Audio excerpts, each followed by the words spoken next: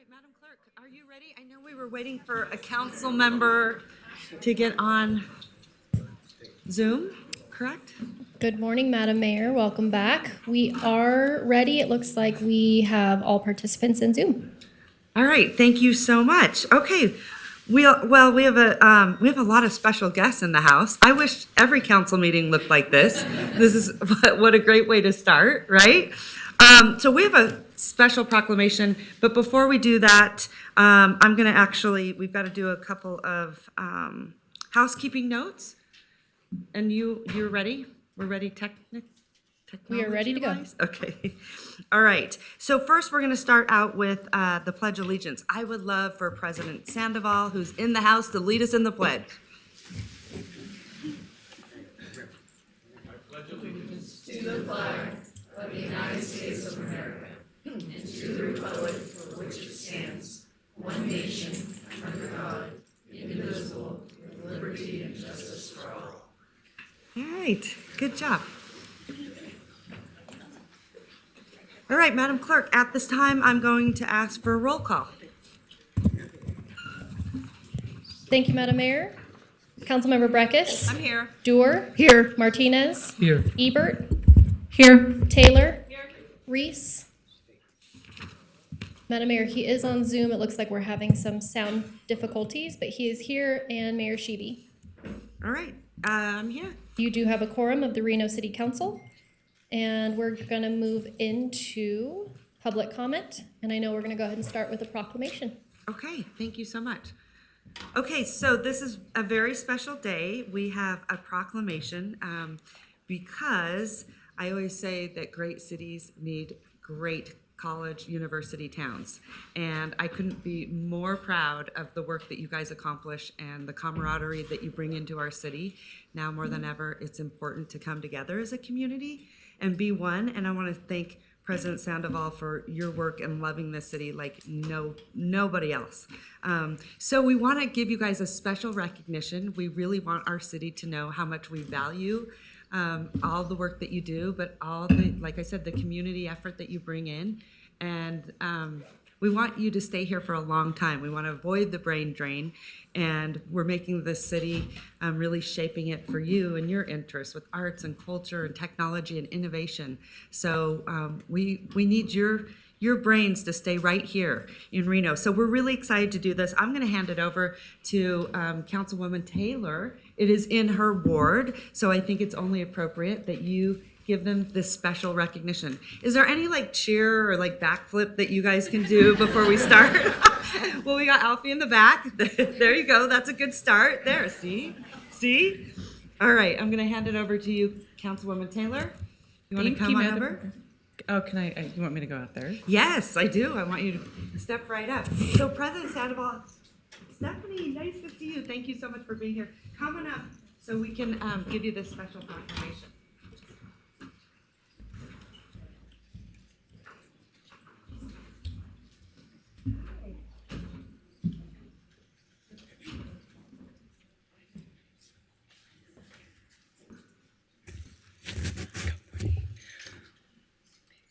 Good morning, everyone. Thank you for being here. Look at all this great UNR Wolf Pack support here.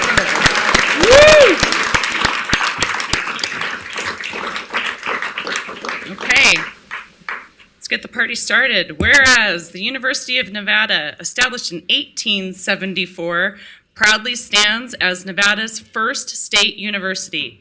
And whereas the city of Reno's downtown is literally and figuratively connected to the University of Nevada campus, making Reno Nevada's college town. That's right. And every Friday should be College Town Day, right? Or am I skipping ahead? Whereas the University of Nevada provides a diverse student body and academic programs that contribute to a vibrant cultural scene with art, music, theater, and sporting events that benefit and unite the community. And whereas the University of Nevada boasts a strong network of alumni who continue to contribute their expertise, resources, and philanthropy to the city and state. And whereas every Friday in the city of Reno, residents should join together to share their support and love the University of Nevada, Reno. You want to say this part? Okay. Therefore, I, Kathleen Taylor, on behalf of Mayor Hillary Sheevy, Mayor of the City of Reno, Nevada, do hereby proclaim every Friday in the City of Reno to be Wolfpack Friday in Nevada's college town.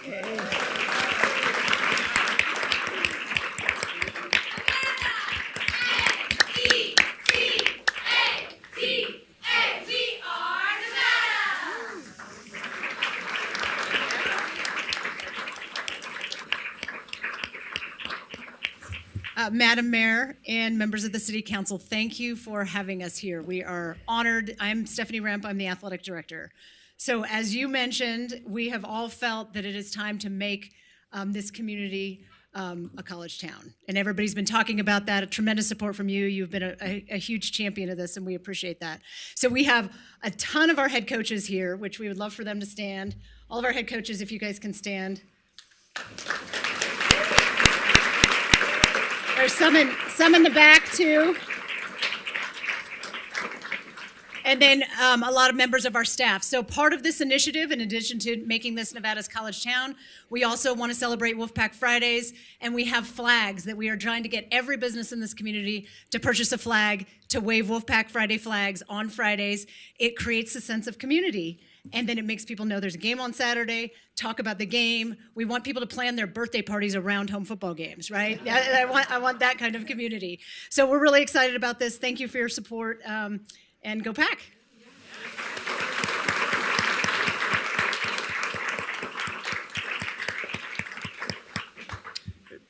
Good morning, Madam Mayor, members of the City Council, Brian Sandoval, President of the University of Nevada, Reno. I just want to thank you, and we're really proud of the relationship that we have with the City of Reno. We were founded in 1874. We're going to be celebrating our sesquicentennial this year, and we really want this region, and particularly the city, to be a part of that. But we really cherish our relationship with all of you. We look forward to working with you. We're very proud of our coaches, our staff, and particularly our student athletes. If you guys would all wave as well.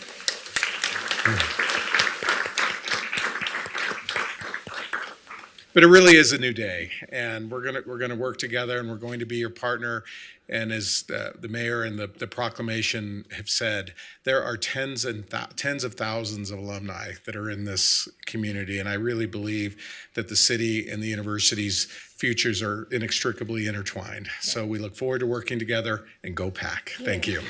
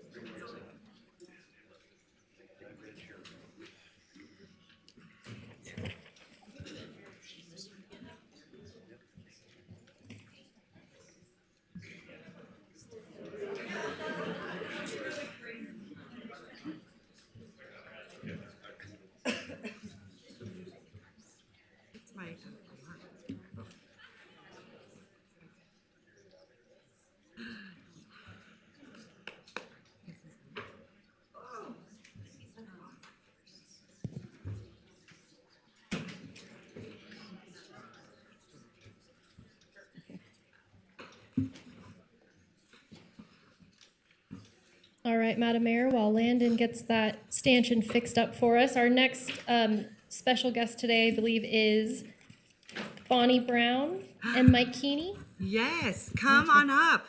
I'm super excited to tell everyone about what you've been doing, who you are, because there's probably a lot of people in this community that don't know what you're doing. So I'm excited to have you here to give us a little bit of an update. But Bonnie is from Options Veterinary Clinic, and it is the only one. I think there's only, what, 2 or 3 in the country. Yeah. So it's very, very rare to have this kind of nonprofit in the community. And what they do is they provide no cost to low cost veterinary care. And everyone knows how expensive veterinary care is. And let me tell you something, Bonnie Brown, you are doing God's work, because I have to tell you how many animals that she has saved from out of pain and euthanasia. I cannot thank you enough. So the Conference of Mayors also recognized through Mars Pet Care, and you received a grant, which is super cool, because you cannot do this work without, obviously, a lot of support and contributions. So we really would like the community to recognize what you guys are doing, and also tell a little bit about it, because I think, how long has it been now? 2 years? It was 2 years in December, so we're working on year 3. Okay, see, okay, year 3. But still, that's so, it's one of those things where it takes a lot of time and a lot of money to kind of get the word out there. So I wanted to make sure that we also thank you so much for your service and what you do for all of our pets in our community. So Bonnie, take it away. Bonnie is no stranger, actually, to, what do we call, animal care. She has been, how long have you been doing this, Bonnie? 30 years? It's at least, yes. 30 years. She is amazing. And she's worked from NHS to, what's the other one? Well, I worked at Best Friends Best for many Friends. years, and have been in animal welfare since 1990. So, yeah. So we are so lucky to have you and to have Options, and we have a special guest here today We who we do. did recognize before, and I just saw he just jumped right up in your lap. No problem there. So go ahead, Bonnie, take it away. Please tell everyone about what you're Yeah. doing, and congratulations on the grant. We're really pleased. Thank you. Yes, we are too. I'm Bonnie Brown, the president of Options Veterinary Care. We're a Reno-based nonprofit clinic, as Mayor Sheevy said. And first of all, I just really want to thank all of you for all that you do every day for our community behind the scenes, and for all the nonprofits that you help to support. So I just, to follow on with what Mayor Sheevy said, there is a nationwide shortage of veterinarians, and the cost of veterinary care is increasing. In fact, it's become out of reach for many people financially. So Options Veterinary Care is really a unique solution to this problem. We're located over on Longley Lane, and we would be delighted to give anyone a tour who is interested in learning more about the work of the clinic. What we do, as Mayor Sheevy said, is provide veterinary care to pets who would otherwise suffer without it. Nearly all pet owners view their pets as part of the family, but the companionship of pets, it's especially important for senior citizens and children, and research has shown that it improves life and both physical and mental health for, all people, but especially for senior citizens and children. About 70% of our clients are senior citizens, in fact, and the rest of them are low-income families or individuals from our community, including people who have disabilities or are living with homelessness.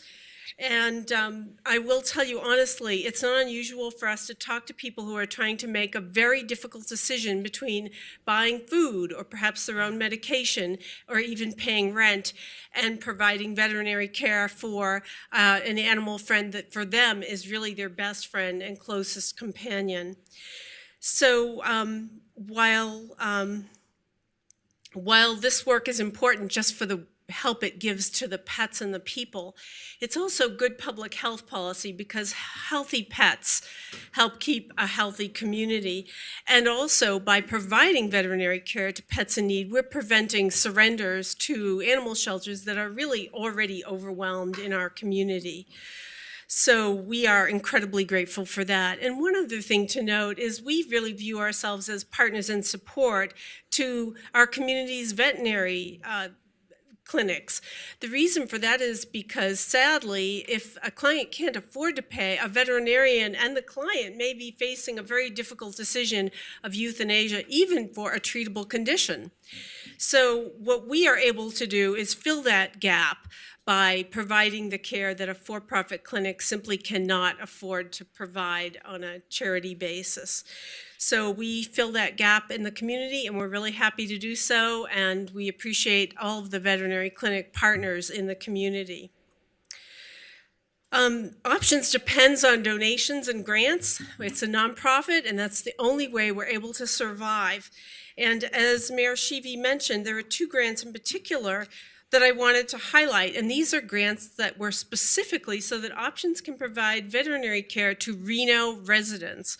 So it's restricted geographically to help people in our community. The other wonderful thing about these is that it really helps to highlight the clinic and the community nationwide, because all of these grants were open nationwide. Oh, I'm so sorry. No, you're right. I'll go Go quick. One of them is Mars Pet Care's Better Cities for Pets grant. We were one of 5 organizations nationwide that were chosen to receive this $20,000 grant, and we were only eligible to apply for it because the city of Reno is already a Better Cities for Pet designee by Mars Pet Care. So thank you for that. And also we received a $10,000 dollar-wise grant from the U.S. Conference of Mayors. And this grant is one that they give to acknowledge nonprofits that are creating an innovative, cost-effective solution to a problem. So we are really honored to receive these 2 national grants, and our thanks to Mayor Sheevy and to all of you, because if it wasn't for your support as well, this certainly wouldn't have happened. And with that, I will go and sit down. Thank you all again for all the work you do every day. And this is Mike Introduce Keeney, your one of friend. the clients.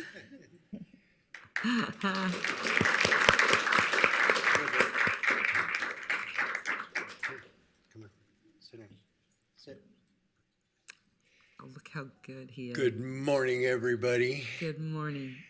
Mayor Sheevy, City Council. First of all, Little Bit's been asking about you. He wants to know where his Where friend is is. Little Bit? Little Bit's right here. Oh, there. Yep. I didn't see her. Yep. I So- tried to hold her last time. She did not want anything to do with being a mayor. She just might Yeah. be for a day. Well, Keeks is wondering why you're sitting in his chair.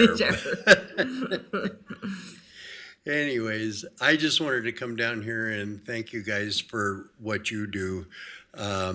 Bonnie mentioned some things about what options or who Options serves as clients, and she hit on senior citizen, low income, disabled. I got all 3. And without her, I'm afraid that my pets would be in pretty dire straits and without options. And that comes from grants like what we get from the city council here. And I just want you to know that we appreciate it so much. It does go to really good use. You guys know these 2 mongrels. We and, do. We do. But I think it's a shining example of how important it is to keep people with their pets. And because of their work, you're able to have healthy pets. And so I thank you for being such an advocate and a champion for Oh, what yeah. Options does. So Well- you can see firsthand who it's helping and how it's helping. And it's a testament to the services they provide. Bonnie hit on a major thing that we've all had to face when we are low-income people without a lot of options, and that is we treat our pet or euthanasia. Yes. And my God, I couldn't live without Keeks. He helps me so much with my disabilities, and a little bit. We're trying to figure out what he does. What he does. We still don't know, but we know he's cute. A little bit of a pain in the tuchus, but yeah, he's adorable. And so, anyways, I want to thank you all very much for what you do. Please keep it up when it comes up, and remember that Options does really great work. So, Well, thank you. And there's a lot of you in the audience that also donate to Options. I want to say thank you from the bottom of my heart for supporting them. I want to just, Naomi and I, obviously we're avid dog lovers, wolf animal And cat lovers, lovers. and animal lovers. But I just want to tell you, Naomi and I jumped in on a situation, and we see it a lot, and it happens so often. But especially seniors on such fixed incomes, one vet bill actually can throw them into homelessness. And I'm not kidding you. We've seen it firsthand. And so yeah. Councilwoman Dewar and I have been working on initiatives to make sure that seniors don't have to face that. That's why I just beg and plead with everyone, if you can support their initiative, it would be greatly appreciated. And we'll continue to support you. So One vet bill. thank you. One vet bill. I'm not kidding. One was vet bill, because their incomes are incredibly- so tight. Yes. Yeah, incredibly more expensive than Sometimes what they I will go get without from my eating only to pay for income. that vet bill. Yeah, And that shouldn't have to be that we're making those types of decisions or choices. those are choices that we have to make, and I love them so much. I have to put them first, and because they look to me. But yeah, just a teeth cleaning Yeah. is far more than what I get on disability every month, and so. So thank you so much for being You're here. very Congratulations, Bonnie, on your grant, and keep up the amazing work. Mwah. Councilwoman Dewar, you want to say a few If words? you wouldn't mind, I would just like to say it's been a privilege to support Options even on a personal basis, separate and apart from city council, for the work that you do, which is very unique, very rare, and really broadens care to our less economically advantaged residents. And so many people, to Mayor Sheevy's point, will go without to support their animals, and still it isn't enough often to pay the bills. I myself had a $5,000 vet bill this year, and I didn't have any kind of pet insurance either, and that's just one of my dogs. So I get it, and how much we care and are committed to our animals, and what we do for our animals really reflects on how we feel about our people. And they both positive and negative. People that mistreat animals often also mistreat people, and similarly, people that care about animals often care deeply about people. So they kind of go together. So thank you both for being here today, and for all the work I that don't you know. and My sister your likes entire pets support more than group. people. She does. does. I swear she likes pets more than people. Yeah. So I don't know. So thank you. All right. Well, thank you so much for being here. We appreciate you. Thank you. All right, Madam Clerk, I'm going to send it back to you.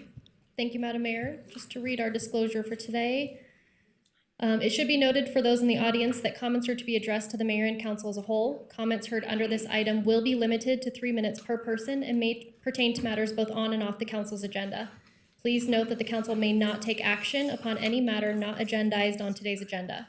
When you're called on for public comment, please state your name for the record and begin speaking.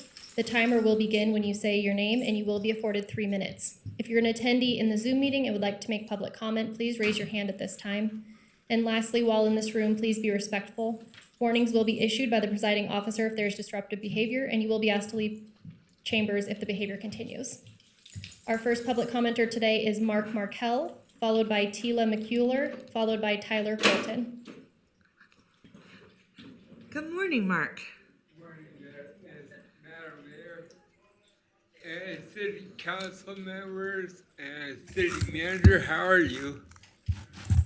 My name is Mark Markell, and I'm a concerned Reno resident. I was in a motor vehicle crash back in '89. I was 24. We rolled 8 times. I was ejected and it landed on my head, putting me in a coma for a month.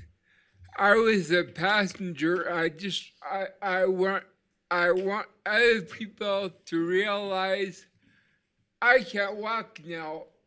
I used to use a walker, but since '89, I'm still paying for the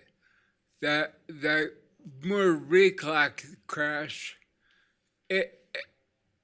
Anyways, I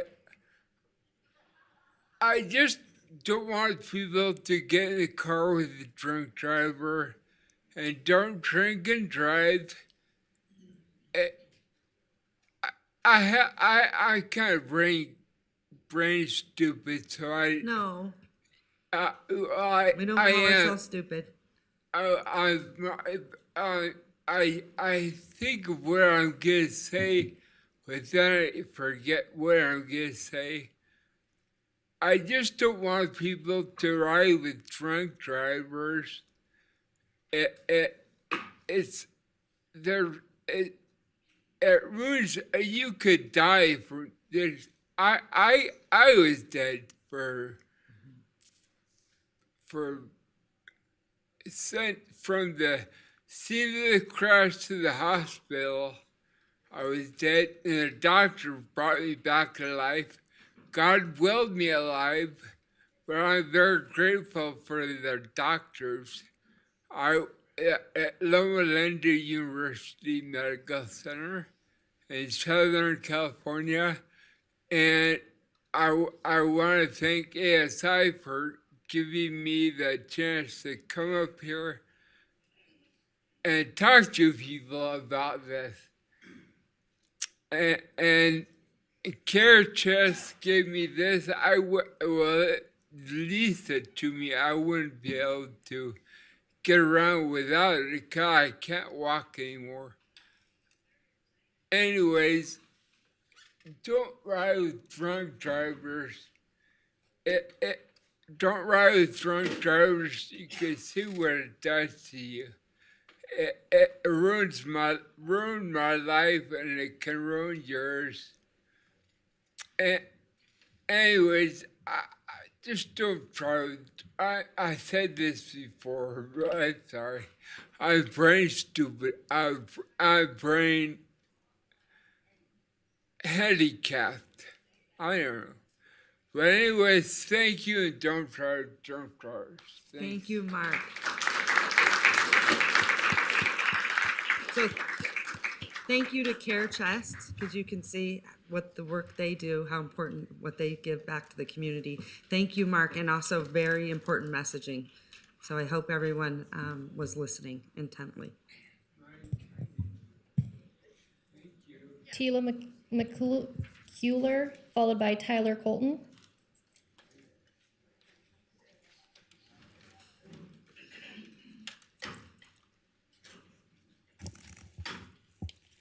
Good Hi, morning. Good morning. How are you guys? I'm Tila McCullough. I am chair of the City of Reno's Financial Advisory Board. And you have an item before you. I think it's on the consent agenda, B13. It's our annual work plan for the upcoming year, and then just a list of all the items that we reviewed and looked at for the prior year. So I couldn't stay till the actual item, but just wanted to make myself available. If you guys have anything that you'd ever want us to look at, just a reminder, we're here for you and can look at anything in a financial capacity. And this is my 10th and final year on the committee and as chair, so you'll get to see someone else's face next year. But just thank you for the opportunity to serve. And if you guys have any questions on the agenda item, please just let Vicki or myself know. Thank you so much. Thank you so much. Appreciate Before you leave, I had an opportunity, to serve for a while as a liaison to the Finance Advisory. You've done a remarkable job, and I think it goes without saying, there are very many dedicated people to our city on the boards and commissions, and they just don't get the recognition. It takes a lot of time and effort to dig into all the materials and bring your A game to advising us. Some others that stand out, I was going to talk to our manager later. We have 2 people going off the planning commission that have served 8 years, 2 meetings a year, often 6 hours a meeting. lots of site visits. We have to continue to recognize people like you that are giving back to our community in such very significant ways. So as one of the former liaisons, thank you for Oh, what thank you. you've done. Appreciate it. Thank you. I also just want to point out that I think a lot of people think that, we'll make decisions up here just on the fly, but we're really fortunate to have people like you, and most of you are like experts in finance. So that also helps us tremendously, and all the service that you've given to the city, it means a lot. Thank it you. It means a lot. Yes, we have some great members on our board. And I think we've done a pretty good job taking your advice. Am I right? Yes, for See? the most part. Yeah. See? So we do listen, but that's why it's so imperative that people get involved. You guys shape our community. It's the community that should be shaping how we do business here in the city and those initiatives. But I just want to say thank you. You guys are rock stars. Thank You you. have some impressive people on there, and you've been We doing do. this for We're 10 really, years. really lucky. Yeah. So, Well, we're yeah. gonna miss you. Thank you. We'll have to have Appreciate a it. celebration Oh. before you leave. Thank you. Thank you so much. Tyler Colton, followed by Bonifacio Pinchi, followed by Terry Brooks. All right. Hi, everybody. My name's Tyler Colton, and thank you. I'm back again like a broken record. So first, what you just mentioned, I do realize that the council does not, as a body, create everything or just have decisions on everything, and it isn't the mayor alone who makes decisions, that is the entire body. So I'm here to ask again to talk about the median in Midtown. For many of us who live in Midtown, there was a new kind of study that came out from RTC that was done, and it kind of was halfway done. It showed the accidents and things that occurred in a large area all the way from Liberty Street to Plum, citing most of the accidents in those kind of regions, but it didn't specifically focus in the area, the little section that has the median in it. Within that section, it did show that there were extreme number of illegal U-turns occurring. It did also show that most of the crosswalks in the area received an F failing. It also showed that the likelihood of a head-on collision at the roundabout at Mary could occur. So we are asking, when I sat in a room and I started this conversation with Devin Reese, RTC, Partolls, and a number of other businesses, we sat down with RTC. At the time, they had said to us that once the median was in, that we would take a look and revisit that. So I'm here in front of you today to ask, could we make that happen? Could we have a city manager? Could we have REMSA? Could we have fire, police, property managers, and business owners come together to discuss the lack of access to business, the extreme measures we have witnessed REMSA and fire take to get around vehicles? In front of my business, I have watched the vehicles pile up on our sidewalks to allow emergency vehicles to pass. We have been told that one of REMSA's vehicles has been damaged going over the median, not making the clearance that was created for fire, but not for REMSA. So we'd like to look at that. And so we're asking that an exploratory group be put together so that we could all come to the table, and what was promised that we could revisit the median, which has been going an ongoing discussion, from what I understand, since 2014. So I'm before you asking if we could get that done and how that might look, and if somebody could actually respond to me, that would be very nice. Thank you. Thank you so much, Tyler. And I would just say to our city manager, can we get this on our next agenda? Have it agendized? And quite honestly, at the time, I really felt, and I was very, very vocal about it, RTC literally ran over the businesses to get that project done. And it's incredibly problematic. So we will get that on there. And Devin Reese also wanted to make sure that he was at a council meeting when we heard this item. So thank you so much. Bonifacio Pinchi, followed by Terry Brooks, followed by Rositza Todorova. Good morning. Good morning. Madam Mayor, I'm just going to reinforce Tyler's position. And besides that, I'm an Italian-American that's living here, invested in this city, and I feel very welcome. And it was a pleasure meeting you, and feeling very welcome from the whole community of Reno. So thank you. That's all. Oh, good. Well, good. We like those welcomings. Thank you. Thank you, and welcome. Terry Brooks, followed by Rositza Todorova, followed by Christine Speed. Okay, so Terry, before you start, look what I got for you. Do you know what this is? Yeah, the title I had looks your familiar. poems published. Look at this. Oh, wow. There you go. Thank you. So those are gifts. I want to thank Jenica. Where are you?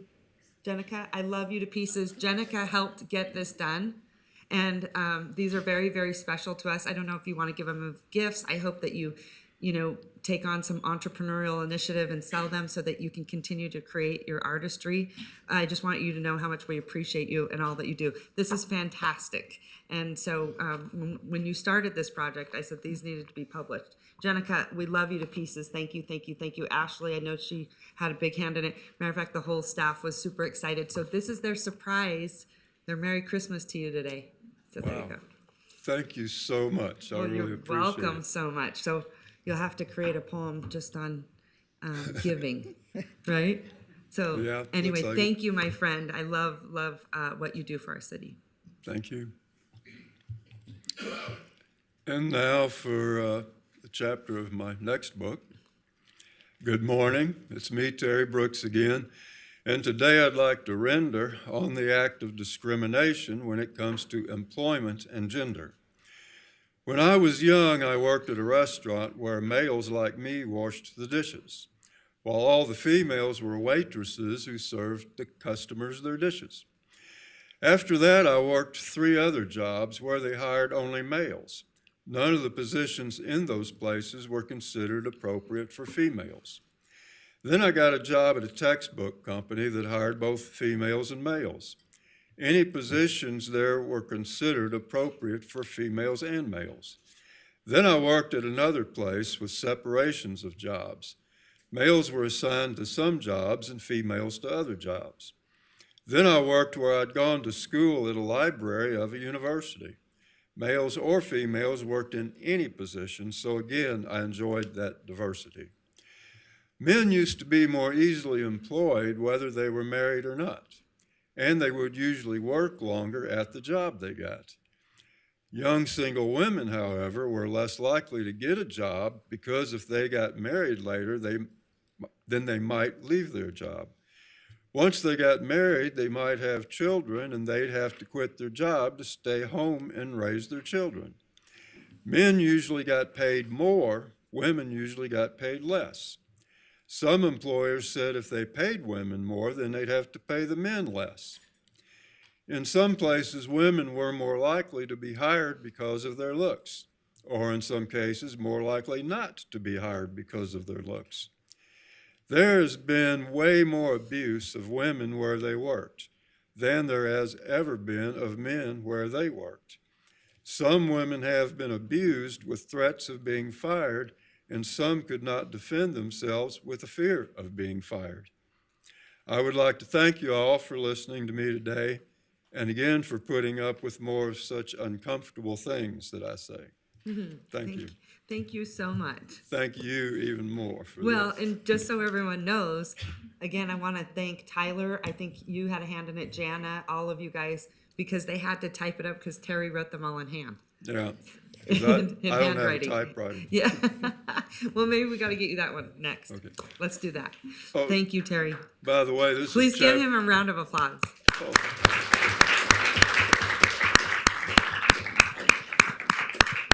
And by the way, this was chapter 11, so I got 35 more chapters to Okay, go on this book. we'll keep track of them. Thank you. Rositza Todorova, followed by Christine Speed, followed by Glenn Gray. Good morning, Madam Mayor and City Council. Thank you for letting me speak to you today. My name is Rositza Todorova. I'm a local artist, a professor at Truckee Meadows Community College, and your city artist.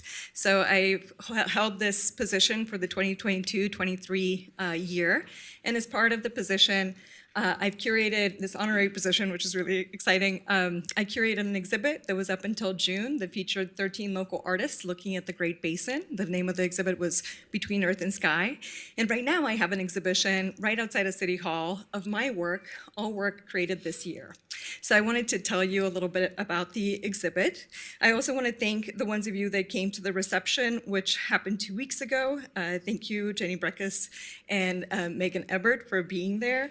And I hope that you guys get a chance to go outside and look at the exhibit. The exhibit is called Learning to be Lost. And it comes from things that have happened in the last couple years. I think all of us since COVID have experienced things that we never thought we would, or saw our lives not go the way we thought they were going to.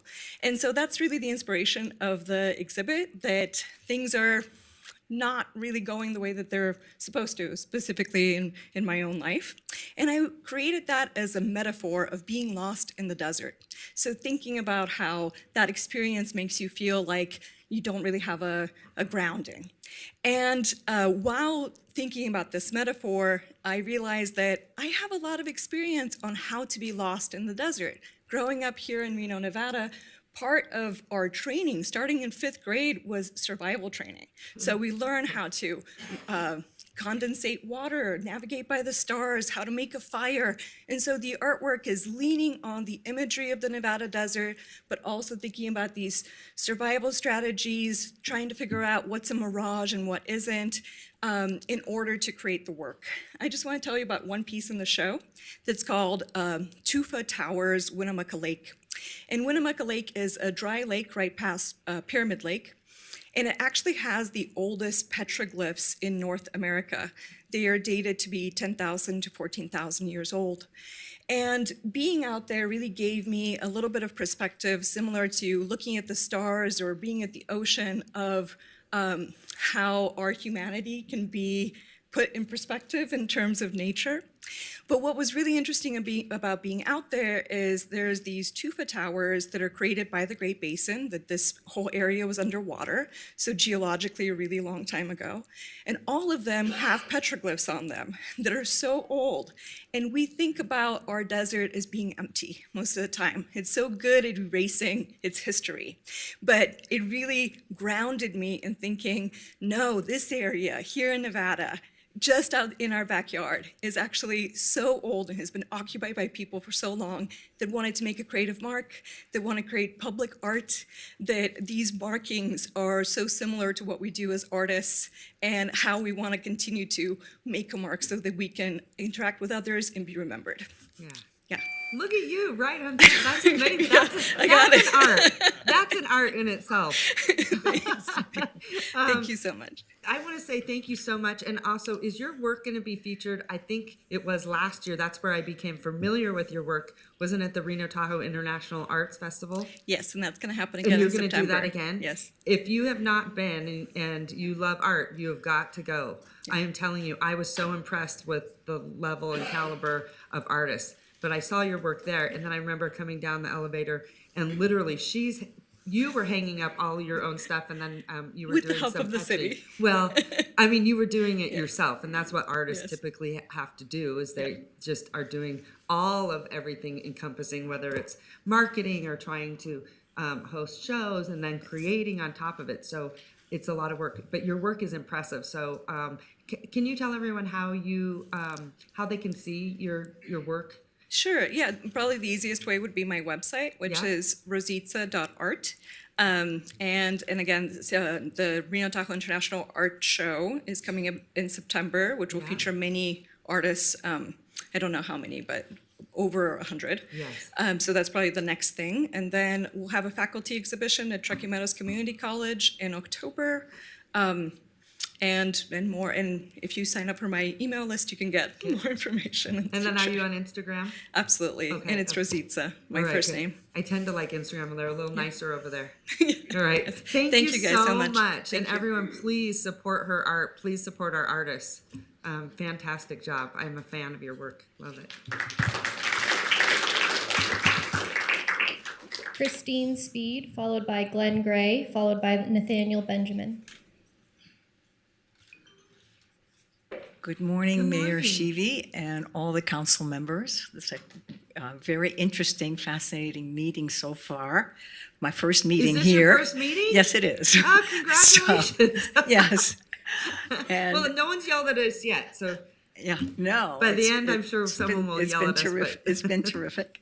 And this is another, my subject has to do with another animal love story. And I agree with my Ward 2 council member, Naomi Durr, that what we do for animals reflects upon us. So my name is Christine Speed, and I oppose the eviction of the horses and the demolition of the Ranchera Equestrian Center. I'm one of these people from out of state who was attracted to Ranchera due mainly to all the horse-filled advertising, but also due to having read your beautiful Ranchera Planned Unit Development Handbook. It enshrined project description and development standards that reassured me and must have reassured my neighbors that our investments would be safe. The project description reads, "The development of Ranchera builds upon the equestrian history behind the ranch and reflects the changing urbanization of the surrounding areas." We buyers translated this as, the developers are going to build a lot of houses, but retain the special and attractive equestrian feeling of the development, as they have shown us in their marketing literature. And under objectives, there was maintain the rural quality of the ranch, including tree-lined streets, open pastures, and architectural styles consistent with existing building throughout the ranch. So, okay, this was totally reassuring planned community language.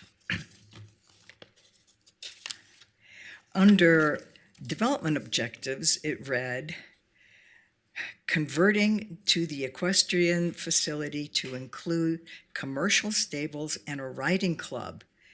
And at this point, I thought, well, like, where do I sign?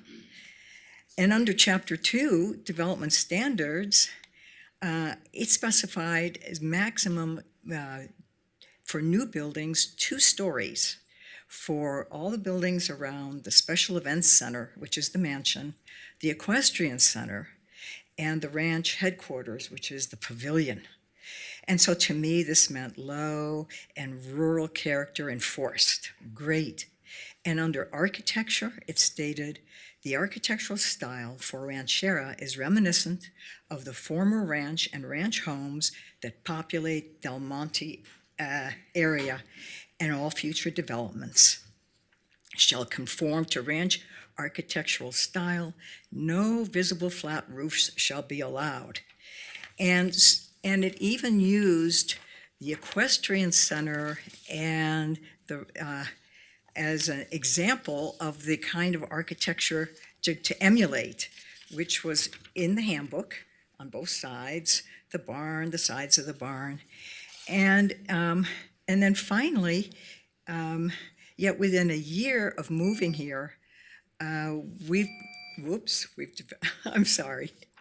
I guess my time is over. I just hope that you can still preserve this beautifully and thoughtfully crafted PUD and preserve its original administrative intent on our behalf, because we're losing it. Thank you.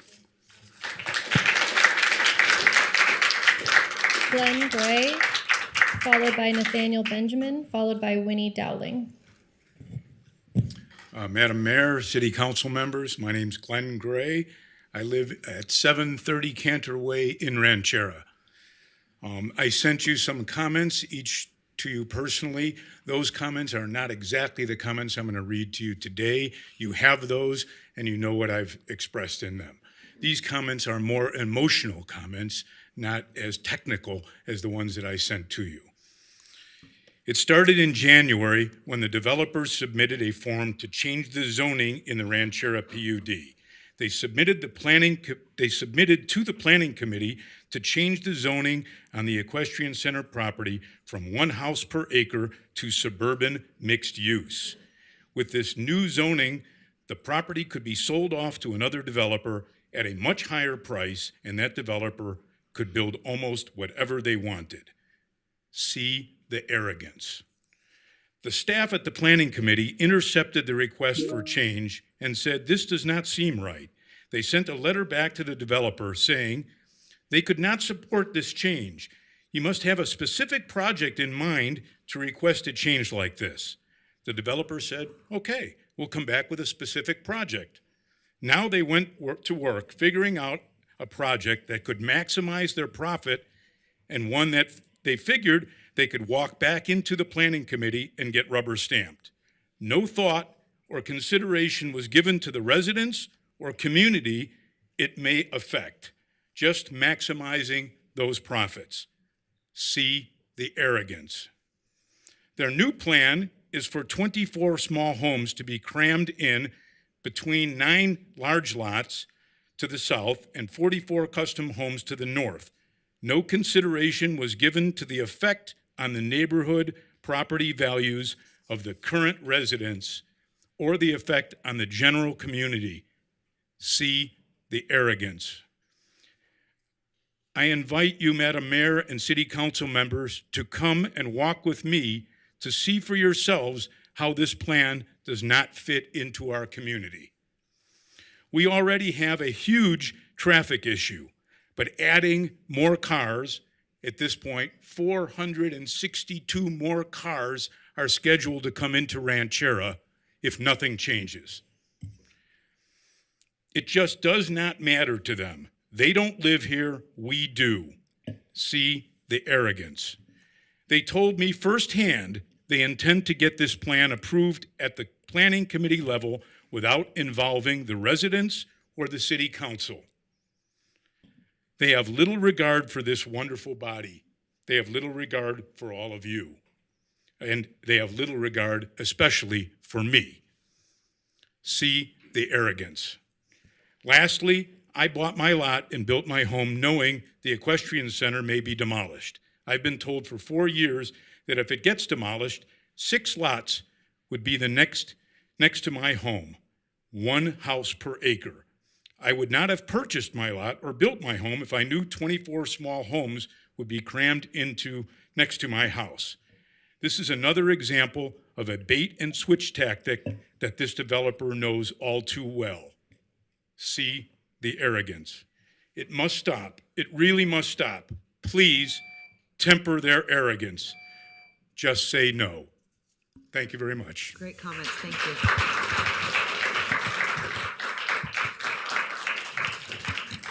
Mr. Manager, can you inform me for my knowledge, because my inbox is filling and I anticipate I'm going to be sitting through a lot of comments here, where is this PUD amendment in its path?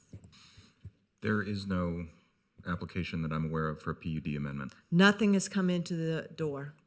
If I may. Here, yeah, go ahead. Can I just Councilwoman, participate? Dewar, I'm sorry, allow Mr. her to Manager. respond. What's been submitted is a master plan amendment. It was submitted last January to go from PGOS to SMU. And there's been no PUD amendment. That's what our staff had said. You need to submit them together. And I learned, just for the benefit of you and everyone, just yesterday, that the master plan amendment was withdrawn from the city. They can only be submitted every quarter. The next time for submittal is October. And I guess that it had been put on abeyance since January when it was submitted, came to the NAB in February, and then the next time would have been April and July. And so it's been pending. And so my information from our planning staff yesterday was that it was withdrawn. Master plan amendments plan and amendment. plan unit development amendments go to the council. Correct. And there is not anything in, is a demolition permit pending, Mr. Manager? Apparently no, either. I Okay. checked yesterday. Okay, so we got to get back on track.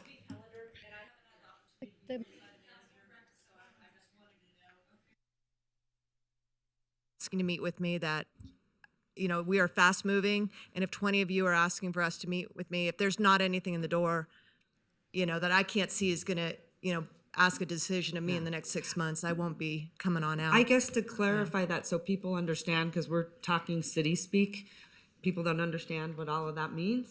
Go ahead, City Manager Doug Thornley. My goodness. There is a memo that describes what's happening with Ranchera and what the existing conditions in the existing handbook are and where we're at with respect to any sort of submittal. It's in everybody's inbox, and it will be published to the website the way we do all council memos. And When will was you that, publish when was that drafted? I don't know. I believe it was drafted yesterday. You Okay, received it thank this you. morning. Okay, but so just so we can clarify, so everyone understands, at this time, nothing has come into the city, and well, it's been Nothing is withdrawn. pending. Nothing is Nothing pending. is pending. So right now, everyone needs to know. And then also, let's clarify: do they need a demo permit? If they wanted to take the building down, they would need a demo permit. Yes. Okay. All right. So at this time, nothing is in the city. So we just want everyone to know that. Demolition permits, who approves those?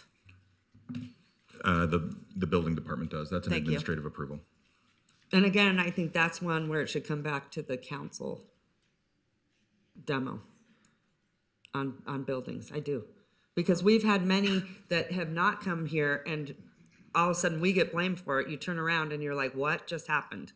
So that's something that should change. Okay, we got to get back on track. I know Carl's going to give me the smackdown, the stink eye. I said smackdown. Okay, go ahead, Madam Clerk. Thank you. And for the audience, please hold your applause. Nathaniel Benjamin, followed by Winnie Dowling, followed by Sandra Rentas. Hi, everybody. My name is Nathaniel Benjamin. I am here representing my fiance, Francesca Martinez. She owns Bad Apple Vintage in Midtown, 1001 South Virginia Street, and it's right on the roundabout there. I'm kind of here bolstering the argument of Tyler. Francesca's been, well, I'm going to read from a petition that she put together online that required 757 signatures. When about a year ago, a car crashed into her building, broke a window, and The car crashed into her store. Yeah, making its way through boulders that the landlords had placed in a little, I don't know what you call it, landscaping area there. So it plowed through all of that, and to my knowledge, it was the landlord of the building has been in communication with the city, and we're waiting on a elevated garden box to be constructed that'll act as a barrier, because this is I think the third or fourth car that's crashed into the building We've due told to people the that roundabout, which is crazy to me. But It's so ridiculous. I'm just going to read from what she put together as far as info and facts regarding that area. There have been 10 vehicle-related incidents in the past 15 months, and this was a year ago, involving our building at 1001 South Virginia Street, 5 of which have resulted in direct collisions into the businesses that operate here. Despite the frequency of accidents, the city has failed to take any action regarding or towards setting up additional safety measures for not only our building, but for the pedestrians frequenting the bustling Midtown district who could easily be at the wrong place at the wrong time. Since the Midtown Road renovation, our landlords have communicated with the city their concerns for the businesses here and their susceptibility to accidents, and have repeatedly requested some sort of guard. It keeps going, but basically, I visit her shop pretty frequently, and while I'm there, even just for short periods of time, people turn down Mary Street all the time going the wrong direction. Obviously, that area is not intuitive, and the barricade all along the road is a hazard for all the reasons that Tyler listed, and I've never seen a road like this. It doesn't make sense to me. I think it should be reconsidered, and Tyler is advocating for having some kind of panel constructed so that we can get some official evaluation on it, and I would like to also advocate for that on Francesca's behalf. Thank you. Okay, thank you so much. Really appreciate it. Winnie Dowling, followed by Sandra Rentas, followed by Nicandro Saldana. Good morning, Madam Mayor and City Council. I would like to seek your support for item number B22, which is part of the agenda. It's $1,000 for the Nevada Small Business Development Center. I wanted to let you know a little bit about our services. We provide free and confidential assistance to Nevada's business owners and people interested in starting businesses. We have 12 offices around the state. And our office, where the lead office is at the University of Nevada, Reno in the College of Business. And just to give you an idea of what we're doing for the city of Reno, we assisted about 1,000 clients in 22, so that's providing in-depth assistance to all types of businesses. And we document all of our economic impact, so we had 32 businesses that started. We helped our businesses with $4.7 million in capital, and they supported 2,300 jobs. We also helped them raise their sales in the amount of about $31 million. In June, we provided a class on how to start a business in Nevada, and that was a result of talking with Councilman Martinez. We really appreciate his vision, and he came to the class. We had 80 in attendance, and it was in Spanish. And we wanted to make sure people understand how to start a business. They don't know. They have questions about funding, questions about location, all kinds of questions. You don't even know what kinds of questions you're going to have. But it was a very successful class. We have another class on August 1st. This time it will be at McKinley Park School, and it will be in marketing, or about marketing. And again, it is in Spanish.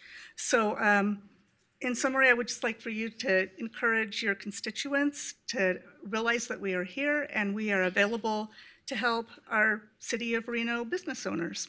All Thank right. you. Fantastic. It's so super important. And I remember, and did you guys stop sort of offering this during the pandemic? Oh, no. The pandemic was our busiest year. Was it? We had hundreds, I think $150 million of economic impact. PPPs, IDLs, shuttered venue grants. It was very, very busy. And Sandra and our client, Nicandro, will also talk. So Okay, I'll let great. them. Councilman Martinez, thank you so much for doing this. Do you want to say a few words before she speaks? No, Or I'll let her after? go first, yeah, Okay. and then I'll... Go ahead. Good morning, Good and morning. thank you for the opportunity to be here. My name is Sandra Rentas. I'm one of the Spanish speakers, the only Spanish speakers in the University in Northern Nevada for the Nevada Small Business Development Center. So I just want to thank Miguel Martinez, council member, for really supporting this initiative. As you know, there are many foreigners, people from other countries moving to our beautiful Reno area. They want to start a business. Many are here from Mexico. They're also coming from Venezuela, and there are people from different walks of life. So starting a business can be complicated for some people, and that's what we offer, So I teach the class in Spanish, how to set up your legal structure, what kind of business licensing. Every time that I just want to mention, every time that I call the business licenses in Reno, everyone is so helpful. Thank you to Lucy. I know you have some Spanish speakers. And Miguel, who is really interested in really helping this community. So thank you for your support, because we have people, from the prep, we have a school, she's Mexican-American, her husband is from South Africa. We have people from asbestos removal. We have a Mexican lady who started cleaning houses, and now she has a multi-million-dollar company. We have people from Spain, they do this kind of jewelry, with pearls. We have Nicandro here, my client, who's going to start, auto repair business. We have many people from the construction, they have to take a test. So I help them with all of them. I'm not an expert in every field, but I try to help in, answering all the questions so they don't get fined, they don't get in trouble. And, especially people from other countries, they want to bring their cuisines here. So I really appreciate your support, and everything in the future, it will be really appreciated. So, and that's what we're here for. So thank you. All right, thank you so much. Miguel. Yeah, thanks Councilman so much, Madam Martinez, Mayor, sorry. for the It's supposed to be opportunity. formal here. Yeah, I Councilman appreciate it. Martinez, go ahead. Yeah, I just want to say that it's super important the work that the Small Business Development Center at the university is doing, and I'm happy to, promote and help support their mission, especially when they're able to provide those services in people's language that they're comfortable speaking in. It just enhances those services, and it allows the opportunity for members to participate and take advantage of the resources that we already have. So I just want to give kudos to Winnie and Sandra for your support and your efforts to encourage small business development in our region, and I appreciate you all. Thank you, council member. Just a quick note also, and the director of the Small Business Administration flew from Vegas to meet the class, and he was there for 3 hours. And also, I got referrals from the different senators as well. So thank you. Okay. Nicandro Saldana. Hi, good morning, everybody. My name is Nicandro Saldana.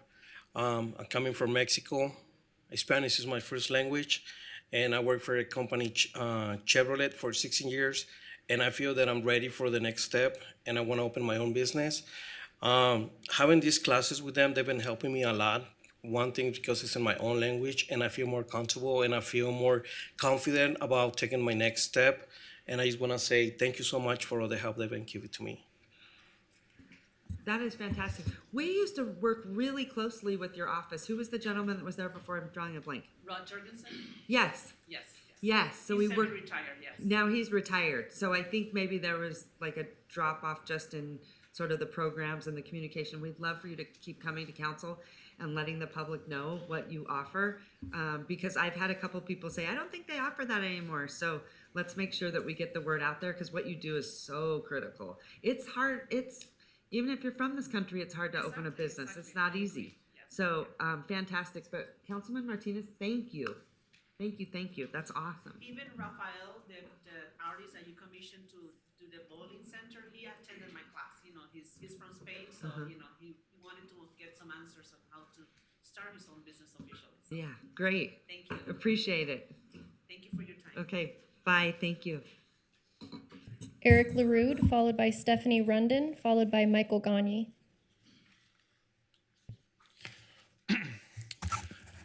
Good morning, Madam Mayor and City Council members. My name is Eric LaRude. I'm a downtown resident. I live in the Montage. I'm actually also a Reno native going back. I was born here, and I've been hanging out and spending a lot of time in downtown Reno since the 1970s. Thank you for planning to deal with some downtown issues at your meeting today. I talked to many different residents, those downtown in the Montage, those in other buildings downtown, other residents in other parts of Reno, and we are excited about the good things that are going on in downtown Reno. And we want to thank you for your efforts and all the efforts of City of Reno staff for making improvements. We want to thank you and the police chief, the new chief, Chief Nance. We know that there has been an increase in RPD being deployed to downtown. We know the RPD horses are on horses on Mondays. That's nice. Bike patrols are up. We hope to see foot patrol happening soon. And even we'd like to see the bar car back, because safety is a high priority, and all those efforts are going a long way towards making downtown Reno more safe. There's also a lot of efforts being made to make downtown Reno cleaner. We see that downtown Reno is getting cleaner. I want to say thank you to the public works staff and a lot of volunteers also who are working to make downtown cleaner. The Reno City Center project is a big concern of a lot of people who I talk to, who live downtown and who just like to come downtown. As you know, it's a huge chunk of downtown Reno and is a key frontage on Virginia Street. Being closed and boarded up in the current condition is obviously not a good look. So we ask that you do what you reasonably can to help that project proceed and succeed as quickly as possible. I don't know that you read Alicia Barber's brief, but I hope you have read her latest brief about downtown issues. Let me just say, I think Alicia does a great job, a great service for our community. She acts as a historian for Reno. There's not many people who have the knowledge she has about downtown Reno. She also kind of acts as an editorial board. We don't have a downtown, our Reno newspaper doesn't do that anymore, and she plays that role. She may not always state positions that we all agree with, but I think she really states a lot of valid points that are very thought-provoking, and I hope you take into consideration as you are going about making decisions. Please proceed with effective steps to keep making downtown Reno better. for the many residents who are living downtown now and who are working downtown, and for the many more who are about to be moving downtown and coming downtown. This is a critical time, and things are getting better, and we just want to keep things moving in the right direction. So thank you very much for your service to our community and for dealing with the downtown issues. Thank you so much. We really appreciate your feedback, especially our downtown residents. And you've done a lot of work, so thank you. Thank you, thank you. Stephanie Rundon, followed by Michael Gagne, followed by Willie Poochert via Zoom. Good morning. Good morning, Mayor. Good morning, Council Member Doer and other council members. I'm picking up the theme of the Ranchera Equestrian Center. Like Glenn, my comments are a little bit more emotional rather than dealing with numbers and the various specifics. So again, my name is Stephanie Rundon. I live at 725 Mayorwood Trail, which is within the Ranchera development. So recently, Ranchera Holdings LLC issued an eviction notice to the tenants of the Ranchera Equestrian Center for July 31st. They were given a month's notice. There are about 50 horses that are located there. It's the intent of Ranchera Holdings to take down the Equestrian Center and replace it with at least, initially it was 6 1-acre parcels. And now I understand that it may actually be more dense. And it's with respect that I ask the City Council to consider the various proposals that are currently on the table to ensure that the Reno Equestrian Center has the opportunity to continue to serve our community. Prior to moving to Reno in 2021, my husband and I put considerable thought into where we wanted to live in our retirement. We knew that we did not want to move to another subdivision in another city. What we were specifically drawn to Ranchera for the open space, the beautiful views of the mountains, which are, by the way, now gone due to 3-story condominiums, and the history of the development and the beautiful equestrian center. Although I'm not currently a horse owner, I've owned and otherwise engaged horses most of my life. My sales brochures all featured horses prominently. And again, all the streets are named with horse themes. I was sold. I was so happy to find such a lovely community that reflected what I was looking for in retirement. I've spent many evenings walking around the barn, getting to know the equine tenants and imagining the day I would stable a horse for my grandchildren to enjoy. The Halloween horse costume contest, occasional offers for carriage rides, particularly when it's snowing, and tenants walking their horses down the street are all part of what makes our community unique. I was fortunate to grow up in a community with pony rides, trail rides, 2 barns, and wonder where do children develop their love for and learn to care for horses amidst urban sprawl. So sadly, there was a Shetland pony, is now gone. My beautiful friend Sophie, she's now gone. I wonder where some of the other tenants are going to move their horses. And I'm not sure what purpose is served by replacing this beautiful building with luxury housing. So with that, thank you for listening. Thank you for your consideration. All right. Thank you, Ms. Rundon. I appreciate it. Madam Clerk? Thank you, City Council and Madam Mayor, who I don't know where she disappeared She to. just stepped out momentarily. But anyways, my name's Michael Gagne. I'm a business person who's relocated here to Reno about 10 years ago, largely for the quality of life. And I commend the City Council and the absent mayor on the work you're doing here today. Phenomenally interesting. This is my first City Council meeting. The issues you're dealing with are really material pedestrian accidents are really problematic. I know firsthand, having, my father was killed in a pedestrian accident. So anyways, you guys are doing some really important stuff. I'm here to talk a little bit about Ranchera as well. I'm a resident there, soon to be finishing completing a home there. But the issue that really strikes me is the Lake Ridge removal, kind of in the middle of the night, it seemed like. And we really don't want to have something like that occur here in this situation. My daughter was a swimmer. She used to do a little bit of training there at Lake Ridge.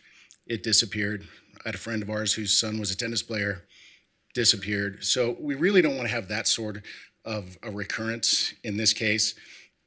This is a beautiful community. We care a lot about one another. Let's not really destroy some of the opportunities that might be here for some of our younger members. And a horse equestrian facility that was advertised the way that this was, it's really a bait and switch.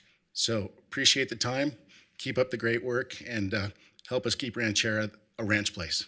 Okay, thank you, Mr. Gagne. And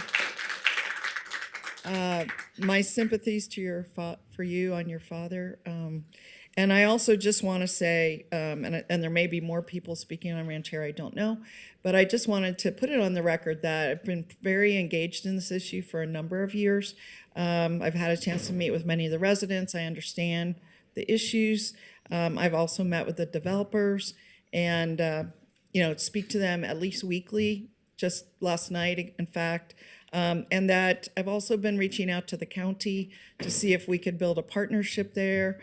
And also, I just wanted to mention since this was back in the newspaper, several buyers have emerged. So I just as some current, up to the minute issues, I don't know what will happen. I know that the horses have to be gone by, I think it is next Monday. And I personally believe that's a tragedy for our community, but I just wanted to let you know, as a council member representing you, I'm working very diligently to look at all the alternatives and understand the issues that you're going through. So appreciate the moment for a little editorial, but back to you, Madam Mayor.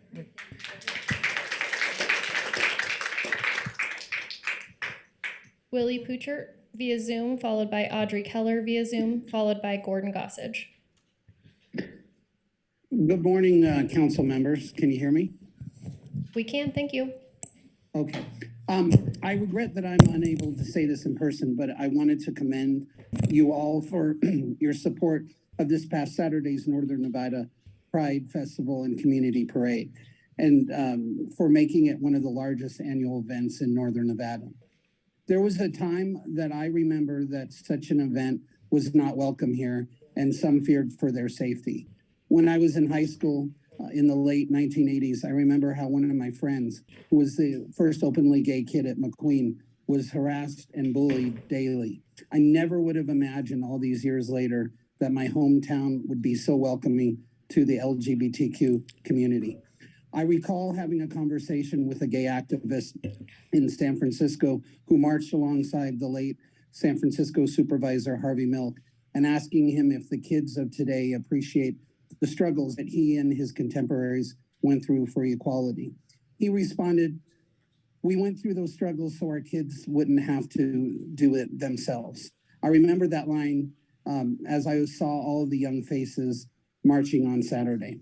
And while there are still hateful and intolerant voices that remain, their voices have grown quieter as the years go by. The culture of a city is set by its leaders, and I commend all of you for the example that you set by your principles of tolerance and equality. This truly makes Reno the biggest little city in the world.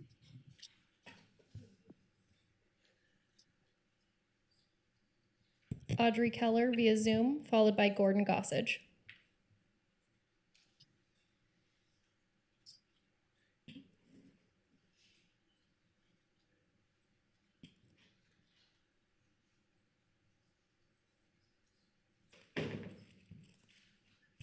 Good morning, it's Audrey Keller. Can you hear me? We can, thank you. Thank you very much. I want to thank City Council and our mayor for listening to the residents of Ranchera speak to the eviction of over 50 head of horses, beautiful living beings and creatures from their homes. They are now going into unknown spaces with much lower quality of life and a much higher rent. Talk about rent control. I understand that the rents that the horses are going to be moved to has been raised because of the shortage of barn space. That's really important in planning a master plan for a city. And a city as great as Reno, I know we have the wonderful rodeo, but there is a great diversity of horses, not just rodeo horses, but horses for adaptive riding, horses for the police force, horses for companionship, horses for competition. And the Ranchera Equestrian Center is unique. It is an icon because, of course, it's on the Hera estate. It should be kept as an icon. And frankly, I know it's no one's fault in council that these developers are moving in the way they're moving. However, council can lead in the direction and with the vision of, hey, let's make this a really great equestrian center and let's work with Washoe County. Let's open that door, have the conversation, and let's attach the equestrian center to Bartley Ranch Park. Just like there's a great partnership with the Hawkins Amphitheater, it's a perfect use of a public facility, public-private partnership. And I just want to encourage you, even though the action is not before you, it will be before you. And I want to thank you again, and I want you to consider all the equestrian uses, including our friends at UNR and their equestrian teams. We can make this a really great equestrian center. And thank you again for the consideration and for your time. Our final public commenter is Gordon Gossage. Good morning. For the record, it's Gordon Gossage. I wasn't planning on talking today, but there are two things that forced me to do it. One is that yesterday we learned that real estate has now gone over $600,000 for a house in Reno. That means using a 5 times metric that you need to make, a household needs to make $125,000 a year in order to afford the median house in Reno. The second thing is that I need my neighbors to be honest. And that is, if we continue to throttle development within the McCarran Ring, we are voting for higher prices and rents within the McCarran Ring. We are voting to expel the Latino community in the Wells Avenue area. Once the rents go up in Midtown because of the supply being constrained, both the Latino working class and the white working class will be expelled from the center of the city. We are going to have, no matter what, 150,000 new people moving into the 10-county Western Nevada area. Here's your choice, my neighbors. Let's say we have 150,000 people. They either live within the McCarran Ring and we decide to have a walkable, high-density city, or we force them to move into a sprawl that you've never experienced unless you lived in the East Bay or where I'm from in Boston. I want to tell you the Route 50 scenario is you take Route 50 from Carson to Fallon. That's 60 miles, okay? That's the length of East Bay between San Jose and Valencia along Route 880. So you have to decide one of two things, within the McCarran Ring or sprawl, okay? And if you like East Bay, welcome. And the problem is the people who want to throttle development within the McCarran Ring have so much more power than the working class. So I beg you to be honest with yourselves, and we need to be honest with each other about what each side, and it has become two sides, advocate. I strongly advocate as well. I'm running out of time. I get emotional about this because I don't think it's fair for the elite and for the leadership class to continue to screw the people who make less than $60,000 a year. I can't sit here and listen to the dishonesty of advocating throttling the housing supply and forcing people out to Yarrington and Dayton and Fernley. We got to be honest. If that's what you want, that's what we'll get. Thank you. Thank you so much. I always appreciate your comments because anytime that we approve a project, I'm going to say this in my out loud voice, then we're in the pockets of developers. And it's exactly what you said, that we are giving more people less opportunity to live in our city. And it's the people that have the means are the ones that are shaping it. And that isn't right. So I want to say thank you so much. But yeah, if any of you, hear that, I read whenever we approve projects, how we're in the pockets of developers. And it couldn't be further from the truth. So I want to say thank you so very much because that is the one thing is about the sprawl. Because that's what's happening when we don't approve those projects, those infill projects. So everyone complains about the traffic, but then when we don't support that infill development and housing of all types. So don't get me going on that, but it's economics 101, supply and demand. Because guess what? If you don't have enough supply, the people that have the means, they will monopolize the supply that's in the market. And there's your supply and demand. And then it's very hard for people to afford housing because the people that have the means can afford to dominate the housing.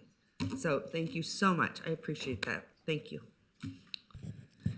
All right, Madam Mayor, for the record, there were several individuals in the audience that did not wish to speak, but did submit public comment forms. There was 1 in favor, 10 in opposition, and 2 of concern.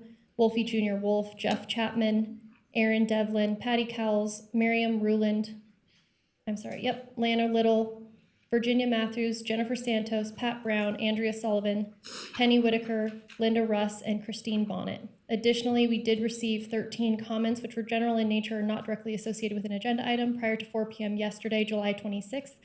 These comments were written correspondence received via our Reno.gov online public comment form or by email to our office. Copies of these have been distributed to the Reno City Council and are available to the public on Reno.gov. 1 letter in favor, 7 in opposition, 5 letters of concern, and 2 voicemails were received, transcribed, and provided to the Reno City Council. And with that, we have no additional public comment. We're moving into item A4, approval of the agenda. Okay, thank you so much, Madam Clerk. I appreciate it. There was one name on there. I think I heard Alfie the Wolf. Okay, I just wanted to make sure. He signed up for public comment. Okay. All right, thank you so much. Okay, at this time, I would like to ask approval of the agenda. Can I get a motion? So moved. Wait. Oh, Sorry. Hold on, before we do that, our city manager has some items Yes. for note on the agenda. Thank you, Go Madam ahead. Mayor. Item D2, the annual update from the RSCVA. The RSCVA executive team has an unforeseen event that they need to attend to today, so we will have to reschedule that. Okay. So we'll pull Take that. off item D2. Yep, and then I'd like to recommend that we take D1 out of order, Delta 1 out of order, and we do that at the top of the agenda so that we can get the meeting moving. Okay, so here's what we will do. We'll go to item D1. I'd like to do consent, and then the items that were pulled off of consent, we will do after item D1. all right. Okay? So moved. Do we have attorney-client today? I don't know. Did you Not that I- schedule one? not that I Okay, know. Okay. I wasn't sure. All right, so at this time, I would like to start with Well, approval of the motion agenda. to- I have a motion from Councilwoman Dewar. Second from Councilwoman Taylor. All those in favor say aye. Aye. All those Aye. opposed. Motion carries. Hi, Councilman Reese, Vice Mayor. Nice to hear Madam from Mayor, you. I thank forgot you you so were much. up there. In the sky. In the sky, gotcha. Okay, good. We can hear you now. Okay, so we're gonna start with item B, consent. I'm gonna start with Councilwoman Dewar. Do you have any items you want to pull off consent? B9, just, it's over $1 million, and I think people should know what we're doing. And I'm interested in B14, not all the items, but just I know we revamped our process, and I think it's worth some comments from staff. B9. Yeah, Okay, thanks so much. Councilwoman. B9 and B14. Okay, B14. Okay. Councilwoman Ebert. Yeah, I'd like to pull B4, B5, B6, and B7, please. B6 and B7? Okay. 4, 5, 6, and 7. Yes. Perfect. Councilwoman Taylor. B8, please. Perfect. Councilman Martinez. 20 and 21.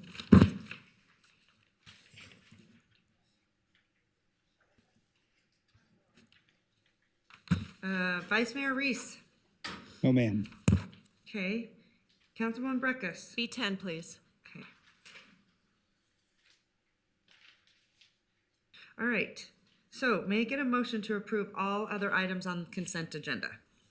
So moved. All right. I have a motion from Second. Councilwoman Dewar. I have a second from Councilman Martinez. All those in favor say aye. Aye. Aye. All those opposed?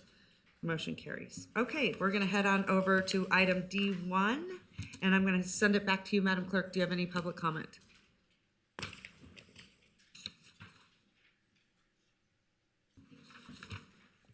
Thank you, Madam Mayor. On item Is it D1? D1, we don't have any public comment registered, but we did receive written correspondence as one letter of concern, and that has been distributed to the Reno City Council. If you are an attendee in the Zoom meeting and would like to make public comment, please raise your hand at this time.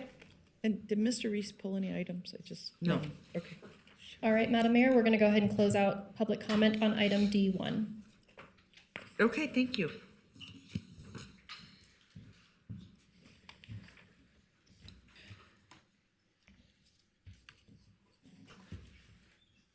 Good morning. Hi, good morning. Let's see. Good morning, Mayor and City Council. Wait for my presentation to come up.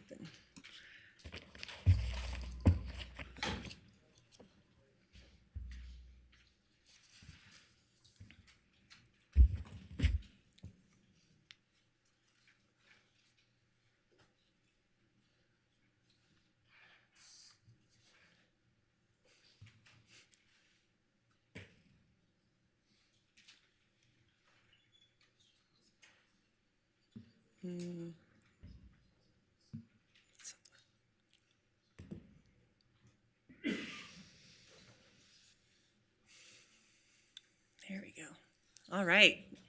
Are you ready? Ready. Good morning, Mayor and City Council.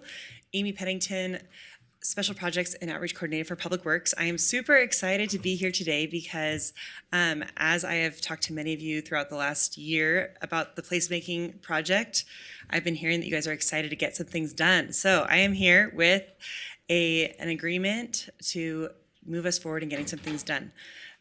So with placemaking, we are in the phase 1 part right now, and I just want to do a quick reminder. On March 8th of 2023, Council approved money from the ARPA allocation for placemaking, $1 million going to the facade and tenant improvement program, and $2 million going to other placemaking activities. And on April 12th, the Council accepted Gail's study, which included a phased implementation plan.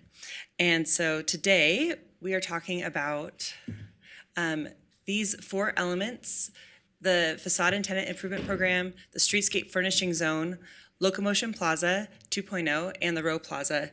And I'm going to be asking council for the authorization, to give the city manager authorization to approve a consultant agreement for urban design services for the streetscape furnishing zone, Locomotion Plaza, and the Row Plaza.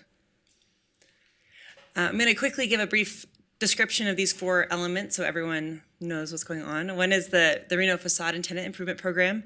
This gives the Reno City Council City of Reno is giving applicants money to matching funds to improve the outward facade of their program up to $50,000, and the interior for a tenant improvement up to $50,000. One recipient can receive up to $100,000.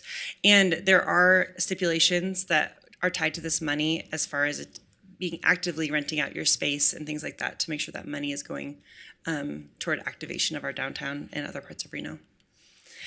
The streetscape furnishing zone, this is an effort to evaluate the sidewalk space that is from Liberty all the way up to the freeways and making sure that we're taking advantage of opportunities for lighting, seating, shade, and being able to activate our sidewalk and our edges.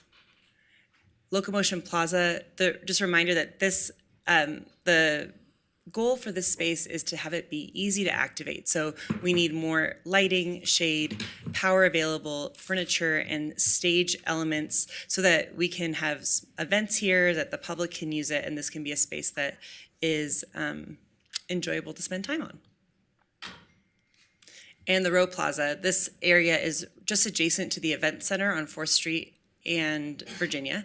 And in this space, we're looking to improve power, shade, seating, wayfinding, and we have had conversations with the Row where they've agreed to maintenance of the elements that are placed on this space, as well as storing them and moving them for special events. So the consultant agreement that we're looking for is for urban design, and this is the timeline for how this would be playing out. We would be looking for approval today of the consultant agreement. The design for the Streetscape, Locomotion Plaza, and the Row Plaza would be happening through August and September. And then we would come back to City Council in late October to give you an opportunity to approve the final designs. Those designs would go forward to 100% design through February of next year. And then we would be coming back for construction bids and constructing those during 2024. So this is the proposed motion, and I'm available for any questions. I don't know how to record a question. But. Can we go back? You had a slide. Sure. I want to go back. It said like tenant. It was like, had the 4. This one? Going. Yeah. Yep. So, so there's kind of a lot going on here, and I'm going to assume that the council probably has a lot of ideas and thoughts. Because this is so important, and it's way overdue. Since I've been here, we have never invested in downtown.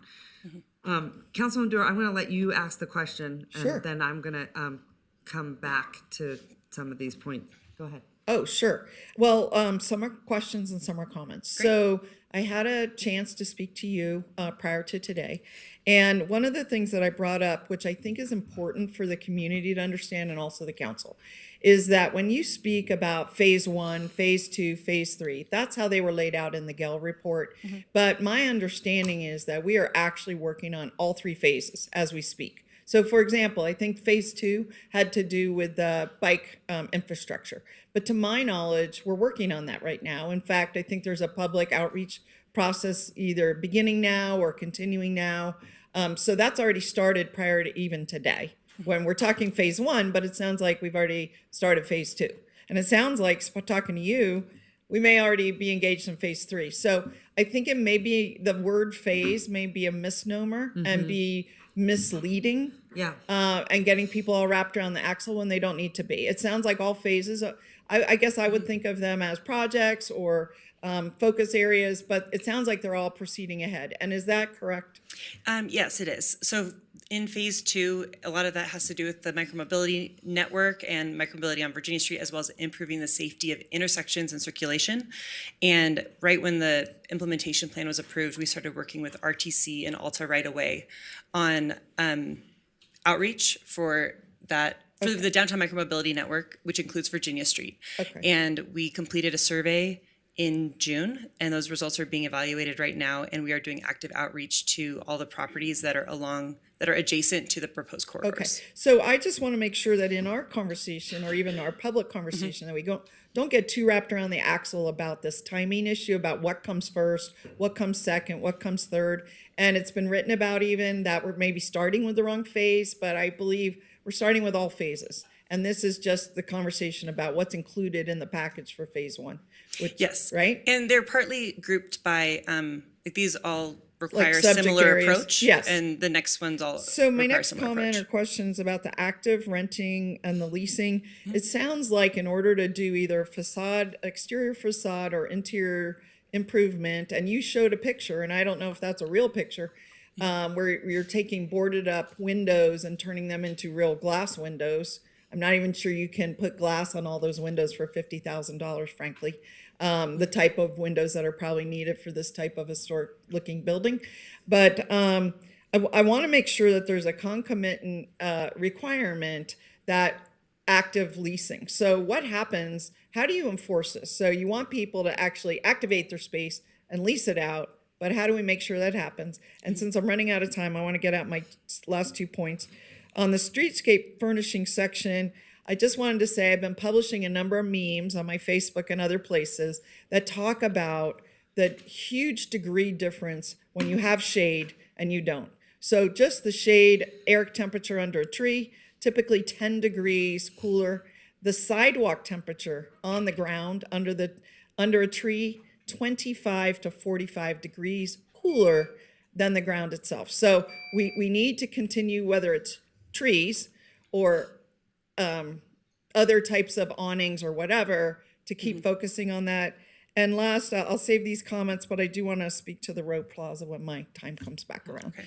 So if you could just address the streetscape furnishing, shade component, and the activation renting component, that'd be great. Sure. I'll address the streetscape one first, and then I'll invite Brian McCardle up to talk about the facade improvement program. We are in the urban design consultant agreement.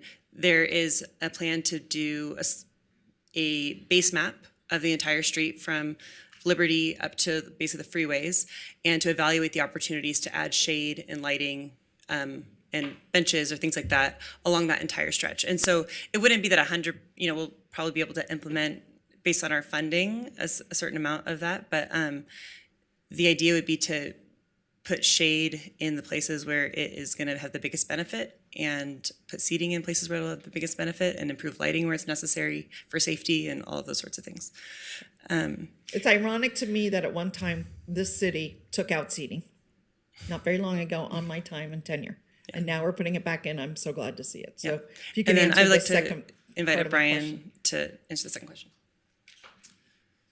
Good morning, Brian McCardle for the record.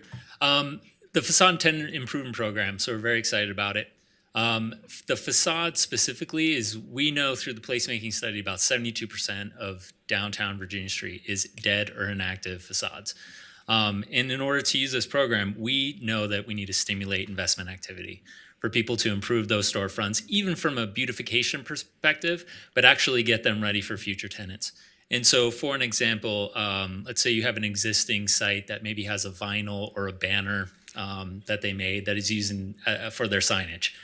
They could use this program to actually get real signage, get a new design logo made, get the signage up, place some awnings in place, improve some lighting, get that back to a nice beautification, purely by beautification. It'll improve the aesthetics of the area. The facade improvement program is a little bit different, where we want to reactivate those storefronts, and we want them to really be leased out. And so part of the program is, it'd be preferable if a tenant came in and actually requested the funds. So either a business owner or a property owner can utilize these programs. But in that sense, a tenant would come in and say, we want to do this project, we're about to sign a lease, and it may need bathrooms, it may need a grease trap, it may need ADA compliance, it may be a historic building that they want to improve back to the historic thing, and that's what these funds are used for. A building like this is the Paint Building in Cincinnati, perfect example of a great facade and tenant improvement that was done by their redevelopment agency. And this project was probably, hundreds of thousands of dollars, and not $1 million. And certainly the $50,000 doesn't cover all of it, but it's a step. And so it's an incentive to get them to reinvest in their properties, to bring them online, with the hope that we reactivate these storefronts, get great tenants. Well, just a quick follow-up, reactivate. So is there a requirement that there be a lease or something that goes along with the improvement? We're going to have a ranking, but the intent is we want to get tenants in those places. And so if some of these places have asbestos, it needs to be built out to spec, and they really have an intent of a tenant in mind and some interest, then we may approve a project like that. Yeah. Okay. At the end, Once they receive these funds, it does have to be actively marketed up to 5 years, and they do have to maintain the improvements for up to 5 years after the improvements are done. And the last thing I'll mention is that these do need to be complete projects. They can't be done to do repairs or something. This has to be a complete facade renovation or a complete interior renovation. It's not partial, it has to be complete. Gotcha. And they won't be receiving the funds until all of it is done. Okay. Yeah. All right. Thank you so much, Brian. So first of all, I want to say, I think you are doing a tremendous job. I worked with you on Midtown, so I know that you know what you're doing, and we were there together and felt the pain, and here we are 15 years later and look at Midtown. So I'm super grateful that you're on the team, and I love all your thoughts and ideas. So thank you so much. We're super lucky to have you. So I know that we will be successful. However, and I know that you've heard me, but I cannot stress enough to everyone. Let me just tell you something. We have to be very careful, and I hate using this analogy, but if you put lipstick on a pig, right? Like, is that what's happening here? So we got to be very careful about that. And I want everyone to know, I own a retail store. We need to get the retailers in the room and say, why aren't you coming downtown? And find out why they're not. Let me tell you why they're not. I know, because I would love to be downtown. Am I going to be downtown? Absolutely not. You want to know why? Because the rents are through the roof for what you're going to get. And then there's a lot of places that say, you know, I'm going to need parking and all these things. And here's the sad part. You have a lot of people that own property downtown that can afford to sit on it and hoard it.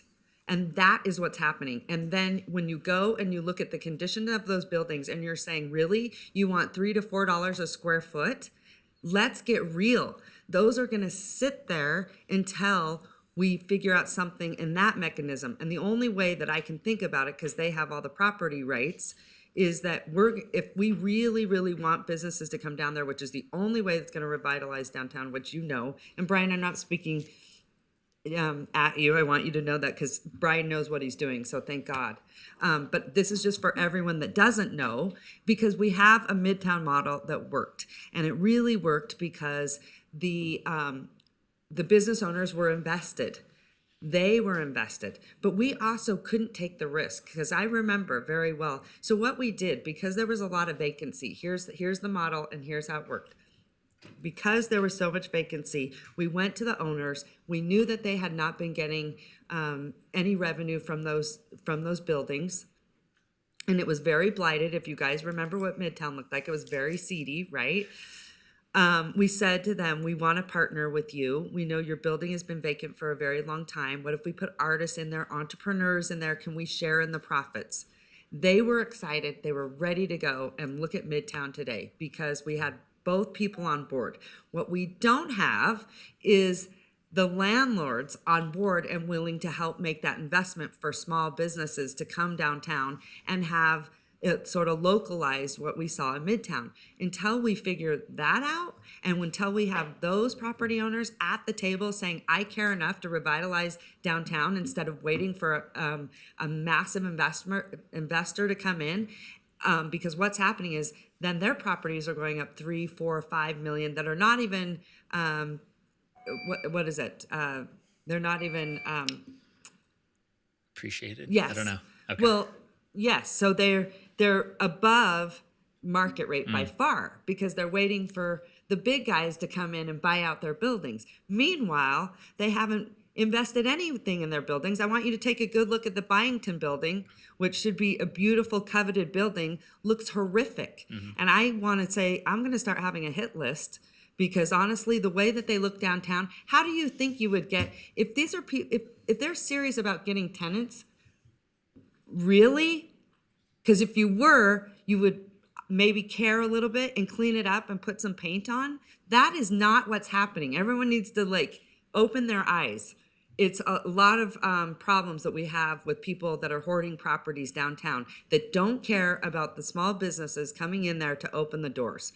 They have enough money to sit on those properties for a very long time. I'm totally supportive of this. I absolutely love it. But until that happens, and I keep saying, if we can come in, the only thing that I think is possibly possible is you get the landlords to the table and we say, listen, hey, business X, Y, and Z, we will help you. We will subsidize that rent so they can make the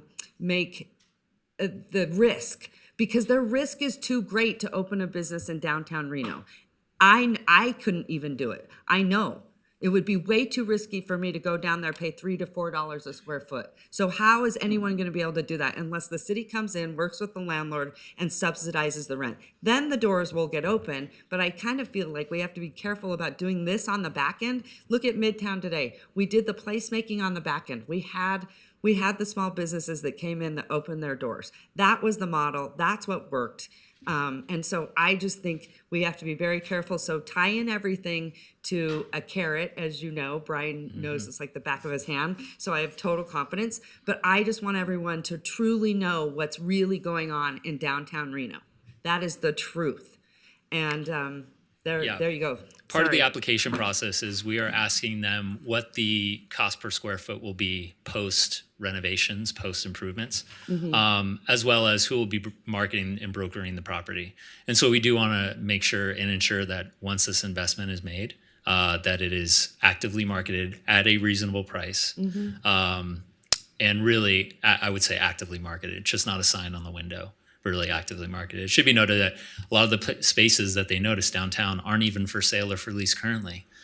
We don't know the conditions of those properties. And so even if a small business owner did want to move downtown with an incentive, there may not be units for them to move into. And so this will bring more capacity online. And then if, as the small business owners want to come in, we'll find different ways to support them. The only thing I would also say, people are going to hate this when I say this, is that if you don't want to clean up your business and we can't figure out the mechanism to make that happen, then we should be putting up big walls and we can put up big murals, because that would be better to look at than what we're looking at today. And I remember the Byington owner of that building stood in here and said, that little mini market will be like a mini Whole Foods. Go look at that. It is horrific. It is pathetic. So I hope those business owners are hearing this. I hope they're watching. I'm sure they're not, because they don't care about their properties, quite honestly. If they did, they would figure out how to work with those business owners. The business owners can't take the risk. It's too much. I know. It's way too much. And guess what you do? You put a business in there and then you say, hey, I'll work with you. Then it goes up incrementally if they're having success. If you're both failing, it's not going to do any good. But I think you got to tie everything to this with X, Y, and Z, period. Get a tenant first. Show me you can get a tenant first. If you really care about your business and your building, you bring a tenant first. How are you marketing it? If they're not marketing it now, they're not going to market it then. I know this like the back of my hand. And this is why your downtown looks the way it does. It's looked like this for how many years? 20 years? And it's going to continue. I want to know what they want to bring to the table. They're the ones that own the properties, not us. All right, go ahead. Anyone I'm sorry. I'm so passionate about this because I know it so well. Sorry. Go ahead, Councilwoman Taylor. Madam Mayor, I don't know if you saw, but we're not doing the punch list. Do you see my request to speak on your screen there? No. Oh, I'm sorry. Okay. Okay. No worries. I'll go to Kathleen Taylor and then. That's fine. I pressed it while Amy was still making her presentation, so I didn't know if you have I that didn't see it. screen there. Is it no, working? It's not up here, Okay. but I'll get to you next. Okay. Sorry about that. I'll put this over here then. Okay. Sorry about that. I'll be brief. Thank you, Madam Mayor. So, Amy, I just want to talk a little bit about the timeline. Yes. I want to make sure I understand that this action plan, the resources that we committed, the construction from March to March is 1 year. That's fantastic, right? I mean, that's amazing. We allocated the resources in March. We're planning on being in construction in March. That's the plan. Fantastic. Great job. Look at government move. For my part, which I'm going to steal from Devin, Mr. Reese, Councilmember Reese, I want to get out of the way. We have allocated the resources. You have what you need. We have the funding. We're going to have somebody develop the plan. So I want to get out of the way and make sure that you guys and the experts and Brian and your team can do what needs to be done to make this happen, because I am joyed and so excited that in 1 year we're going to be able to see some actual tangible results downtown. And today is just about approving that plan to get that done. Everything's working together, as Councilwoman Dewar said, but this is super exciting, right? I would have to say it is. I think everybody needs to get on board with this, whether you're downtown in Collin Ranch or North Valleys, and say, we're going to invest in our downtown and we need to be excited about it. This is a huge investment. And we have a fantastic team with our redevelopment efforts, our new assistant city manager. We have special events. We have the people, the skills, the resources, the money to do what needs to be done. So I just want to say thank you, and here for as a resource, but great job. Thank you. Can I just say though, the city needs to understand what the role is, okay? Because this is important. You can do all this, but like I said, the businesses are not going to come down here and open their doors because of this. They are going to open their doors because they can afford the rent. That is super important. Now, But we need to make sure we're getting businesses that we want down there too, that are going to be able to be sustainable and that can they're live not without going to be getting sustainable subsidies. if $3 to $4 a square foot. So my point is, we can do all this, you guys, but you're not. This is not going to attract a business. I know. I own retail stores. So let me just tell you, if the city understands that by doing this, this should be focused on Locomotion Plaza, if we want to, like to Councilwoman Dewar's point with putting shade up, making that super activated, I'm all for it. But if this council thinks that this is what's going to attract the doors to get open downtown, it's not. And you should bring in a group of retail owners so they can tell you what it takes to open up a business. It is so expensive. So the fact that $3 to $4 a square foot, you're out of your mind. And like I said, they're going to sit on those. So I just want everyone to know, don't think that this is going to open up your storefronts. But if you like this and we think that this is what it's going to take to get Locomotion Plaza, activated. So let's ask ourselves, who is going to activate it? Is that the city that's going to put that in? Or is that the row? Who's going to do that? And who's going to manage it? And what is happening on there? What events are happening? We should have a calendar of events, so then we know we've activated it. All right, Councilwoman Breckus. Thank you, Madam Mayor. Yeah, I mean, I have a little bit of experience with this too. I started early in my career in a downtown revitalization office in Albuquerque, and not dissimilar downtown, although Reno's is pretty unique because of the gaming impact. And I do have a little bit of concern. I think, and they echo a little bit of what the mayor's saying, is the facade improvement money needs to go, in my view, and I want to see deal points and eligibility to have confidence that it's going to do what we want it to do for existing tenants who are there to maybe, make some changes that they want. The mention was, a better signage versus a vinyl. I can get on board with that. Small business people, public money into them, fine. Now, the facade improvements that I heard, which could be beyond a facade, a grease trap or something, I get a little nervous with that. I think the comment was it's going to cost a lot more than $50,000 to bring one of these, buildings that's been shuttered for several decades in some instances forward. The example from Cincinnati, that probably had a lot of stacked public resources coming in, and then on the back end, a lot of obligations. That's how it works. I'm not confident there, and the last thing I want to do is support deadbeat absentee landlords who are really just using some of these downtown properties as cash in the bank. Yeah. And I think part of the reason they're cash in the bank, and I'm going to get into this in a little bit, is the framework in downtown Reno that a property is a jackpot because it has the biggest payoff economically to a property owner. It keeps it vacant, and that is gaming.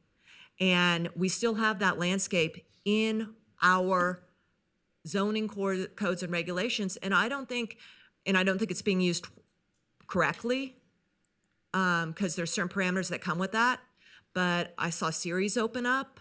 I'm seeing the Horseshoe being kept alive.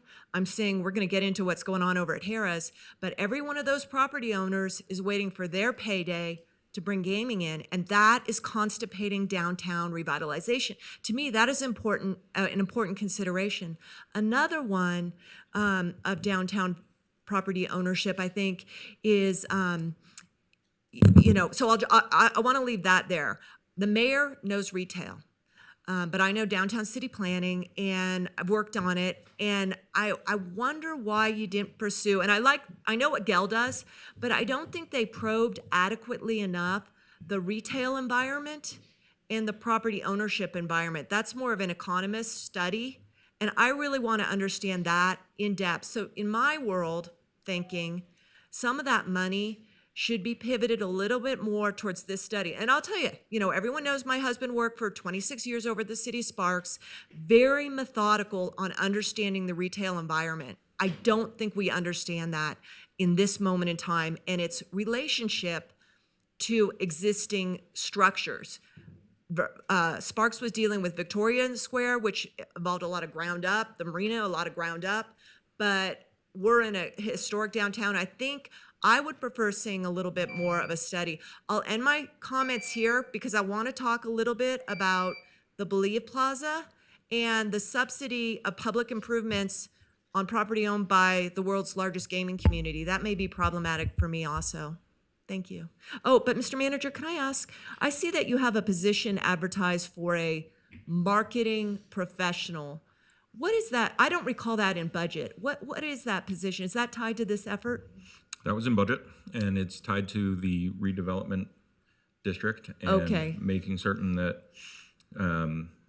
the tools that we have available to make sure that Okay. we're moving in the right direction. Okay. And those defined spaces. Okay, are it was in the budget. Was it adequately called communicated. something else through budget? Because I thought it was more of like a management analyst or a program Well, analyst. just like where we always have some confusion here, it's a working title. So I'm certain that it's Yeah, a management yeah. analyst. In but my it's world, when I close a budget, we don't use working titles. We have classifications, but that's another confirmation. I'd like another round, Madam Mayor, too. Thank you.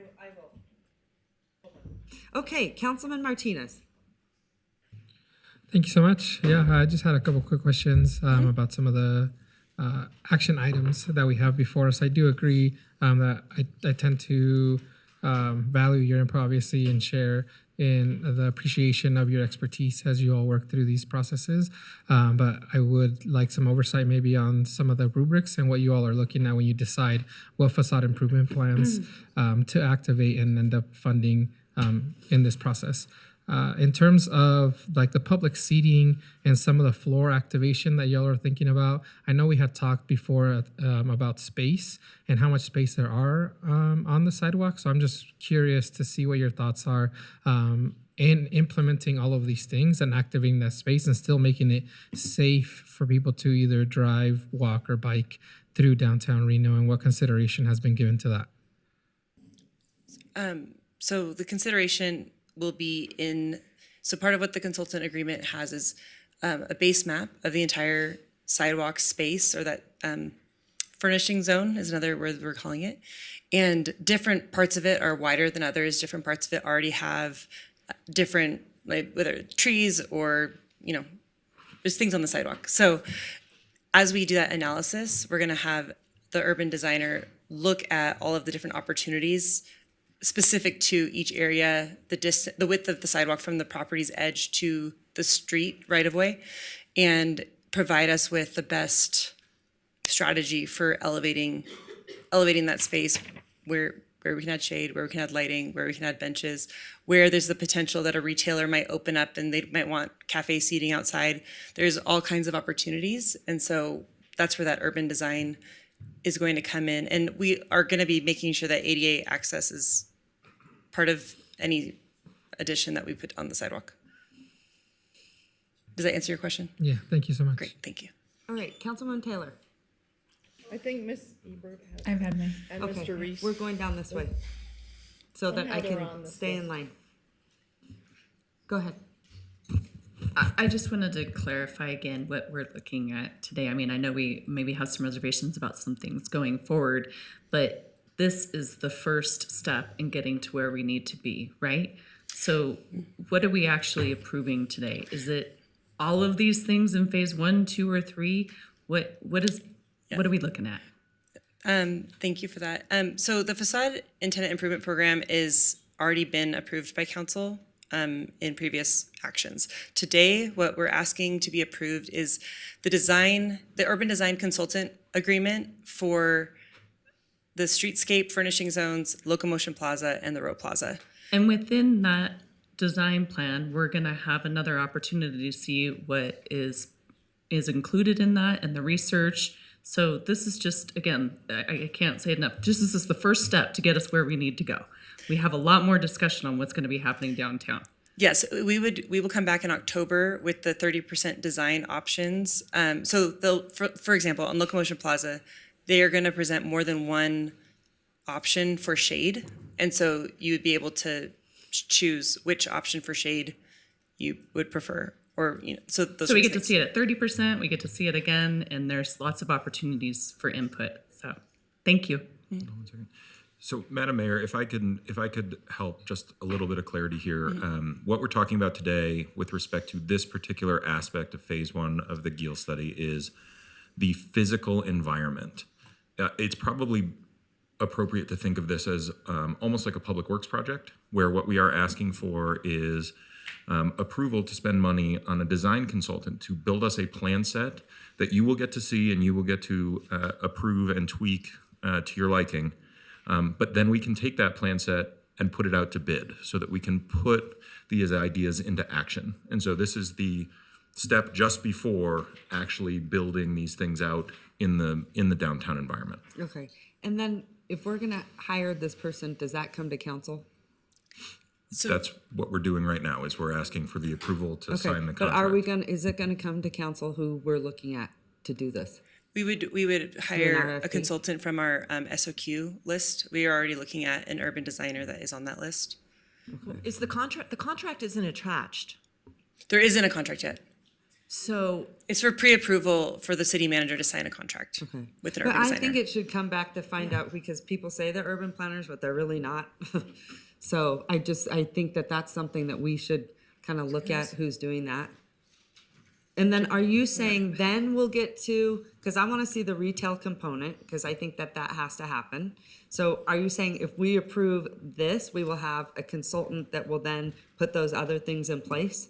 Is that what you're saying? What other things? The retail component? That would not be the urban design consultant. So this is for like geotechnical investigation, lighting, power, shade, structures. Where? On Virginia Street. All over Virginia Street? So the streetscape is the sidewalk zone all up and down Virginia Street, from Liberty to the freeway on both sides of the street.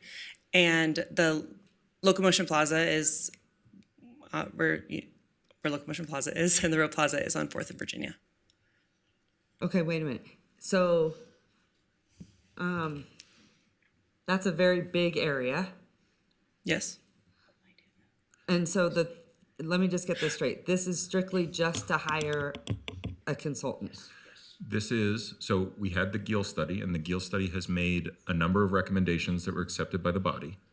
This is to hire an actual designer to identify the spaces and the design of the furniture and where things go and where lighting goes and where there are areas that are ripe for retail, and design it in a way that we can then take that plan set and hand it to contractors to implement that plan set on the council's approval of the actual physical plan. This is to have someone actually say, we're going to put a bench that looks like this in this space. We're going to put lights that look like this in that space. We're going to put shade structure that looks like this on Locomotion Plaza. Here's how we'll route the utilities to Locomotion Plaza. And then we'll have someone bid that like a regular capital project, and then we'll put it into action. Okay. We need someone to draw the blueprint. I know. I guess I have such a hard time with this just because this isn't organic. It's not the way that I've seen it be successful. Usually this is on the back end once you have the businesses that are in downtown and investing. So, I mean, I really, really want to be supportive. But I do think here's one thing I do know. We have to have lighting. We have to have infrastructure if we want to activate and do events and make them. And so that is very true. So I get that. And then I would just say this with the facade improvement program, that has got to be attached to a tenant I do not want facades touched if it does not go to a tenant. I think that, to Councilwoman Breckus' point, she made a very, very strong argument for that. And like I said, if they really cared about getting tenants in there, those buildings wouldn't look the way that they look today. Let's just be honest. So I just want to make sure that that's not happening. But anyway, this is tough for me because I think this feels like once you have, do you know how long it took for us to get the city at the table in Midtown? Years. I came here. This is how I started in politics. I actually came here and I spoke to the council and felt like no one heard anything that we had to say. It was all the Midtown business owners. There was probably like seriously 6 of us at the time when we tried to get everyone involved. And I came here and basically we were laughed at. And it wasn't until 12 years later that everyone said, oh, now we need a street plan. We just got it in 15 years later. But no one believed in investing in Midtown. And I don't think they would have had we done it this way either. So I just want to remind the council that we did a year of public outreach to businesses in the downtown core and throughout Reno. And one of the things we've repeatedly heard about Locomotion Plaza was they would love to, it's a great size for smaller events that smaller businesses and nonprofits can activate that size of a space, but it is not equipped with what they need to activate Totally it. It needs to be equipped with shade, with power, with a stage, with But furniture. if we're just talking about that, then I get it. But we're not. We're talking about that whole area. Well, and there's cost saving in combining a urban design plan with the work that has to be done on Locomotion Plaza for all the geotechnical excavation, maybe not the right word, but all the survey to know what's there, continuing that down the street with the same team. There's cost saving in being able to combine these contracts into one because they're essentially doing the same sorts of activities to evaluate the street. So that was the rationale behind it. And what about, let me ask you this, Mr. City Manager, what about the option of, let's say there's a tenant that actually maybe wants to put a beer garden on there or something to that aspect? This makes that possible. I know, but wouldn't we go out first, go that way and look for someone to see what they need? Because I think too often we do projects and then later on, then we're like, oh, we should have done this, we should have done that. So we know at this juncture from the feedback from the surrounding spaces, we know at this juncture from some of the struggles we've had with activating those spaces, what at least a base level we need in terms of infrastructure to use that space more effectively. Okay. All right. Councilman Reese, I'm going this way. Yeah. Thank you, Madam Mayor. I'll try to be brief. A couple of things. One is just a starting point assumption for me. I have evaluated the staff report for this item, but more in the broader context of the decision-making that we made to hire Gell originally, and then the concept of all of the outreach that's been done over the last year. So with that in mind, I'm also sort of reminded, Madam Mayor, by something which you often say, which is we have to be prepared and willing to fail in our experiment. And so I guess for my part, I'm not sure I'm that much into the weeds on every item that's been mentioned, meaning I don't want to have an opinion today about where I think a chair should rest or whether facades have to be tied to a tenant. I do think they probably should, but I also think that as decision makers, I'm trying to have a broader perspective about economic development. And we've, gone down this road together in this economic development space. We've hired Mr. Edelstein, Mr. McCardle, and now some additional folks as we prepare to evaluate the way in which the redevelopment agencies may begin to throw off revenue, with the intention that all of the things that we're doing are going to be directed at redevelopment of the downtown environment. And so again, I'm trying just to try to stay, for me, high level, thinking about the ask in front of us, which, as I understood it, was this consultants agreement and the idea of having, a bit more urban planning. Now, given that that is my issue, I'll also say I'm balancing a competing concern, which is we just are like studying an analysis by paralysis, meaning at some point in time, I would like us to go do some things, even if some of those things fail. I don't think that any of the things that are particularly specific about one-offs that we've talked about today are such that A, we'd spend a ton of money doing it and find it would fail, or B, that it wouldn't be worth the effort to begin with. And I'll give you an example. Mr. McCardle and I talked about a building in a particular city in the Midwest where it had needed some facade improvements, and the building sat vacant for 20 years. Facade improvements went up, and then all of a sudden the building became much more attractive. Tenants rented it. It gained 100% occupancy.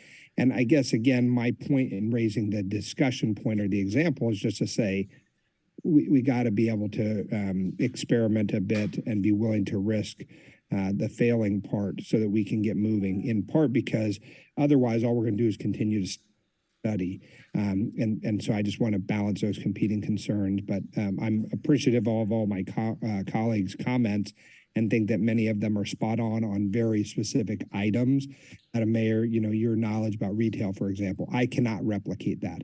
I also am worried about trying to subsidize, you know, tenant rents or anything like that, because I don't know if that presents a viable business option. So ultimately, where I land is just saying, yes, I support in concept the decision to grab a consultant agreement for the urban design phase of this. And then as we move further down the road, I think we'll have the opportunity to answer some of the more specific questions raised today. All right, Councilwoman Dewar. Yeah, few things. I too, like you and Councilmember Breckes, I think I was actually first to bring up this concept of having a tenant, right? I pressed Mr. McCardle on this issue. I think it's really important because if we spend our dollars on buildings that are not going to have tenants, we're not going to achieve our goal. So you said, Mr. McCardle, that we are going to prioritize, look to those. I'm also concerned about subsidizing rent, frankly, because what that means is they can charge anything and then we're subsidizing it and they're still getting their $3 or $4. Now the price went up to $5 and we're subsidizing one of 5 and they're still getting 3 to 4. I just think it's too much. I had a chance to talk to staff about who's on the list of contractors, and there are some urban design firms on there, actual, not civil engineers who we often ask to do everything, design roads, sewers, and also be artistic in urban design. So I was reassured, Madam Mayor, that there's actually some real urban design firms on there that are good. And in talking to our staff, I think they're headed in the right direction on that, but I understand you didn't have that opportunity, but I did. And I felt at least a little reassured that there's some good people on there. I am concerned. I said I wanted to come back and talk about the Row Plaza.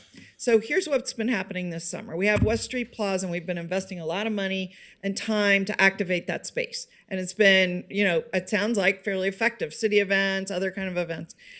But here's the thing. We also want to activate Locomotion Plaza, which is quite near the Row Plaza. We also want to activate City Plaza right here in front of City Hall. And we also have the city, it used to be called City Center, but it's across from the bowling stadium with the trees. That needs to be activated. So I'm a little apprehensive about creating another public space when we've been challenged to activate the public spaces we have. So I would tend to deprioritize the Row Plaza because it's just something else that has to be activated with somebody spending money to bring things in. So I'd like to see what the plan is there. On City Plaza is not on your list. And so it is on Virginia Street. It is from Liberty to, I think you said the freeway or somewhere. So I wondered I would rather see us invest money on our City Plaza in terms of shade than build out a whole Row Plaza, frankly. I mean, we own it. We want people down there. We've spent money on the skateboard and so on, but I'd like to see us take it to the next level, so that would be a priority of mine. And is it possible to have you all, within this list you've provided, prioritize, to the mayor's point and other people's point, the things that we are more confident that will work, that will bring back added value, than the things we're less confident of? In other words, could we hire an urban designer, work on Locomotion Plaza and even City Art Plaza, Believe Plaza, whatever we're calling it, and have them work with us to develop that space? And then finally, I know this. We have a limited time to spend this ARPA money, right? So we've got to work on it, get the guidance, get the plans, and spend the money. We have to be under contract by 2024, finished by 2026. So let us not lose sight of that. You know, to Councilmember Taylor's point is like in a year, we might have something. So I personally would deprioritize these facade improvements for the moment until we work out this whole where are we on leasing and activation of the interior of that space. And I would work on the urban design, the locomotion plaza, even Believe Plaza, which again is not on your list. I'm not sure why, but I think it's critically important to this whole activation. So those are my words for right now. Yeah, I just want to check to see if the hands up thing is working too, because I've had my hand up the whole time and several people have had. Okay, because there's been, 2 rounds of questions and I'm waiting for my first still. Here's what I would say, because it's not working on mine. If you would just, Councilwoman Breckes has it down. Just put your hand sanitizer up. Okay, Here's thank the you. sanitizer. Okay, thank you. I don't even have my screen up. It's not even working. Okay. So I have just a few brief questions. Starter time. And maybe this is for Brian. What was the percentage again of vacant storefronts downtown? Sorry, Brian McCardle, Revitalization Manager. 72%. Okay, so 72% of vacant storefronts. All right, so also, what would be the city's cap on this facade improvement program? I know that can be combined for up to $100,000 in reimbursement, but what's the total amount that the city has set aside for this program? $1 million. $1 million. Yeah. Okay. And what happens if Where is it? we don't use all that money? I know it's ARPA funds and we have limited time to use that up. So let's say only 500,000 of that gets used. What happens to the remaining balance? If we don't allocate it by the end of 2024, we'll have to reallocate those funds. Okay, do we have like a backup thing that we know we're going to allocate it to, or will we have to scramble at the last minute and say, okay, now we need to really quick decide what we need to allocate this to? It would probably be a scramble. I think all the projects that were improved under those ARPA funds, they're under a timeline to get those funds allocated by the end of 2024. Okay. And if they are not, then we would have to come back and reallocate those funds. Would it be possible to come up with a backup plan now, let's say for trees or something like that? Councilmember Ebert, if I might, I think that this is an appropriate conversation for how the facade and tenant improvement is going to work and what contingency plans might be, but it is not what we're deciding today. Okay. And I think if we could. And I don't mean to interrupt, but I just want to put on here. That's why I was like talking about the retail and all that. This presentation is kind of very broad.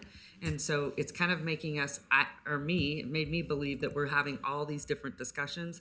I think we got to like dial it down. Okay. To that, it's a public works, would you say, Carrie? And so I'm going off over here, and really, you're trying to keep me over here. But this is confusing. I can summarize. Okay, thanks. I think the facade improvement funding was approved under the ARPA funds. And so we've gone ahead and created a program around facade and tenant improvement. And we plan to start doing those fairly soon. Okay. It was included as part of the GIL study is you have ideas for facade improvement. That would be great to launch in phase 1. What we're deciding on today is to do a contract for those placemaking elements on those 3 categories. We're not approving the facade program today. Okay. It's just included in the phase 1 of GIL. We're all confused. Yeah. Naomi's like, we're not? Yeah. No, So we're not. This is what phase I'm one. like, Phase 1 has been the GIL study has been brought to council, and the implementation plan was reviewed and approved. And part of phase 1 is to do these things.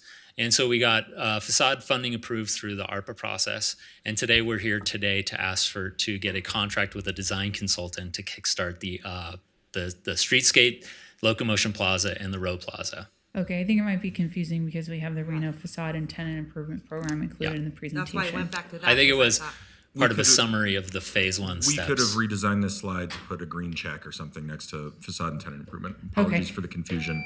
Well, that was actually all my question, so thank you.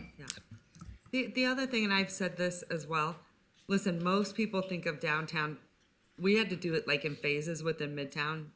You know, Brian, like, we really like stayed focused on Virginia and then just the side streets where you had your business. So we like just kind of like kept it very narrow. That's the one thing that I do worry about when you're looking at such a big area. Just everyone right now, Virginia Street, Virginia Street, Virginia Street, and then we can tackle. That's just my thought. It's like how to eat an elephant, right?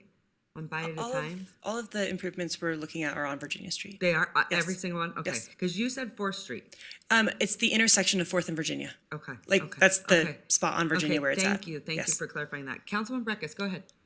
I mean, you know, almost to the person up here, we're confused about this item, and that's not a good way to have a meeting go. And I think through that confusion, the council has interest in these tenant improvement facade programs and want to see particulars before we start seeing advertisements for the lease program. And I also have concerns about, you know, an economic study on the retail climate to make sure that we're designing something the right way for the right time. So I hope this resonates with Mr. Manager and how he populates these items. Now, the other thing is, you know, you say we're doing a contract. I look for contracts on the agenda. I look for a professional services agreement in draft form, and that's where my review, you know, is the longest person up here with the mayor who's been here, and I didn't see that. And you say you have an SOQ list, that's great. You could have a sample contract for us to look with the scope to understand what we're signing up to, Mr. Manager, and that, I think, would have made this item go a lot better. So, you know, I just want to say that you probably have an idea. Someone probably has a draft scope somewhere. You know, even if you don't know who you're going to come in on the SOQ and we delegate that to you, attach a sample to us, please. Now, I want to ask along some of the other questions, why isn't the Believe Plaza, also known as City Plaza, front and center? And I'll let you know, I was going to bring it down here. I forgot to get it up in my office. You know, I have several documents of what the city was going to do with that space when they claimed it from tearing down the Mapes about 20 years ago. And so why is Believe Plaza not number one priority? Because I did say it in the Gale study as a priority. Yes, it is. And they have it prioritized for design and pilot activation after this phase, so in phase 2. A large part of the reason is just that it is it's something that needs more capital. Yeah. And so to be able to spend this money quickly, we need projects that are complete. Okay. And that's going to be a bigger project that requires more capital and more planning in our timeline. But, you know, it's been on the to-do list of the city for a lot longer than the Row Plaza, okay? And Locomotion Plaza, there's also, you know, was thought about that. Now, Locomotion Plaza, is that from Virginia, essentially that one block? Is that what we're talking about? Yes. Okay. Isn't anyone a current lessee to that right now? The DRP helps us manage that space. Do we have a contractual relationship with them to manage that space? Yes. We do. Mm-hmm. Okay. That would be good background to understand. I think you did reference that in your staff report. Now, the Row Plaza, you keep talking about that being on the center of 4th and Virginia, correct? I believe that's correct. Yes, across from El Dorado. Okay. Or right next to the event center. So that's not the event center, that's the ballroom. Oh, I'm sorry. Okay, that's where my confusion is. I'm sorry, that was my apologies. The and ballroom. who owns that property? The Row owns that property. Okay. I am not comfortable doing urban design improvement to the world's largest property owned by the world's largest gaming company. Gaming companies do their own urban design. They're one of the biggest, employers of placemaking, really. So they have that expertise. We know that. They also are longtime lessees of the ballroom. So this is in effect enhancing theirs. So that's a no-go for me. Okay, it's a no-go for me. I can understand the Locomotive Plaza versus the Believe. I'd rather go in even if it's a design to the Believe, But the other component of this, before you want to go into design and capital, is all programming. And I want to know, and this is kind of the organic thing, what is our programming capacity and visions internally? Yeah. And so that's where I'm starting to fall apart on this, more spaces along the lines of what Ms. Dewar said.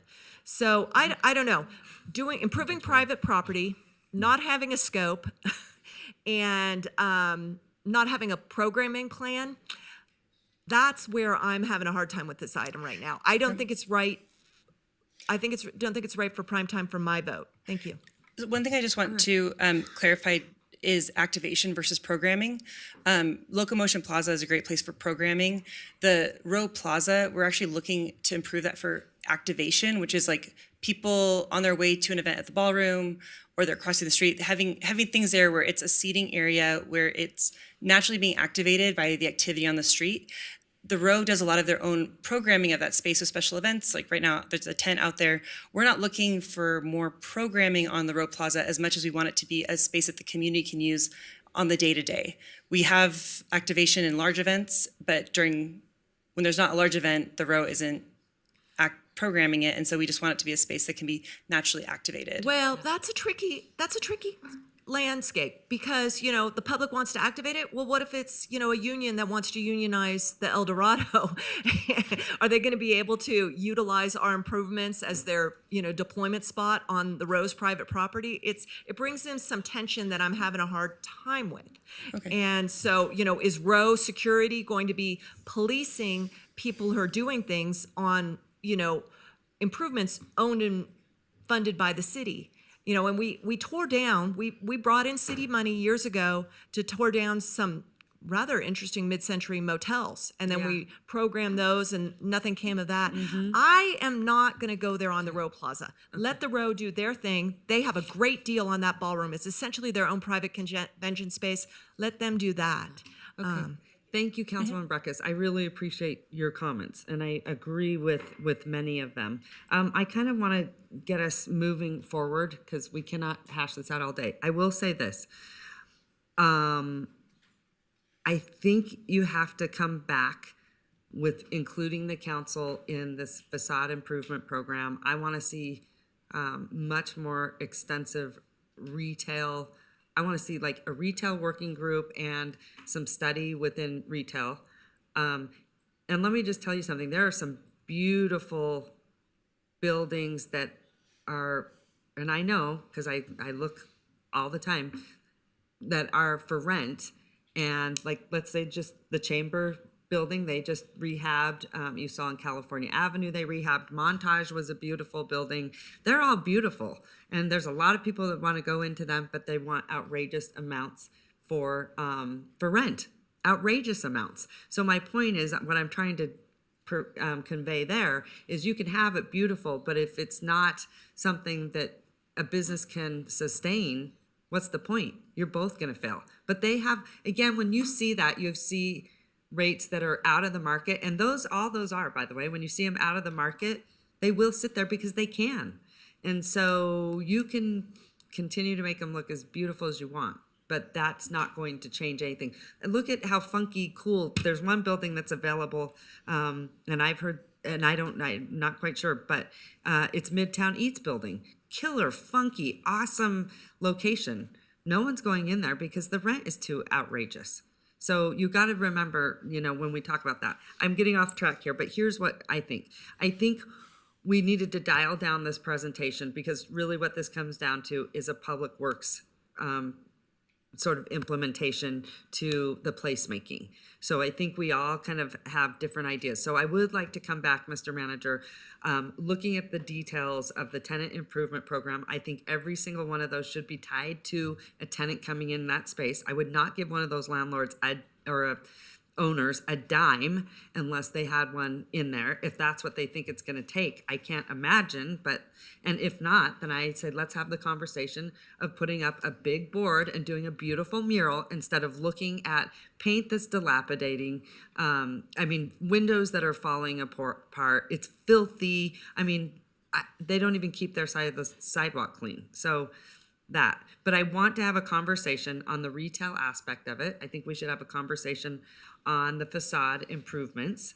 We need to break it down because what I'm hearing from everyone here is everyone has a lot of passion for what our vision is for downtown. Now, here's what I would say. You cannot do a lot, activation of spaces, right? Unless you have this infrastructure in place with the lighting, with the power, because we didn't have it in Midtown. Just so everyone knows, we didn't have it there and we struggled. And it's just now that after the street has been done that we can do that. But we couldn't do anything. We couldn't even do holiday lights.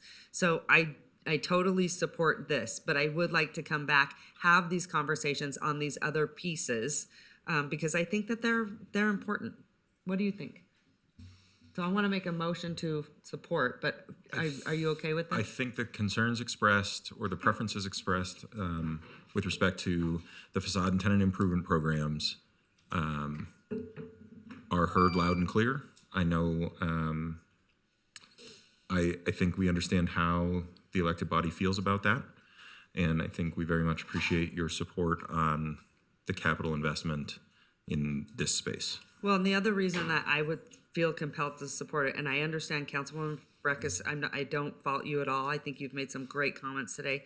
But I also, one of the other reasons is we have also heard that it's difficult from other parades and events that come downtown.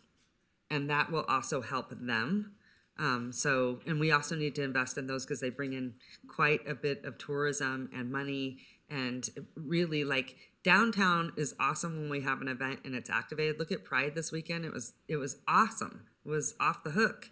But we're missing all those other pieces. But there are things we can do if we get this infrastructure in place. That I do know, because we always tell them, "Oh, sorry, we don't have lighting over there, or we don't have the ability to have power to do any of that." So that's why I am very supportive. So anyway, go ahead, Councilwoman Durr. Yeah.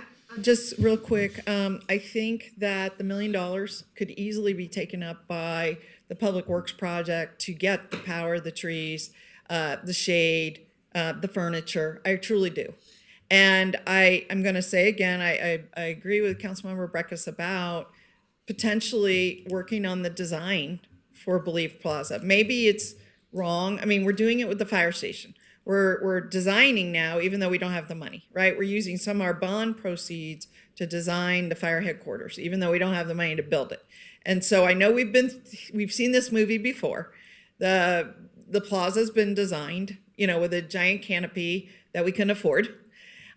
Is there a different way to approach this issue on Believe Plaza? I just really feel like we should invest in our city-owned public spaces prior to our private-owned public spaces. Not that we would never do that with them, partner with them, but that's what I would like to see. If it's Row, I would like to see a partnership where they're investing as well, because this is, and to have it open for public use, that you don't have to get a permit to be in that space. It's considered a public space if we're going to invest in the Row Plaza.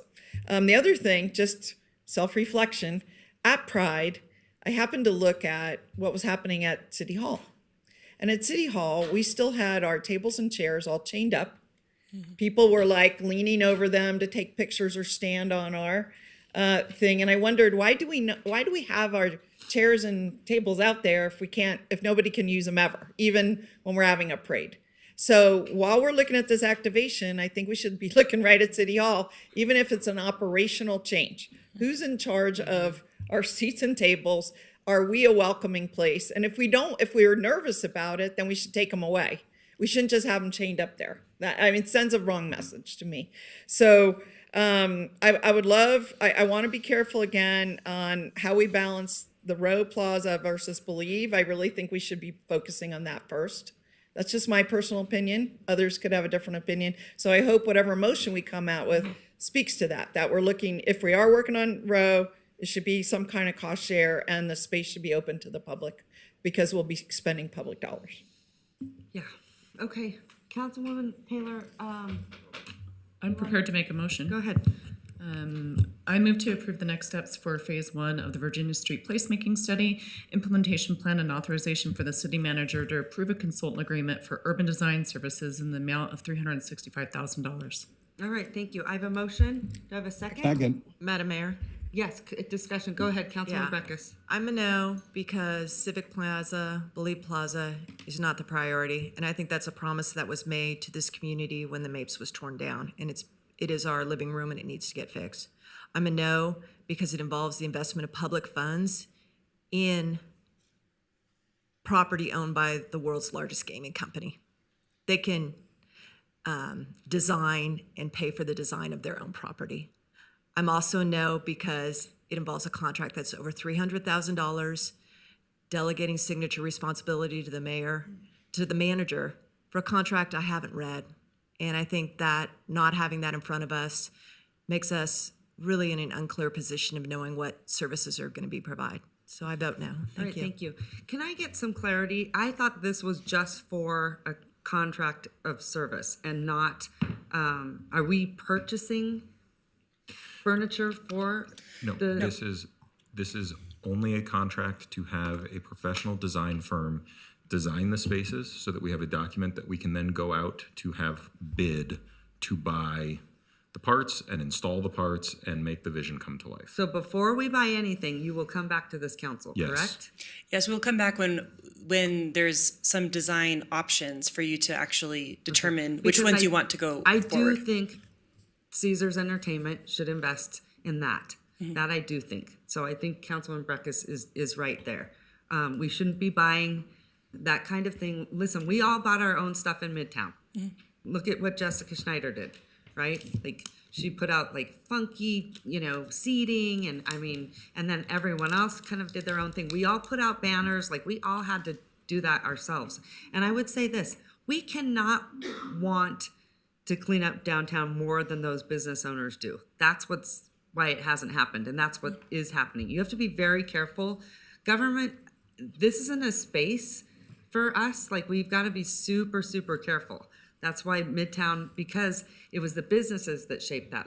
They just did dancing in the streets, right? Like, to Naomi's point, we didn't even have our tables and chairs out. That's not what we do, right? You want to have that whole energy and organic growth from all the businesses, right? And that's where it happens. That's why I'm saying without that retail, we're in trouble. Or any of those doors opening, we're in trouble. How do you think Midtown, the lights went on and it got cleaner and safer and people came down there? We have a model, let's follow that. So I'm just saying for the future, I'm gonna support this because I do think it's important to have the public works aspect of it, because I do know that the challenge, we didn't have any of that stuff and we could have done some cool infrastructure in Midtown with, like I said, with sound and lighting. We couldn't even do sound for parades and all those things. So I will be supporting that. But as we move forward, I'm going to be very, very, I think, what's the word? Critical? Careful, cautious. Yeah, I'm going to be incredibly critical and cautious, just so you know, because I'm watching this be a little, it's got to start with the businesses that are down there. So, and then Doug, just reassure me that you will bring back these items to council? Yes. Okay. All right. On the tenants, on a retail aspect, right? We'll have a meeting on this and Yes, everyone can we'll weigh in? figure Okay. that out. All right. So we're just on a contract, not, Yes. okay, because Councilwoman Breckus made it seem like we were giving public funds to casinos, and we're not. So Right. that's clear. All right, go ahead, And my Councilwoman comment Dewar. on the motion similarly is I'm not in favor of purchasing furnishings on the road plaza. So given that, they may want to consider, is it possible to begin the planning for Believe Plaza in this contract? That's my question on a motion. I mean, it doesn't say those words up there, so I'm not unclear. I guess I'm not clear legally if we can do that right now. Well, that's where I get in trouble. Like, we've said stuff here at the council, Carrie but Koski. then if we can't do it, I want to know that. Carrie Koski, your city engineer. On the motion, the way it is, we would not include Believe Plaza at this point. But we hear you loud and clear that Believe Plaza is a priority. So I would suggest we bring back to this body a contract for Believe Plaza. Okay. And give us a chance to think about that, Okay. how we could do that and make that happen. Doug has a plan actually for that. He's had a plan for a long time. Do you want to talk about that really quick? I love when you reveal my secret I'm plans. sorry, but so that's why I'm not screaming about it. It's So I already think- in the works. I didn't know. I think the observation of our professional team who will be responsible for that is that the scope of the plaza across the street needs to be examined sort of independent of what we're talking about here today. as a component part of both Virginia Street placemaking, the River Path Plan, it's probably appropriate for redevelopment investment as increment begins to be thrown off in this district in 25. Yeah. And that solves some of the capital problems and ties it in with the network of parks and plazas and pathways along the river that we're trying to move forward. Thank you for clarifying. Thank you, Mayor, and thank you, Mr. Manager, for clarifying that, because this is a heartache for me. 9 years, and we have done since I've been on council, and longer since other people have been on council, since we've addressed it. So, and here we are. We have money, we have time, we have a design professional, Yeah. Okay.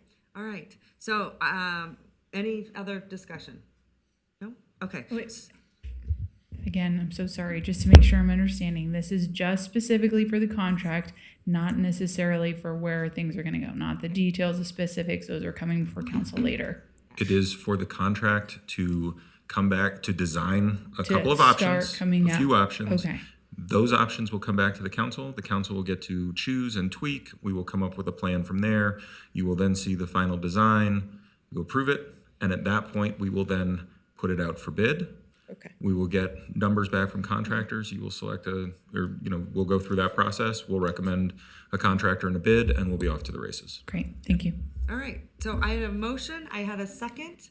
I think, wasn't it me? Miguel? Who seconded? I have a second. Well, All I'll those second. in favor say aye. I think Devin, Mr. Councilmember Reese was Okay. seconded. All those in favor say aye. Aye. All those opposed? No. Motion carries. All right. I would ask that we take a 45-minute recess for lunch. I need everyone to get up and go to the bathroom and walk around and do what they need to do. So thanks, everyone. We'll see you in, actually, let's come back at 1:45.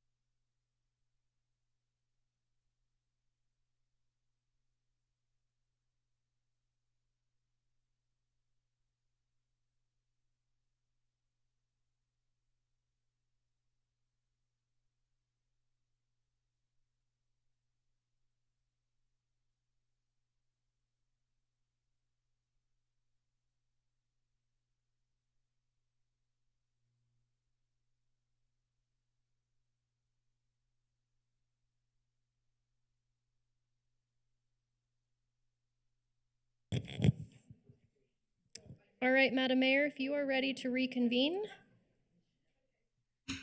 Thank you so much. Okay.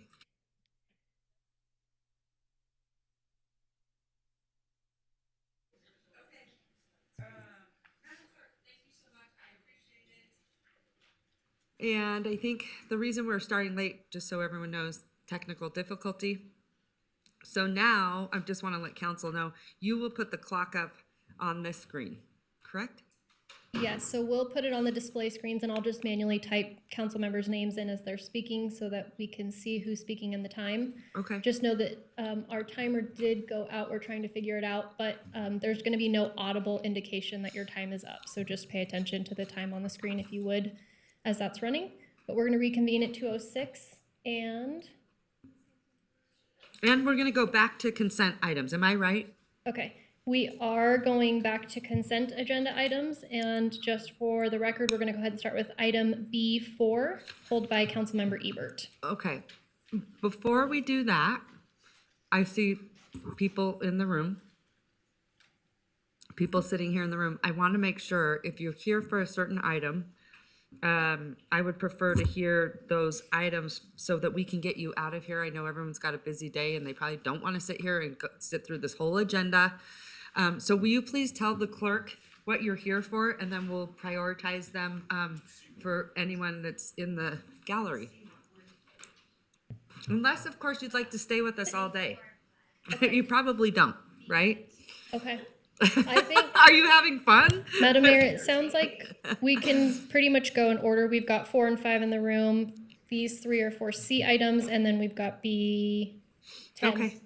8 in the room. So okay, so when you just keep me on track then. We will. We'll just go then from our consent, the ones that I have in order. Perfect. Okay? All right, Okay. so item B4 and B5. Okay, thank you so much. Any public comment on this item, Madam Clerk? It's the consent agenda, so we've closed out comments on these items. Okay, perfect. I'm gonna send it now. Councilwoman Ebert, item B4. Do you have a presentation? I do have a brief presentation. The clerk can load that up.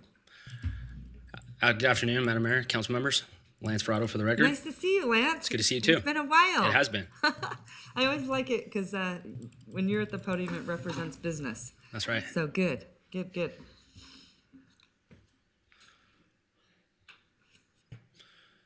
So items B4 and B5. Today we're here to talk about 2 applications that have been filed for. Excuse me. Yes, ma'am. Because of our time rigidity, which are rules that I never supported, I think we're just on B4 right now because I don't want to lose time Okay. that I have We'll under go our back. rules Don't to worry, put these I'll into go 2 back. items. Thank you. Councilwoman Breckles, As I'll far go back. as far as the presentation is concerned, it does include B4 and B5, but it centers around B5. Yeah, So don't if you worry about it. It's all just go good. through. Okay.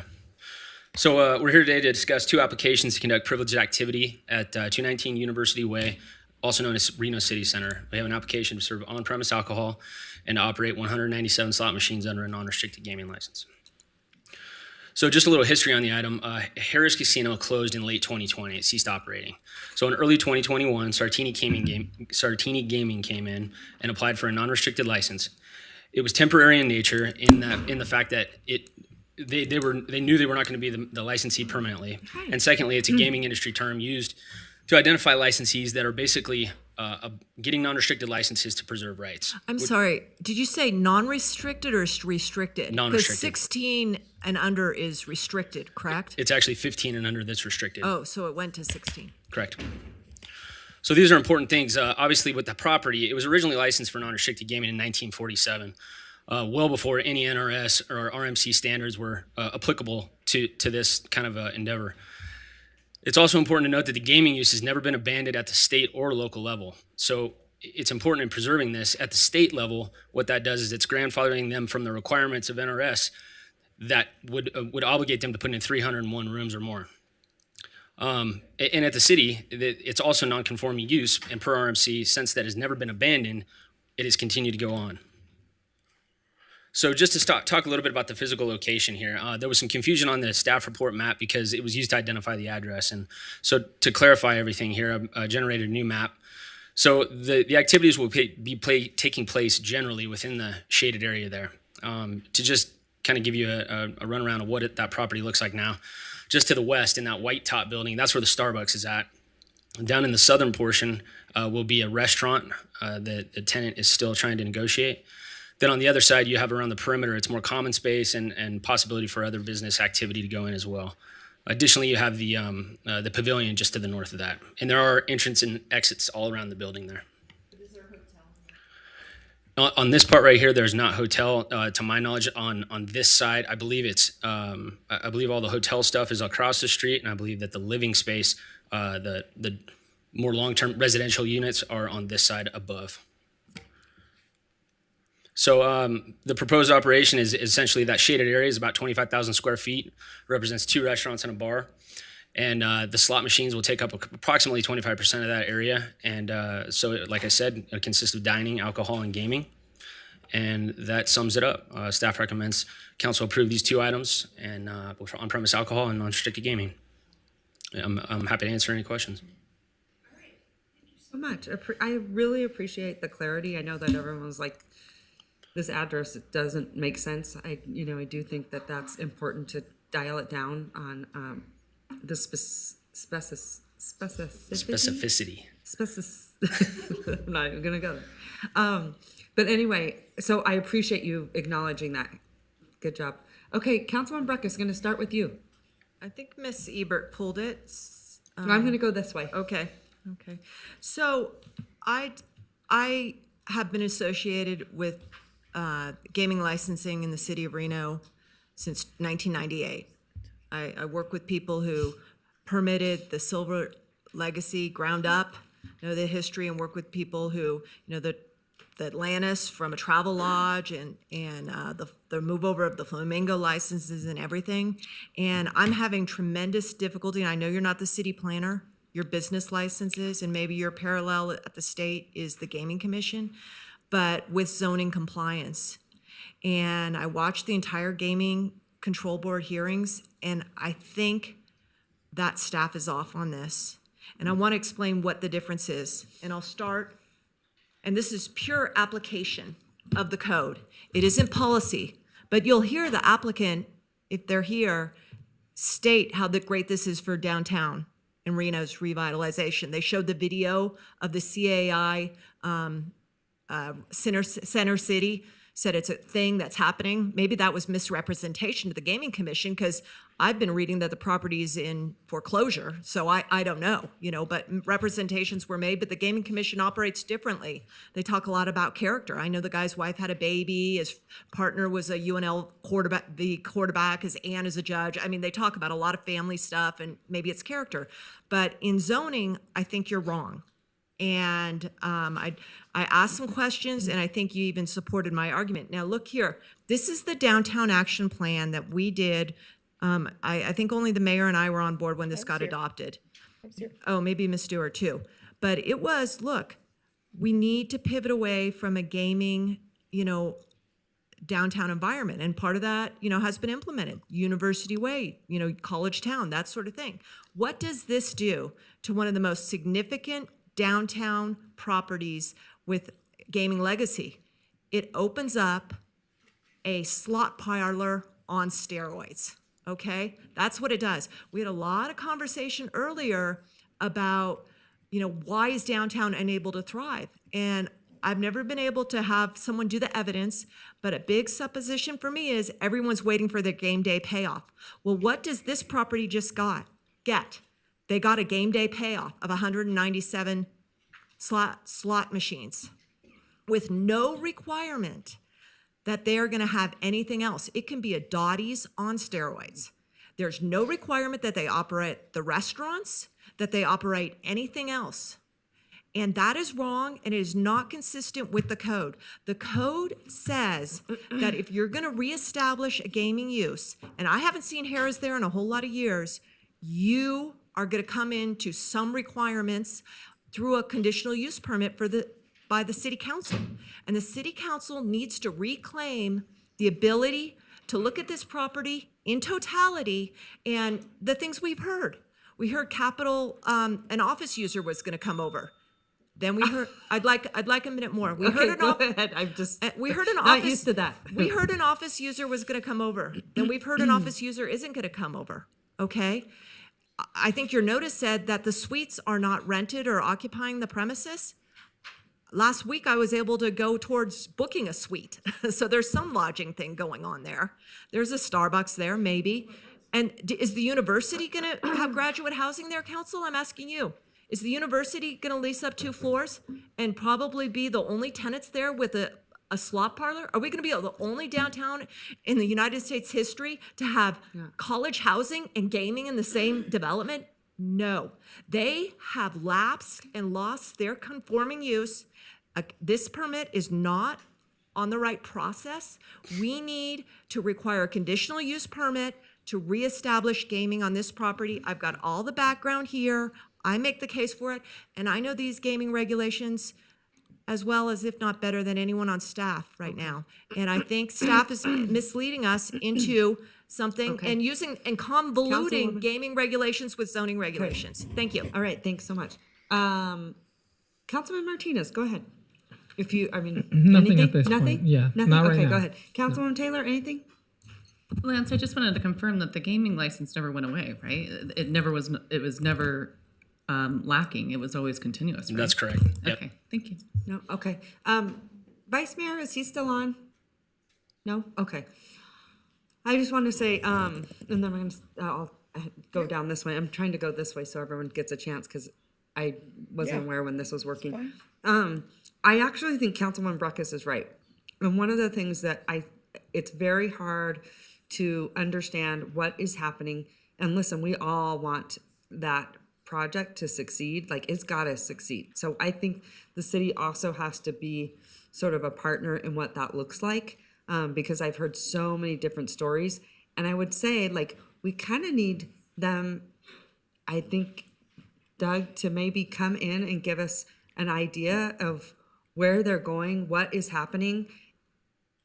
And I do think, to Councilwoman Breckus' point, when it's like, okay, are we focusing on housing? That was one of the reasons why there was so much excitement that less gaming. Like, we kind of want to be very cognizant of the gaming aspect of it, right? So I kind of feel like if we approve this, then we're doing this the opposite way. We should actually have like a plan of what's happening in place, and then the gaming comes in later. Because otherwise, guess what? If that whole project, let's say that's the only, it's like a tavern, right? What if that's the only thing that opens up in there and it is a Dottie's? Because everything else in there they couldn't activate. That's a problem. So I do think Councilwoman Breckus makes a pretty good point when it comes to that. That's my fear. All right, Councilwoman Dewar. Well, I had some similar thoughts. My question was going to be about your point in your presentation. You talked about non-conforming, and I wanted to understand what was non-conforming. Sure. So Lance Prado for the record. Essentially, this property was built prior to any of the regulations around conformance for non-restricted gaming. So they're not having 300 hotel rooms makes them non-conforming. So that's the gist of it. That's how they are non-conforming. They don't have to have the 300. Well, at one time, Paris had a lot of hotel rooms. Correct. Do you know how many? I don't. Well, they had a lot. Could have been 300 Sure. for all I know. My questions were, I had heard there was a hotel, so Mr. Beaver pulled out because he had a non-compete with the CAI. They were bringing in a hotel. There had been this professional office use planned. They pulled out. Then I did hear in the media that they were planning student residential there. And yet I'm a little concerned because most students, let's say the 18, 19, 20-year-olds can't game. Sure. Right? 21 could do gaming. And I know we did it in emergency at Circus when their unit burned down, at Dental Hall, I believe it was. And they put them up temporarily, but they created like not just a Chinese wall, but like a physical barrier to keep the student residents away from the Circus gaming. So I've been hearing the same stuff, and I don't really know. And I know you weren't here, but we had a ginormous policy discussion about businesses like Dottie's. I'm not trying to cast aspersions on Dottie's. It is what it is. But the point that it doesn't, it sort of takes the cream of the crop in a gaming sense, and they don't have to give back. They don't have to have rooms. They don't have to have other amenities. They don't have to speak to the downtown needs. For example, in this case, we've been talking about the whole downtown needs. They don't have to have a store. Yes, there's a Starbucks there, but we know most Starbucks are pretty profitable, right, wherever they go. So I want them to be profitable, but I also am concerned. I mean, I think Councilmember Breckus used a good term, Dottie's on steroids. So Dottie's, as I recall, have like 30 or 40 slot machines, something like that. And the people would just come in, play the slots and leave. And that's what it was, a slot parlor. So I'm not sure, given Harrah's legacy, you know, full gaming, table games, poker rooms, you know, the whole showrooms, the whole thing, to just have this one type of gaming in such a central spot is a concern. And I don't know that we had a category of licenses that were movable because, is there a fire? It's an EAS. It could be a test, I don't know. Okay. But that's what that test is. Yeah, but we're, okay. Okay. I just didn't know if we need to run or what we need to do. All right, well, just to continue, I've kind of lost my thought, I'm sorry. I think we were talking about 197 slot machines in a legacy location. And I was talking about that we allowed, not we, but our predecessors allowed gaming licenses to relocate anywhere without rooms that were displaced by the downtown trench activity. Right. So we had several that moved. And even then, one of those was proposed in my ward on South Virginia across from the convention center. And there was great concern about that. We did approve it, but I did not vote for it because it was right across from the convention center. And the only way you're going to, it was taking up a big block of space across from the convention center, and you need rooms with a convention center, you know? And so we had a huge policy debate here about that. And so I do think, I don't know if it's possible to take a step back, and I'm not saying I'm opposed. I mean, I made the motion apparently, which was part of the consent, to approve the 16 and keep the license active. So I'm clearly not against the concept, but I want to know what more as a business they're bringing. And is that in our purview to ask? Is there a missing planning document that is needed to be obtained? That's a big question, I think, outstanding. Well, just to touch on that, Yeah. obviously this is a large development, but this is only one applicant, right? I believe we do have the applicant on Zoom. Do we not? Or do we not? You may be able to ask questions. Lance, can you tell us their name again? Jonathan Fine. Yes, we'll go ahead and move them over. So just so you know, the applicant is here and he can maybe discuss. He might be a little bit more in tune with the project itself as a whole, because obviously he's got this tenant space and then the rest of the development around it. We need 2 minutes, real quick. We need to. We're all shut down? Yeah. Why are we shut down? The microphones were turning off on their own, Councilmember Breckus, Okay. so go ahead. Yeah. I'm on. Okay, I'd like to say something though. You know, I think your argument, and you're not the planner, you know, kind of falls in a couple ways.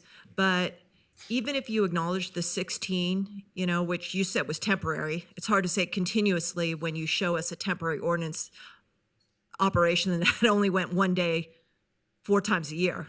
You know, that's not a continuous. That's like, you know. Under the provisions of Reg 9 and NGC, it is Okay, continuous. but we're talking about zoning, and so- zoning okay. means continuous.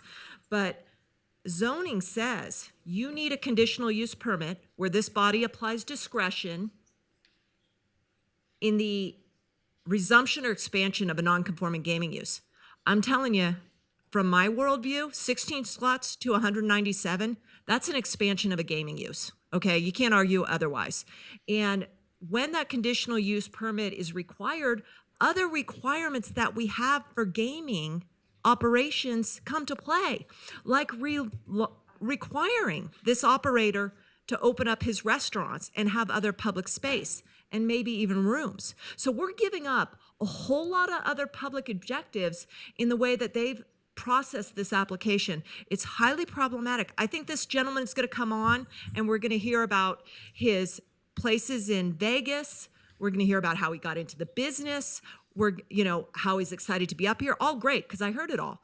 But time and time again, people come in and their feet are not held to performance. And there is no way to hold his feet to performance if he walks and says, I just can't get enough servers up in Reno or whatever. I'm sorry, my colleague's trying to cut me off, so I'll short this up. Then there's no way to hold his feet to the fire. And who's going to come in and hold on to that gaming license? Someone who owns the property, because it runs with the property. I don't know where the property is. If some bank owns it and they're trying to auction it off, and guess what? They've got a non-restricted gaming license. That's added value. But it doesn't advance Reno's priorities for downtown. So I'm making my case to my colleagues, because I think staff has taken the wrong look at it. I'm sorry, and I don't hold you responsible for this, because I don't know why the licensee guy on business licenses is here on really what is a zoning issue. I'm relying to Title 18. But the council needs to not approve this and hold the discretion to help downtown move in the direction that we need to in the partnership. Because if you give up discretion, you're just enabling a slot parlor on University Way. Thank you. Okay, hold on a second. Did you want to say something? I had said something. Council, oh yeah, that's right. We were in line. Councilwoman Ebert, go ahead. Yeah, I had questions just kind of in line with what everyone else was saying. The front of the building has a sign that says Live, Work, Play, opening 2022, and there's chain link fences around the building. So it doesn't look like there's a whole lot going on from the outside of the building, and we're trying to do things to activate our downtown. And, on the surface, it looks good. We want to add a tavern and slot machines, but is this really going to happen? Like, it doesn't look like we're doing anything currently. So I just wanted to know kind of what Naomi was asking. What kind of plan do we really have? Are we just kind of renewing this license, like daisy chaining it on until somebody actually does something? Because it doesn't look like anything's actually happening here. Sure, and again, if you're open to listening to the applicant tell you about the property and the progress and the what the future looks like, I think that would. Yeah.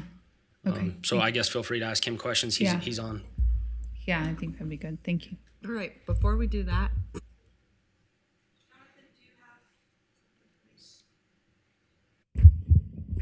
And if not, I will recuse myself. Let me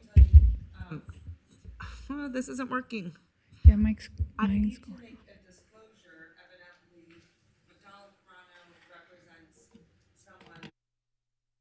This project. I have representation from McDonald Toronto in different departments. Okay. Do you have it?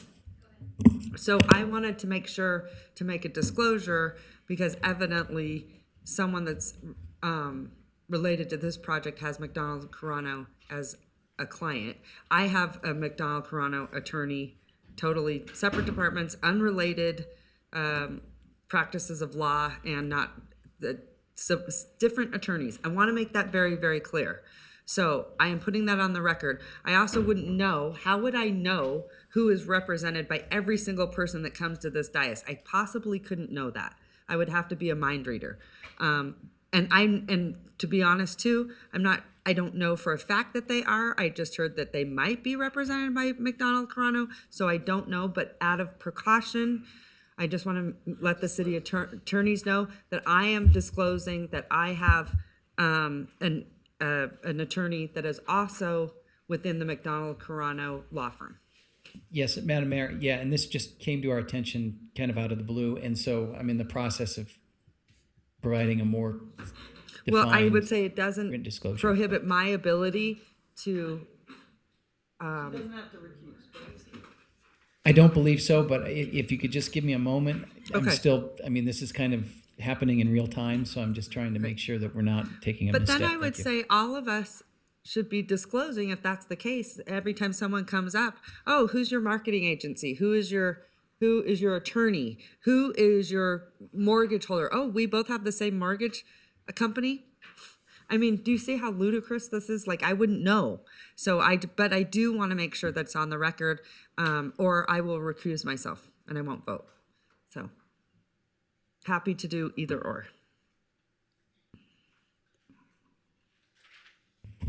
And I apologize, Your Honor, just because this is happening so fast. If we could almost take this item and give me 5 minutes to get this thing resolved. Right.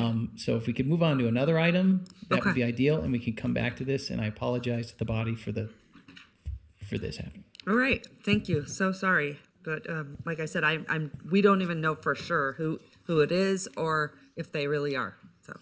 Well, if it helps at all, I did get an email from a person who said they were with me. Councilmember Dewar, do you mind turning your mic on? I didn't know if, Okay. oh, there it is.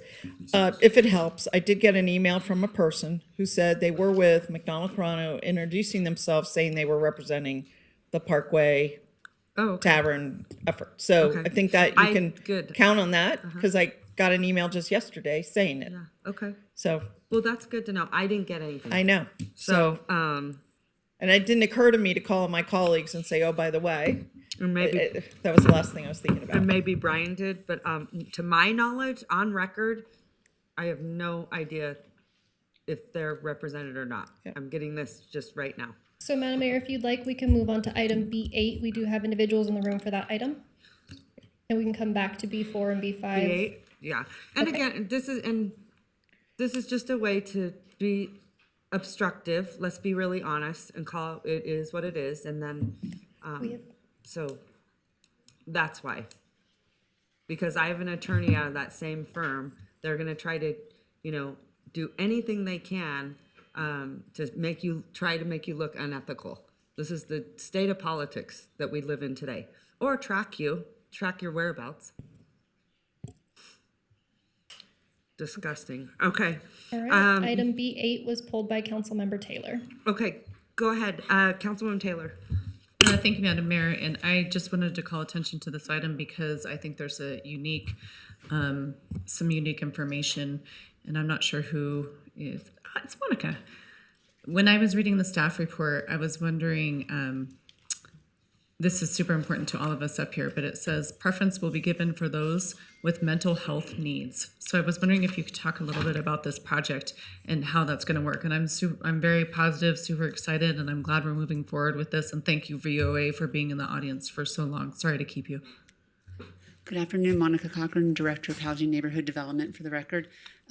So this project will be converting the Highway 40 motel into more transitional permanent supportive housing. It will be done in coordination with NAMS, and it will be still affordable units, but there'll be a preference for those with mental illness, and those will be coming with mental health issues. Those will be referred through NAMS with complete wraparound services through NAMS, and then there will be VOA staff members on site 24 hours a day. And there'll be 22 units once all the units are converted and everyone transitions over. Very positive and very much needed in our community. And Madam Mayor, I'm prepared to make a motion unless there's somebody else that wants to say something. First of all, thank you so much for pulling this. I'm really, really elated, and I don't think people realize how big this is. This would not have happened if it wasn't for the hard work of staff and what you guys believed in. Thank you. Honestly, this is huge. We don't have anything else like this, right? No. Nothing. And this is what is so desperately needed, not just in our city, all throughout the country. I mean, it is not even a question. And I'm going to say this in my out loud voice. This is also something that really, we hope that the Health and Human Services side of the county, these are the types of projects that we should be doing together. The county can come in and fulfill this aspect. We can come in, help the housing aspect, but this is a testament of what you can get done when you work together. And bottom line, this will help those that are really struggling to maintain housing, to live. But otherwise, guess what? If we don't build this, we allow them to die on our streets. 100%. And that is so inhumane, and it is so wrong. And so this is just a small part, but Monica, I want to say thank you to you and your team for doing a tremendous job. Doug, Jackie, I don't know where Jackie is. Jackie, kudos. This is amazing. This is what we're talking about if we really want to wrap our heads around mental health and getting people off our streets. Because right now we just allow them to live on our streets wherever they want to, and then eventually they end up dying because we're not doing our job whenever it comes to putting in this transitional type of housing. So Yeah, it's a really good effort in coordination also with the state of Nevada. They'll be providing the dollars for the rehabilitation of the units. okay, yeah. But I hope you're proud. Are you proud? I'm super proud. Yeah, you should be. I have VOA here if there's any specifics you want to hear about the program. This is, if anything, this is where the press should be. On this is huge. I would say this is one of our most significant projects that we will ever do because we don't have this in the market. So thank you so much. And for Hopefully it's a being model for supportive. other projects coming forward also. It's gonna be great. Awesome. I love it. Okay, so I have a motion from Councilwoman Taylor. Second. I have a second from Councilwoman Dewar. Any discussion? All those in favor say aye. Aye. All those opposed? Motion carries unanimously, which you know is super rare. Yeah. So congratulations. Thank you. Yay. Good afternoon. Yay, I'm so happy. Great job, everyone. Great job. Mwah. Okay. Are we ready? All right, so we'll We're go. not ready. Then we'll go ahead and go back to item B6, pulled by Councilmember Ebert.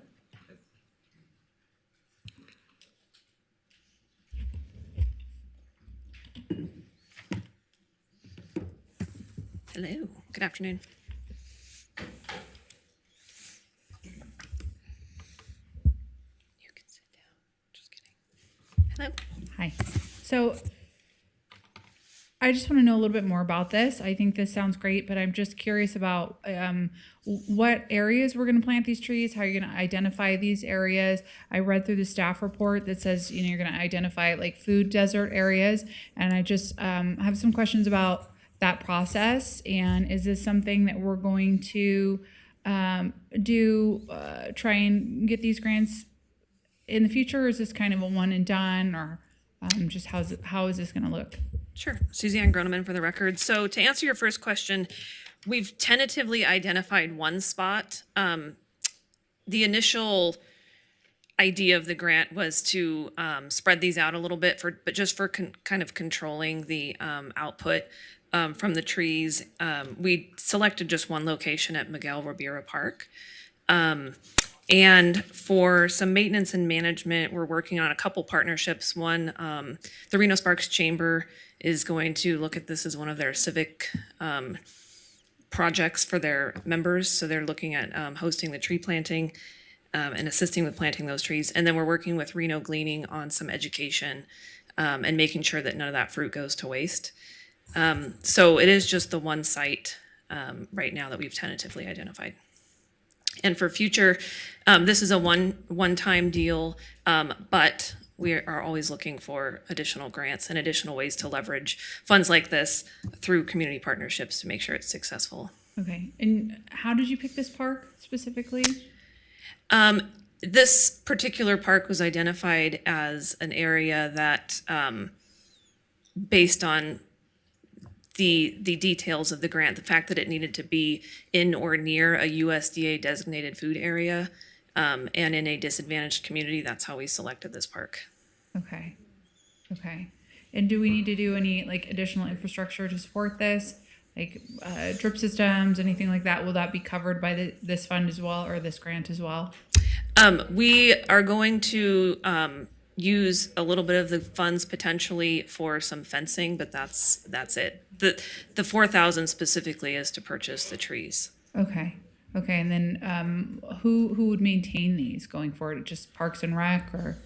It would be our Parks and Rec staff in connection with these other community organizations that said they'll step up to assist as well. Okay. Thank you. Question or comment? Yeah, I just want to congratulate you. This is a complete turnaround from where the city used to be. The city actually does still forbid, to my knowledge, Matt, maybe you could speak to this, fruit trees along on city right of way, correct? And that may still be the case, but maybe in parks, which this is a park, we're open to the idea. And the issues have always been brought up. Well, the fruit will fall. It's a big cleanup. It's a mess. You know, I heard all the negatives in the early part of my council career about why we couldn't have fruit trees. So I just wondered if you could speak to those kind of policy type issues. Matt. Sure. As you know, Matt Basil, urban forester for the record. As you know, we've made significant changes to the acceptable tree species list that we use, and that includes allowing fruit trees where they are appropriate. Oftentimes in downtown situations where the fruit could, create mess and encourage rodents and things. We try to avoid that, but there's a lot of situations where fruit trees are appropriate in the landscape, and I think this is a good example of a project that where we think they'll work well. And I think part of the reason we think it's going to be so successful is our partnership with the Reno Gleaning Project. So we're selecting species based on their recommendations. Pamela, who I know you're very familiar with. So we're using the fruit trees that will directly benefit that organization and also be available and beneficial to the community. Okay, so in other words, and I do, just for disclosure, work with the Reno Gleaning Project. It's a nonprofit. They've been at my house picking fruit over the last 14 years. They became a nonprofit, I believe, just a few years ago. So they were just a project for like 9 years before they became a nonprofit. But they are going gangbusters right now because there is so much fruit in our community, given the heavy winter that we had, all the moisture, including my own fruit trees. I have 35 and they are doing phenomenal. But what you're saying is that I assume if they would maybe co-sponsor with the community to come out and pick for use at their own homes versus picking to give to another nonprofit. So typically what they do is they pick fruit and they'll give it to the food bank, or they'll give it to a church group or a social services group that can distribute food. But in this case, what I think I hear you saying is they would work with neighbors or people that live around there that could potentially use it themselves. Is that right?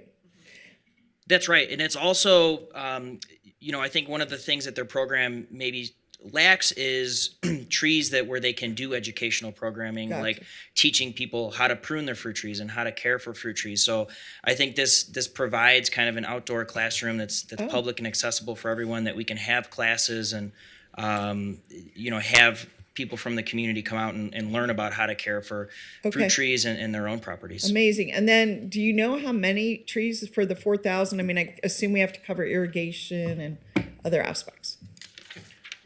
So I'm planning for 18 right now. 18, okay, thank you. Go subject to some change as we 18 finalize our trees plans. with the varieties to be recommended by Reno Gleaning. That's correct. Okay, and then a special tree planting, it sounds like. Yes, we're planning a volunteer planting project. Okay, would it be as soon as this fall? Ideally this September, yep. Okay, fantastic. Thank you. I'm sorry if I didn't remember this. Is this going to be something that we apply for annually, or is this? No, this particular grant is some one-time funds, but we will. It has sort of triggered looking for additional opportunities like this and starting those conversations with nonprofits and other organizations. For example, these funds were actually supposed to be used in Southern Nevada, and UNLV and Nevada Plants reached out and said they were really interested in expanding Northern Nevada. So we're starting those conversations so we can look for funds like this in the future. Yeah, can we apply for this annually? Because this is in South Reno. I know that we have a lot of areas spread out in the North Valleys that don't have a lot of access to grocery stores and things like that. So this is something I'd like to see throughout Reno, honestly. I just pulled up the park on my map. It's in a very nice area, but we don't really have things like this in the North Valleys at all. And probably other wards in the city of Reno would likely also like to participate in this. If this is something that we could apply for annually, I think that would be great. Yes, thank you. We'll inquire with the funders on And that. I think it's actually near the Atlantis, just so we're clear, not what people think of South Reno. They think of, maybe south of Meadowood Mall or something. but this is actually what I would think of central Reno, and it's actually in a fairly economically underprivileged area, which is what you're saying. Why is it a food desert? There's not shopping or access to this kind of produce readily available. Is that the idea? Right. There's an actual map of those USDA designated areas, which these specific funds had to go toward. Okay. Not to say there aren't other opportunities for other funds. Suzanne Groneman for the record. Sorry about that. Okay.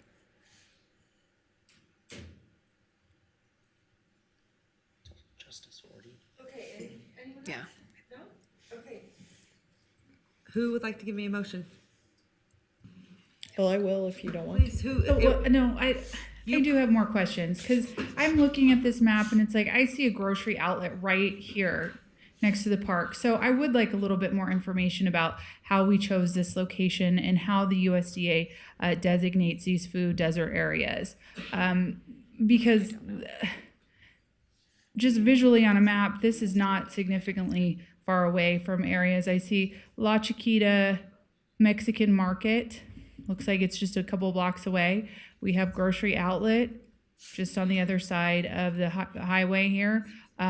This doesn't look like it's very far away from several areas to purchase groceries and other food items.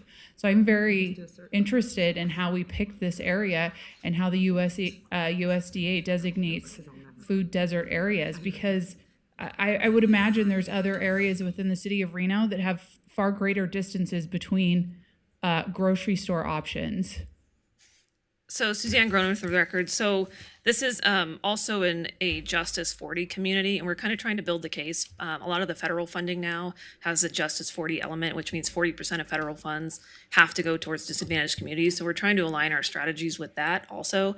But I don't know how the USDA designates those food deserts. It could be a density, it could be a radius to those services. I don't know. I just know that these funds specifically, they were very particular on where they were spent. Not to say we can't do it again in other areas. Yeah, I'm just curious as to, again, why specifically this spot? I mean, I would imagine there's multiple access. USDA food desert locations in the city of Reno. And as I stated, there's like within blocks, I can see 2 grocery stores. Matt Basil for the record. I'm also not clear on how the food desert itself is designated. I understand, but this specific park, I chose after working with Pamela from the Reno Gleaning Project over the course of the last several years. This was kind of our goal, was to do it in this park. It's also it's a centrally located park. There's room in the park for us to plant these trees. A lot of our parks are pretty full. And then specifically the Justice 40 designation was one of the main reasons that we selected that park. We're trying to push equity and inclusion with a lot of our urban forestry projects, and a lot of that includes trying to initiate planting projects in areas that are socioeconomically challenged and also have lower tree canopy than other areas of the city. Yeah, I understand that. But I would argue that we have maybe a lower tree canopy in the North Valleys and, greater area between grocery stores. I could think of several areas that don't have grocery stores within, a block or two. So your statement that you had wanted to pick this park, I'm curious again, why this park? I mean, if we truly want to provide walkable access in food desert areas, there's already walkable food access in these areas. I have areas where we truly do not have walkable food access, and we also don't have bus routes. So why this park specifically? Those are the reasons that I selected that park. I did look in the North Valleys for this project. I know that specifically the parks that we have in the North Valleys are not within a Justice 40 designation. And I don't know exactly how they designate that, but it's based on income and socioeconomic data. The North Valleys does have areas that are economically challenged, but they don't hold that designation from the federal government. But I do agree that we should be doing more tree plantings in the North Valleys. We've done several tree plantings at the parks over the past few years in the North Valleys, such as Silver Lake Park. But there's also opportunity for fruit trees, I think, maybe at Mayor's Park, Silver Lake Park, and some of the other areas up there. And I'd love to work with you on selecting some sites to do additional plantings up Yeah. there. Yeah.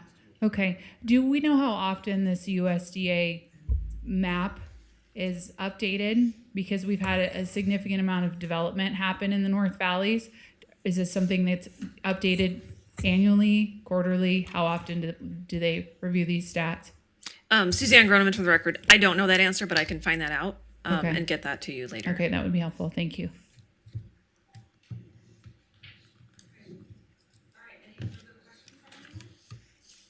There are none. May I have a motion, please?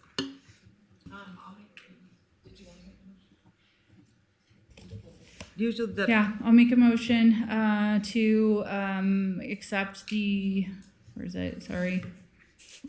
B6. Acceptance of the subgrant from Nevada Plants Community Forestry of this to the city of Reno to plant fruit trees in or near USDA designated food deserts in the amount of $4,000. Okay.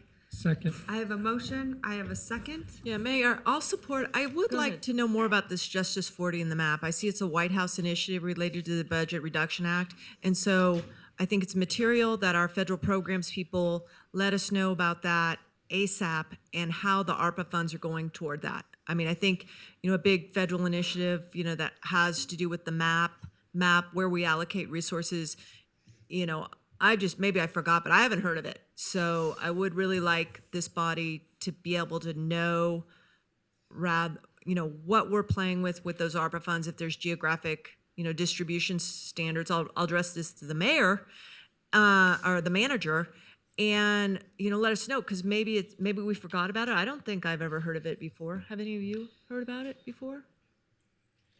Are these ARPA funds?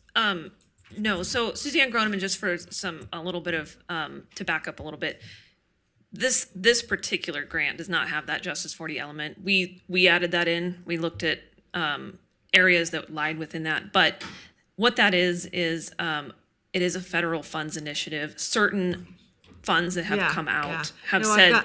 I've got it up. It's a White House initiative Yep. related to the Budget Reduction Act. Never heard of it. Just like to know about it from our federal folks. Thanks. And I'll support the vote. Okay, thank you so much. I appreciate it. All right, so I have a motion and a second. All those in favor say aye. Aye. All those opposed? Motion carries unanimously. Congratulations. By the way, I don't get to tell you enough, Matt. You are kicking butt and doing a great job. You have no idea. So the mayor's office hears everything. Usually it's bad. It's all bad usually. I have had wonderful feedback about you and the job that you're doing. So I want you to know that. And it's really nice to see you because it's been too long. Maybe that's a good thing so you don't have to come to council. So you're out there busy planting trees.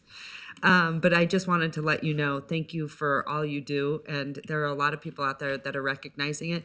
And not to mention Councilwoman Dewar also recognized it. She gushed about you for 20 minutes a couple weeks ago. So thank you so Thank much. you so much. I appreciate Thank you. it. Thank you. All right, thank you. Okay, good job. Okay, before we move on, Madam Clerk, I've got a disclosure here. I'm going to read this disclosure. Okay. Thank you so much, Jonathan. You're so sweet. Thank you. Appreciate you. All right, Madam Clerk. This is for the record. Fellow City Council members, Madam Clerk, item B4 involves the approval of a privileged business license for Jonathan Fine. In my private life, I have retained Adam Hosmer Henner, a partner at McDonald Carano.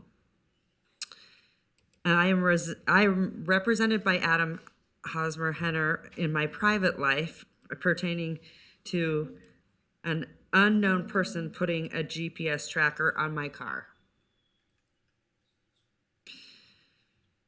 I just recognized this potential conflict of interest and sought guidance from the city attorney's office. In an abundance of caution, I will be abstaining from this item. So, Madam Clerk, please accept this disclosure for the record and put it on the record for, pertaining to this agenda item and subsequent council meetings. Okay? Thank you. So I'm going to step out of the room. And for the record, Mr. Shipman, is that items B4 and B5? Yeah, that's items B4 and B5. Thank you. And again, just tying it up is we understand that McDonald Carano represents Mr. Fine, so that's what's. And also I should put on there, I don't know Mr. Fine, never met him, have nothing. There's no connection to this individual and myself in any capacity. But like I said, I'm going to step out. So Abstain, not, or recuse, not disclose? I'm going to recuse myself out of caution. Oh.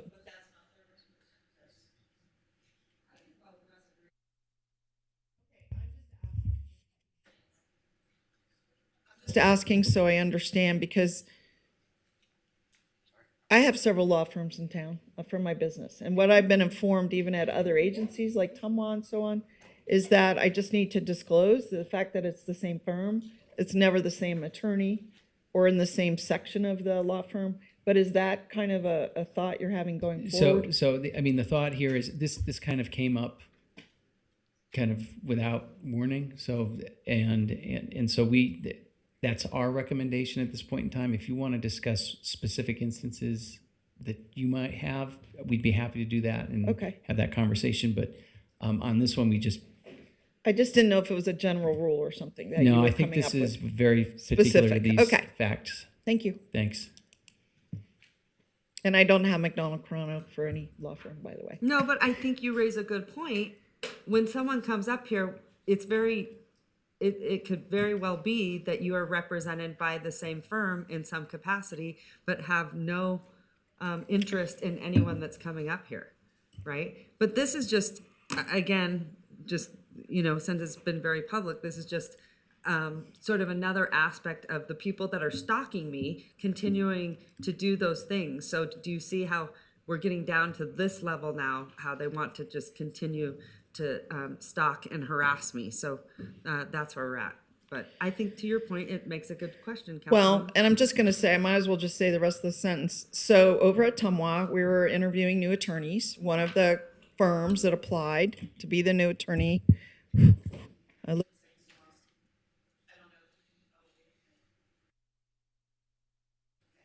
again, was Parson Bailey. I have them in a private capacity I didn't have them this day, but working on a case, but I have hired them a number of times. But the determination at that setting was that I needed to disclose, but not recuse myself from that vote. So, and they were a firm that was being considered to be hired. So that's where I was just getting some confusion, and I didn't know if I had to recalibrate or what I had to do, so. Which I think that's probably correct, but in abundance of caution. Yeah.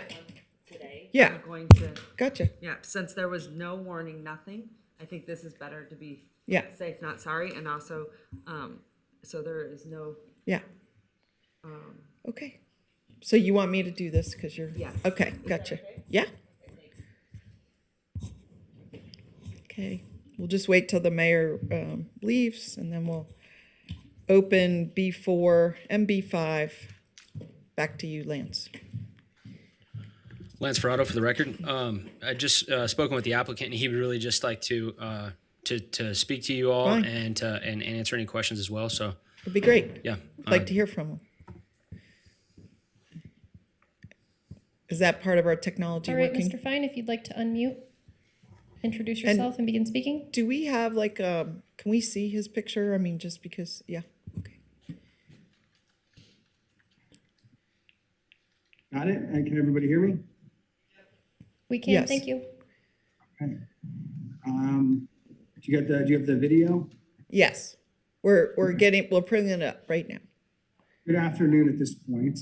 Thank you for taking the time to hear me and hear out my application and some of the comments that I have. I want to address a couple of the things that I've heard. I've taken notes throughout the day. First, thank you to all the members for hearing me. I don't know if the mayor can hear me, but thank you. Well, she's not participating, just to be clear. She's recused herself. She's not even in the room. Absolutely. Okay. But I do, to some of your points, Member Brackus, I'm sorry if my pronunciation is wrong, but I want to agree with you. I think everything you said is dead on. I think everything that you guys and every point you've made today is absolutely correct. When you're redeveloping a project like you have downtown in front of you, you've got a crime problem, you've got a drug problem, you've got boarded up doors, you've got landlords that don't want to move. You have to be careful. We are not opening a slot parlor. We are taking an existing license that was using 80,000 square feet of their floor space for machines. I believe they had 15 to 1,700 machines on the property. We're taking that down to 4,000 square feet of casino floor space and 197 machines. It's also locked in between my two restaurants that we're opening in our phase one. The mayor's not here, but to her point, I want to get tenants down there. I want to get retail down there. What if a beer garden wants to open up in downtown? Parkway Tavern, if you look on our website, it's a beer garden. There's 400 beers. It's the most beers of any beer garden in the country. It's 200. The original one is 200 taps. It's a 150-foot long cooler with kegs. It opens up to outdoor space where we have live bands, we have DJs, we have karaoke, we have trivia nights. It is a place that has been looked at and regarded by landlords in Las Vegas as the acceptable tavern. When people don't want to put a tavern in a space because they don't want Dottie's, I don't want to mention any of my competitors, they don't want the typical slot parlor, they don't want a smoky mousetrap. They call us. We open up. We have families. We have, parents picking their kids up from school that are playing with the Connect Fours and the dartboards, bowling alleys. That is the experience that you're going to get at the Parkway Tavern. It's on steroids at this location because the landlord is also building out that plaza, which is almost an acre. We do these patio parties in Las Vegas, and we will fence off the parking lot. We'll fence off a good portion of the parking lot, and we will allow liquor and beer sponsors to come in, and we'll design these amazing activations. When NFR's in town, we cover the entire parking lot in hay. We have mechanical bulls. All of the staff is dressed up as cowboys, and there's beer tents that people are going to do, and it activates that whole area. It used to be a road runner on Flamingo Road, and now it's the original Parkway Tavern. In August, which because of water waste, we probably won't be doing it this year, but we took 40 tons of ice, we shaved it down, we covered half of the parking lot in snow, and we had a winter wonderland. It was 95 degrees at night, and people were walking around having snowball fights. They were going on blow-up water slides. I mean, it was an amazing activation, which we plan to be doing a lot of this in that area. Last night was the soft opening for my other concept, which is called the Boulevard Grill. This is an opportunity that I saw on Water Street, which I feel Water Street is very much in line with downtown Reno. It is an area that's been trying to recreate and reinvigorate itself. There's a homeless problem. There is a prison that lets people out at 2 o'clock in the morning, and it causes some crime. I bought a building there. We made it look amazing from the outside. We have trees and plants all around it. It's a beautiful design inside. We spent millions of dollars buying and rehabbing this building, and it is hopefully opening on Thursday afternoon to the public. But that's the other product that's going in there. It is steaks and is reasonably priced. We are not going to try and bring the highest of the high end, but we're trying to create something for community. Okay. And those are the two concepts that we have. Now, you cannot enter the area that has these machines without going through one of those two locations, or the third one is a bar called the Mint Bar, which is a throwback to the 80s, 70s, 60s casino that was downtown Las Vegas, the Mint. But we bought that property, we rehabbed it, and it is, we have a burlesque night, we have jazz night, we have all these fantastic acts that happen in there. That's what's happening in the Midbar. Sorry. Yeah, Mr. Fine. Thank you so much. at this point, I'm a little bit confused about which part that you're speaking about relates to this application versus what you're already doing in Las Vegas. So I got the point. Right, so this application is for this slot, sorry, I didn't realize I was being timed, I didn't see that. I'll close up. This application is not for a slot parlor. This application is for 2 separate restaurants, bars, and a third bar. It's 197 machines with less than 5,000 square feet of casino floor versus the 1,500 machines that were in Harrah's and 80,000 square feet. To address the question of the student housing, if that goes through, it is not for freshmen that are coming in. It's for MBA and higher education students that are coming in for their housing, which we feel like we'll be getting a lot of those for the people that are going to work there. And then to go to the presentation before me, we're in a chicken and an egg area. You're trying to get retail, you're trying to get people downtown. And I've heard things thrown out. Do we give $50,000 to every business that is going to go downtown? Do we give them rent relief? Do we give them money to paint the fronts? Do we put walls up and paint murals? Or do you take the person that's in front of you who has a real investment? I put $12 million of mine and my investors' money into creating these experiential entertainment areas that are in downtown, using that whole plaza as a draw to bring people outside. So, those are my arguments, but I can't agree more with what you guys have said on the dangers of not having that. It may be a conditional, a condition of the license that you're giving, that we open up the bars and restaurants and have those operating.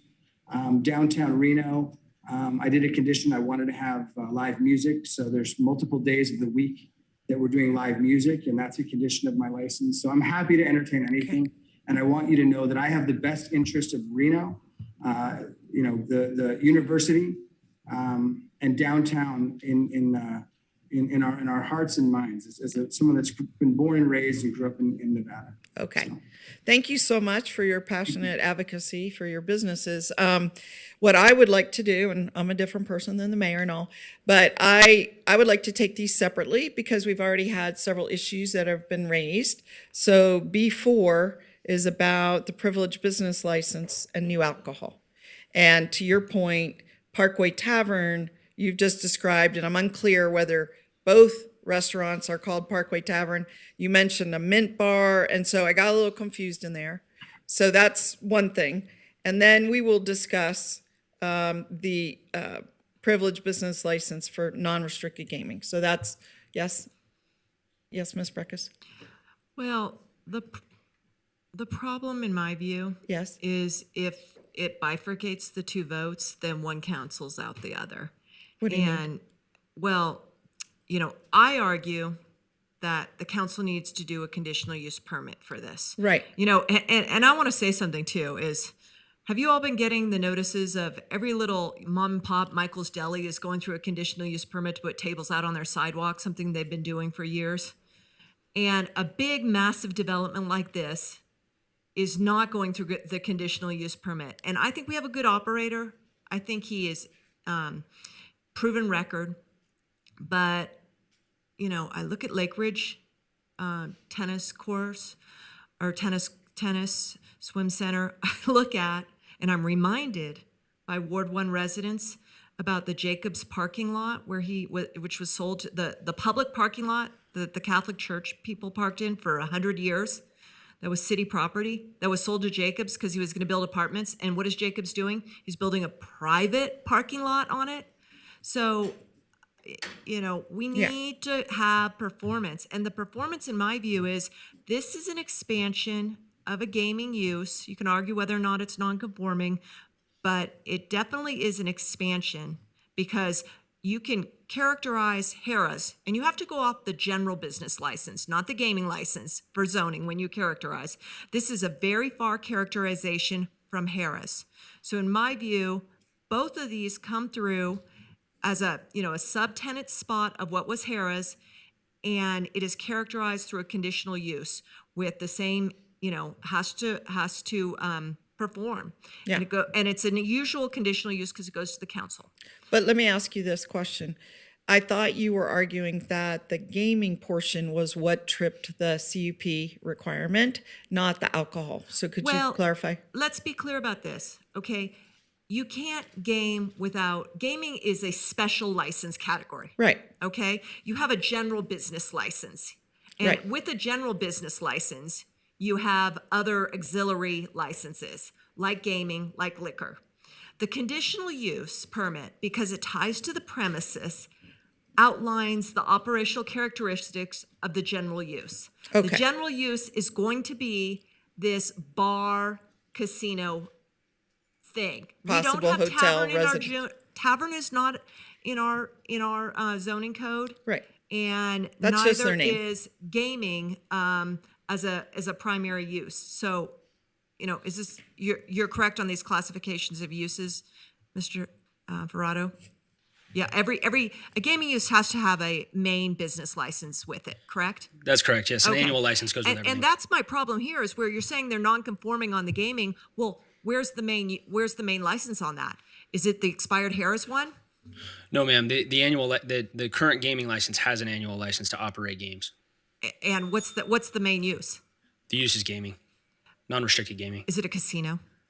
Sure, non-restricted gaming. Casino. Okay. So the conditional use needs to be for a casino and then the other operational characteristics. And this just isn't ripe to be in front of us. And Right. if Michael's Deli can come through for a special use permit, put tables out on their sidewalks, Yeah.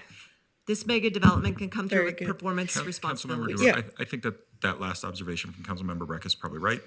It sounds like we've got a little bit more legwork that needs to be done before we can have an informed conversation about these two licenses. Yeah. My recommendation would be that we continue it, not set a date certain, we bring it back once that legwork is done. And then by not setting a date certain, do we have to renotice? What is that? How does that look? I don't believe that these require special notices. Okay. I think that it's just the standard posting. Okay, so an indefinite continuance until you're recommending an indefinite continuance until you are ready to bring back to us an analysis of whether or not a CUP at a minimum or some other permit review is required.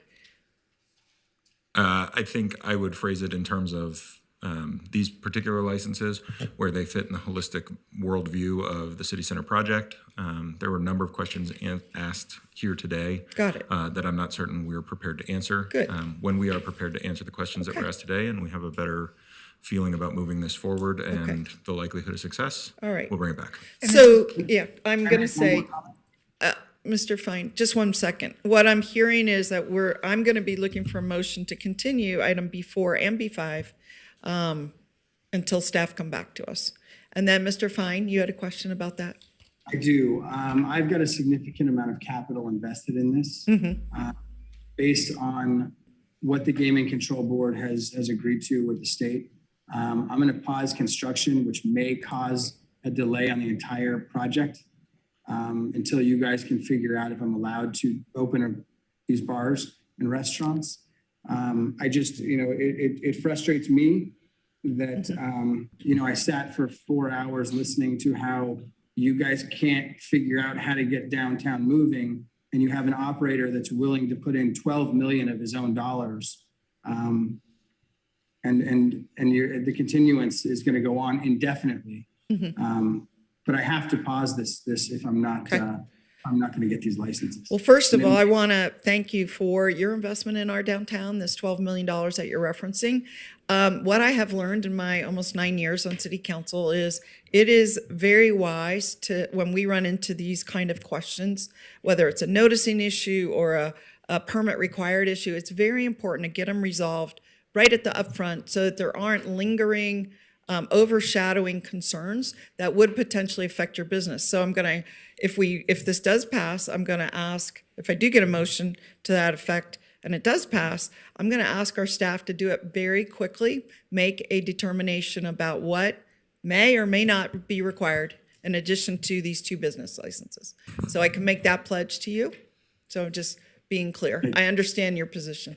Yeah, at this time, I am looking for a motion, and it could be any motion. One that I would support would be to continue this item and let our staff do some further research. So. I had some questions still. You still have questions? Well, I just wanted to know, I mean, this is a renewal for the gaming license, or is this a new license? This is says a new new. operator. Okay. Just for the gaming. And Gaming the, and the bar. Okay, so it's a new license, but it's grandfathered in because they never stopped operating before? Exactly. Okay, so their other license isn't gonna lapse or anything by continuing this indefinitely? There is a current operator in there right now that will maintain this. Okay. And so that the grandfathered They won't status lose of the that license will status. not go away. Okay, that was my. So long as Sartini's gaming stays there. Okay, thank you. any other questions from the Yeah. council? Are there permits pending? I'm sorry? Are there tenant improvement permits pending? I can't speak to building. I'm not positive. Okay, that's good information. But, you know, and I apologize if he's been in dialogue and down to the tenant improvement building phase, that's a problem. You know, it is a problem, but we have got to administer the code correctly to advance our policies. And I believe that, you know, that answer to Miss Ebert right now, you know, we've got a license. That license is for 16 to operate once a quarter. We're going up to 197. You know, Title 18 says expansion of or resumption of a non-conforming gaming use goes to a conditional use permit. I cannot read around that. Yeah. Well, Thank you. So I'll they- support that motion Okay. if there's a motion. I haven't heard a motion yet. I'm looking for Okay, one. I'll make a motion to indefinitely continue these B4 and B5. B4 and B5. Okay, is there a second? Okay, for purposes of discussion, I will second it. Is there discussion on the motion? I understand, thank you, Councilwoman Dewar. I understand the wish of the body. I'm not going to be supportive. I believe in Mr. Fine. I believe in revitalizing downtown. And I believe that by getting businesses in there, we're doing what we want to do. I look forward to working with the team and the applicant to see what this looks like further down the road. But based on what I know of the application and the applicant's endeavors, I would be okay supporting these. Okay. But I understand the motion. Thank you. All right, thank you. Any other members of the body like to speak on the motion? Yeah, I mean, I support the motion, you know, and I support everyone's view on this. It's hard when the mayor, you know, when we are one down, but, you know, someone who hasn't been on quite a year has not seen us let approval slip. I'm just so a lot. glad you found the place that we're talking about, Councilwoman Dewar. Thank you. So I think What? that when you have a Place? history of letting licenses go when preconditioned things don't come in, and you had seen that before, it's tough. That's why I support. Can you please stop narrating? I support the motion, but I really am going to not look for these licenses to come back until I see that a conditional use permit has come forward. Well, I will just opine, I'm looking for a determination by our staff about what's required. And that may occur very quickly. If they do determine that a additional permitting of any type is required, that may apply to one or both, either or both. And I would look for them to process that as appropriate. But I would look for an update back to us on where it stands. And I hope it's not often that hard to make a permit required determination. Is one required or not? So I think that can be done very quickly. So anyway, is there any other discussion on the motion? Okay, hearing none. Councilmember Dewar? Oh, yes, Just to Mr. clarify, Martinez. the continuation is indefinitely, that's what I heard, right? That was what the manager suggested because he doesn't know what day he will know this answer. Whether it's in 2 weeks, 1 week, 3 weeks, he didn't know. So he didn't want to set a time for this to come back until he has the information. Okay. Yeah, Okay. being that it seems to be a rather quick issue, I'd rather put a date on it, but I understand the motion to continue Yeah. at a later date. And I'm saying what my expectation is within 2 weeks, they should know. This is not that hard to make a determination whether a permit is required or not, so. Okay, well, hearing any further discussion? No. All in favor of the motion to continue, please say aye. Hi. Aye. Any opposed? Opposed. Okay, it looks like that passes 4-1. So motion is approved. And I'm making a commitment to Mr. Fine and their representatives that this determination will be made as quickly as possible. Thank you so much for your time. Okay. All right, we still have a quorum. It looks like Ms. Breckus has left the table. And we're waiting for Madam Mayor to come back. We've done B6 and B8, and I think the next item that was pulled, Madam Clerk, if you could help me on that, I'm looking. We're on item B7, pulled by Councilmember Ebert. Okay. B7 is about ARPA funds, 300,000, Reno Food Systems. Thank you. Hi. Yeah, I just wanted a brief presentation about this. Noemi Martinez for the record. I do not have a presentation, but happy to answer any questions you all may have. Okay. Ms. Ebert?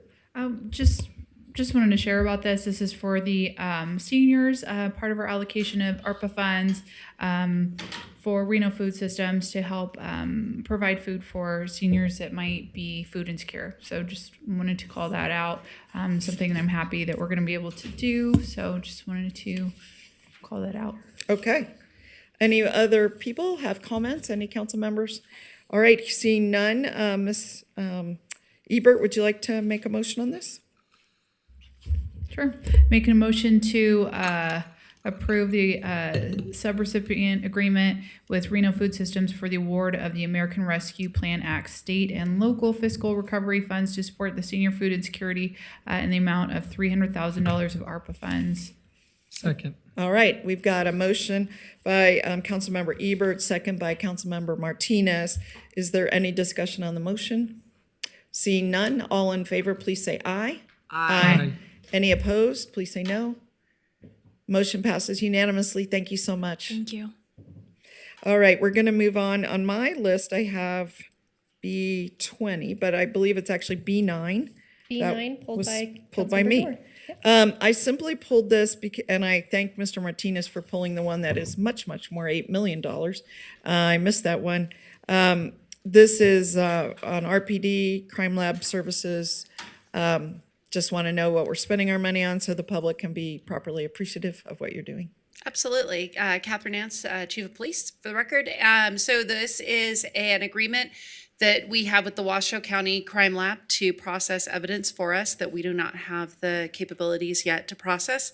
Last year, they did over 800 items of evidence. Wow. That includes biological evidence, controlled substances, crime scenes that they're processing if for officer-involved shootings and some other incidents if we're not able to do it. But we're doing majority of them. All firearms and IBIS and NIBIN processing and latent print comparison and processing. So over 800 pieces of evidence. Okay. Do they do the DNA or is that sent further out? No, they'll do DNA also. That's the biological evidence. Do you know just generally what the turnaround on that is these days? So they that is the longest turnaround that we have is the DNA, but that's more extended and extensive processing. They average per their report less than 120 days turnaround time. Some things they do expedite for us when needed, and it's processed based on the type of case that it is. So some things could have a higher priority than others. DNA, they're a little bit longer than on that turnaround, but everything else is pretty much within that timeline. Okay. So if you wanted a DNA turned around in a week, could you get that? It's possible. We do have other options too for things that we can send to outside labs if needed, if it was something that was an absolute exigency and they could not accommodate it. So we Okay. have other options available to us. Okay, great work. I'm glad to see the partnership. Does anyone have any comment or question on this item? Councilmember Breckus. Yeah, I do. Chief, so what is your understanding of the history of us having our own crime lab? You know, why we're in this position, because I've been on 11 years and this is only the second year. We paid $1.5 million to Washoe County. There's a change in how we did things. So at one point in time, there was an exchange of services where they did our processing of evidence for exchange of dispatch services. That changed when they established their own dispatching. So that's where some of that change started. And then since then, we have also began the process of establishing our own crime lab. So it's in its baby stages right now. We are getting equipment. We have some federal funding that will come through in October, and we'll be able to establish more crime lab opportunities for ourselves and remove the service from them. That's our goal, but it takes several years to stand up. I appreciate your understanding. I was here when that happened, and I think my understanding was it was kind of a handshake deal, which some chiefs and sheriff made years ago. And I never really understood that this dispatch change up happened. Maybe that's the story, or maybe I just didn't have the information. Possibly. But my concern at this point is we're going to go year after year of funding toward them. And I appreciate the long-term baby steps and building it, but I want the plan out there. So if we're going to park $1.5 million out of, what's your budget? 44? Yeah, I couldn't tell you exactly off the 44? top of my head. 94 million. 94? Oh gosh, I'm off. Okay. Just a little bit. It's okay. But It's close. I think it was 40, in the 30s when I came on. So if you're at 94 million and at 1.5, but the crime lab is going to be a much bigger deal. I want to know the plan each year and how the progress is when this comes up. And I also want that transparency out to Washoe County and so on, because I think Washoe County should be providing this as a regional service to us like they always did. And there are a whole bunch of other agreements. Like we pass over a grant to them for an extradition assistant. How do you say that word? Yeah. You can't say it wrong and then have me say it right. I always mess it up then. There's not that many extraditions. So that secretary is doing sheriff work, or just say. So, I've asked for an unbundling of all the agreements, but I'm going to continue. I'm going to be a no on this. And I'm going to be on no on this, just like I was a no for many years on the interlocal for the homeless services, because the county finally came in and took over that responsibility like they should. And I'm going to be a no on this, even though I didn't pull it, to, start the conversation that I don't think the council should be going year after year paying them without knowing where our progress is on this, or unbundling all of these handshake deals, because I think we're getting the weaker side of it. We need to get the regional services from Washoe County, and the lab was always a regional service in my view. So I'm a no. Okay, and, thank you. Hopefully next year you've got a 7-year plan and cost out of how to get Reno their crime lab. Okay. Thank you. Or an agreement with the county that they're going to take over a regional service they should be providing. Thank you. So 2 things. One, I think you make a good point related to equity, financial equity. This has been a big conversation community-wise, is we may not be getting the full value of the dollars that we provide to the greater good. And so there's a conversation to be had there about the fiscal equity. The second point I'm going to make is that if Ms. Breckus is a no, I can already see that even if the other members are a yes, that we will not pass this motion. So what I'm going to do is I'm going to continue. Ms. Ebert had to use the facilities. That's what I was going to say. I'm going to trail this to the end of the consent. That's all I'm saying right now. I said I was going to say 2 things. One's about equity, one's about timing. Okay, so I'm going to close conversation on this item. If you'll stay in the room, we'll be bringing it back in a few items. I think I'm up with the next one too, so. That's fine. I'll just Looks stay like here. the next item is, I have on my list B10 from Ms. Breckus. This is about an ongoing service that we've had with a local community consultant called Blue Cover LLC for $120,000, correct? Yes. What is your understanding of the services they provide to us? They provide assistance. There's an IT service that they provide. There are 2 full-time IT professionals that do software development and maintenance and keep control of our ongoing needs to provide technological support to our officers on the street. Are there particular programs that you can mention that they use? There's several that they do. They do over 30. The ones that are most likely talked about are the ones that are listed in the staff report, which is the hot sheets for stolen vehicles that are updated almost instantaneously. We can get NRS statutes. Officers can find different statutes that they need when they're on the street very quickly and easily through a system that allows for search mechanisms so we understand what we're looking for. Moves things along much quicker. We do online briefing logs, and then they do missing persons reports, and they can put out images. I have a list of probably 40 different things that they do, but they keep a lot of our data so that we can consolidate it, provide that information back to council, provide that information back to officers, and to ensure that we're operating in the most intelligence-led way that we can. Now, why aren't these in-house tasks, which we've already previously mentioned, your department's budget has grown so much, and I remember when we did the this study here, remember we were really going to increase your capabilities, and I think we have through data techs and so on. So why haven't these functions come in-house from them? A lot of things that we do, we contract with outside entities to provide that service for us, and it's a software building. So we're not IT professionals. We don't build that software. We manage to have people on staff that know how to work it, that know how to provide the information. But these are IT professionals that actually build that software, so we use them. So just like we would use Axon, we don't have the capability of building body camera systems, even though we have a lot of professionals in-house.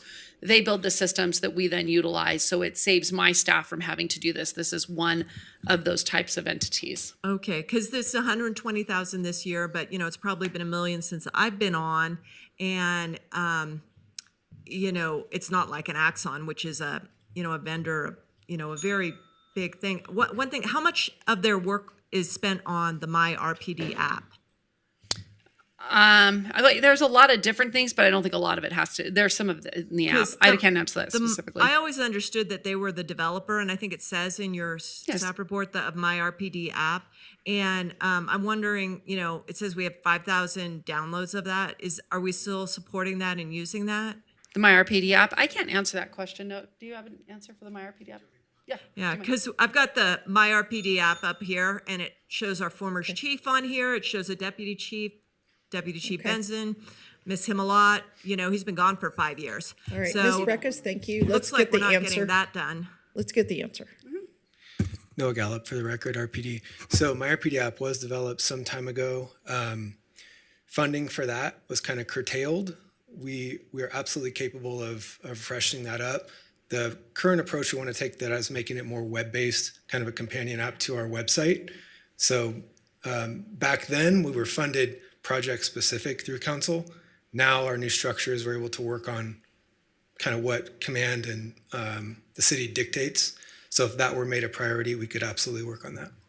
Well, I guess my question has always been, is it obsolete? And we're paying $120,000 to this vendor who's, because of this obsolete, program, we've moved in a different direction. But I'm hearing that we've got these people doing a lot other critical information that helps your interface with the community. Yes, so absolutely. We are nonstop with developing different things to add in to make that the product that they give us more usable for our officers and allows them to provide better service. And not only that, it leads into the intelligence-led side of this, where we understand where crimes are happening, where they're occurring, how to deploy resources, and then provide a lot of information out. So there's a lot of interdepartmental information that we utilize on a daily basis from this. Yes, there's a My RPD app, but really for us, that's part of, there's a website and a city website, and it links back to the police department website.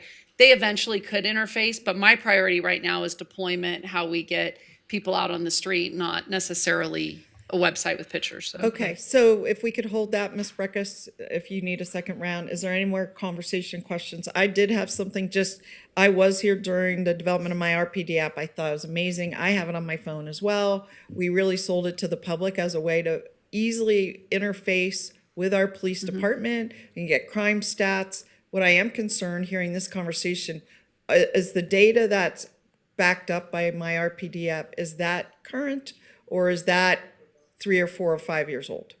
I don't know that answer. You can. Ma'am, there may be cosmetic data issues like a chief picture, for example. However, the underlying crime data is current. Those jobs run daily, multiple times daily. That's what I thought. Yes, ma'am. So I think it'd be a simple thing to update My RPD app. I mean, we really tried to get the community using that as an easy way to interface with the police department. If I might just say, we just are waiting on some assets, pictures, for example. Oh, really? Sure. Let's make that happen. You can make that happen. All right. Let me ask Mayor or Councilmember Ebert, do you have questions on this item? This is B10. This is about the blue cover 6. Madam Mayor. Did you have a question about this? I'm just going to call for the vote next. Oh, no, please do. Okay. I'm very supportive. This, hold on, is this also in with forensics? No, forensics. We held that. We're going to go back to that because we didn't have enough people in the room to vote. Oh, To get a motion passed. So we're on B10 right at the okay, moment. good. Yeah, no, I'm always supportive Okay. of Ms. Siebert? technology as we move forward. Okay. If I could have one more round, I'll give you the benefit of the doubt, Chief, because I think you are on top of things and trying to figure out all the pieces.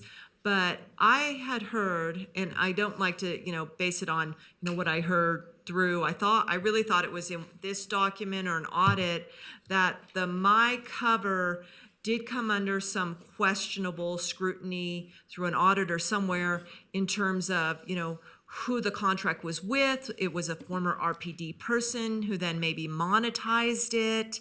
I don't know. I just, I think we have integrity in our contracting. This one's coming up every year. I looked up the people. I mean, I do think that the My RPD app here mentions the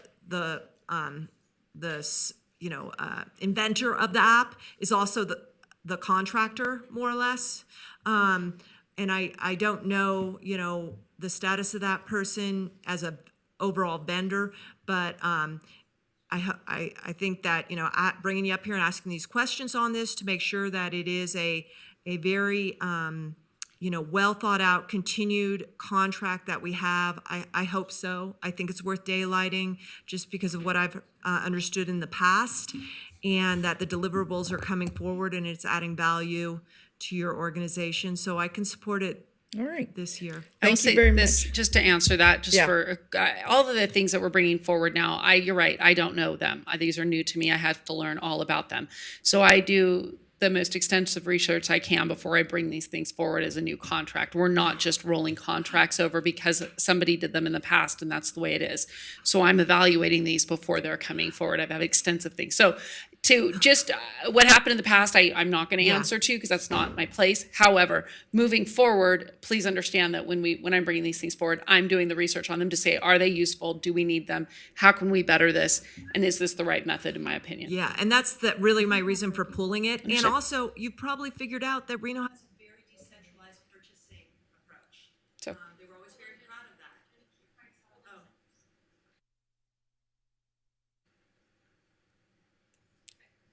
Okay, decentralized purchasing, which leaves the department sometimes hanging on their own, but there's pros to it also. I will make the motion.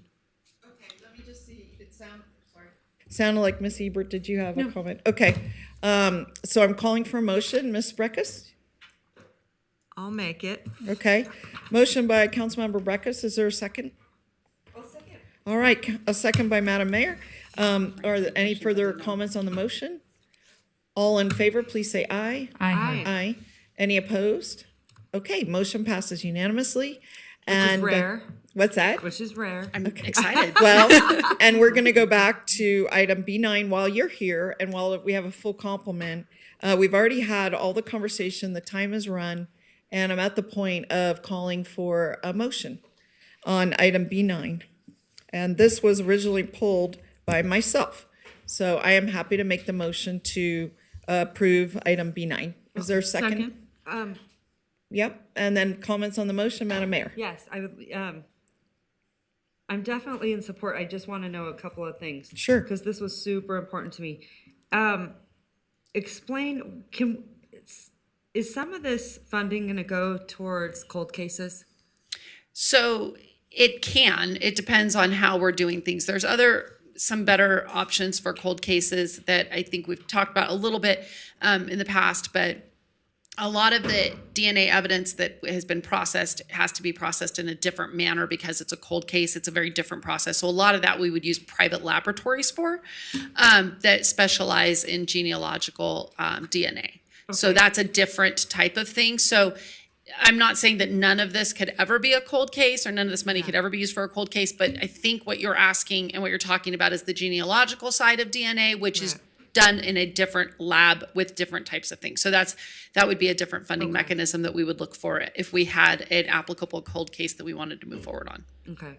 And maybe when you do, because I know sometimes they might not be a priority, because obviously, like, I get it, right? And sometimes they're years, but you have some incredibly dedicated people Absolutely. that want to make sure that you seek justice. And so I want to be able to support that in any way possible. That's super important to me, so that, those families and those victims get, because it's changed so much now with DNA that there's so Absolutely. much more they can do, right? Yep. What you didn't have so long ago. So I'm glad we're doing this, but I did want to put the cold case piece in there in some capacity so that you can have those resources. I think that's super important. So I think the best way to do that is we're continually looking at the cold cases, evaluating them, see what we can move forward on. There are some cold cases that I know we're ready or getting ready maybe to move forward into that genealogical stuff that can happen, and other avenues that we can follow up on. So they're there. It's Okay. just part of that is staffing, but I don't really know that plays into it as much because we're continually working on them. It's what is that proper timing to move forward on them. Okay. And so watching that. So the Okay. funding side, I'm really less worried about, because Okay. even though it does sound very expensive when you bring it forward, I think for what you get out of it, once we're at that point and we're ready to, it's very positive. Okay.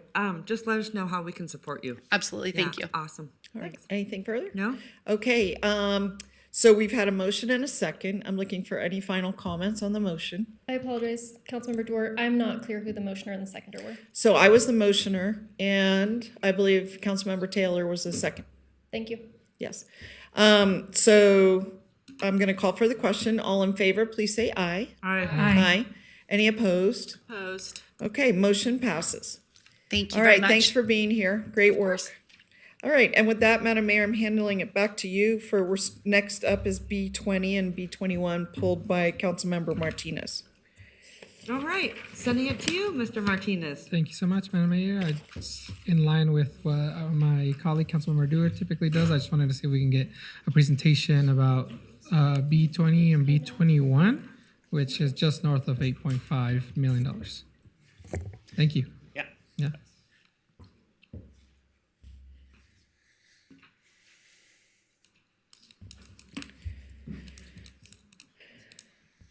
All right, so good afternoon, Madam Mayor, council members. Jonathan Smith, Senior Civil Engineer with the Public Works Department. Here to give a brief presentation on the 2023 Akron and Van Ness Street Rehabilitation Project. The 2023 Akron and Van Ness Street Rehabilitation Project is located in Ward 5. The Akron neighborhood is located to the east of McCarran Boulevard off of West 7th Street. And the Van Ness area is located south of McCarran Boulevard, just off of Keystone. The map on this slide shows all the streets that are included in the Akron Area Rehabilitation Project. We'll be making improvements on Frontier Street, Akron Drive, and Haley Street. The scope includes the replacement of approximately half mile of roadway and 1 mile of sidewalks and driveways. We'll improve the pedestrian connectivity, including an American with Disabilities Act or an ADA accessible route, and finish with some new signs and striping. The top right picture shows an area where we will be installing an ADA ramp where one previously did not exist. And the bottom picture to the right shows a ramp that was recently constructed on a neighborhood project. The map on this slide shows all the streets that are included in the Van Ness Area Rehabilitation Project. We'll be making improvements on O'Farrell Street, Polk Street, Geary Street, Sutter Circle, and Van Ness Avenue. The scope includes a replacement of 1.25 miles of roadway, as well as 2.5 miles of sidewalks and driveways. We'll improve the pedestrian connectivity with an ADA accessible route, and again finish with some new signage and striping.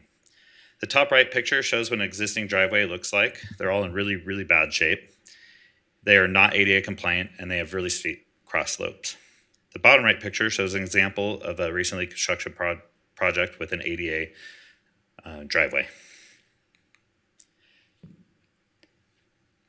A city sent project notifications out in October of 2022. We advertised this project on June 1st. During the advertisement period, we did hold a public meeting on June 8th where the project was well received and the neighborhoods were very excited to get this going. We opened bids on June 29th, and if approved today, the Akron area would go to construction this summer with the completion date of late fall, and then the Van Ness area would go to construction in the spring of 2024. I recommend to award the contract to Sierra Nevada Construction, as well as the consultant agreement with Eastern Sierra Engineers for construction services for the 2023 Akron and Van Ness Street Rehabilitation Project. Thank you. Okay. Thank you. Any questions? Go ahead, Councilman Breckus. Thank you for the presentation. Are there currently any traffic calming devices on those streets, or are there any requests by citizens for traffic calming on those streets? Yes, we did have requests in the Van Ness neighborhood on Van Ness Avenue. We did have a petition. We talked to them about the petition process and how to move forward with that, and that is something that we're looking into. I did work with the city traffic engineer on this, and they did a study. I don't have it in front of me.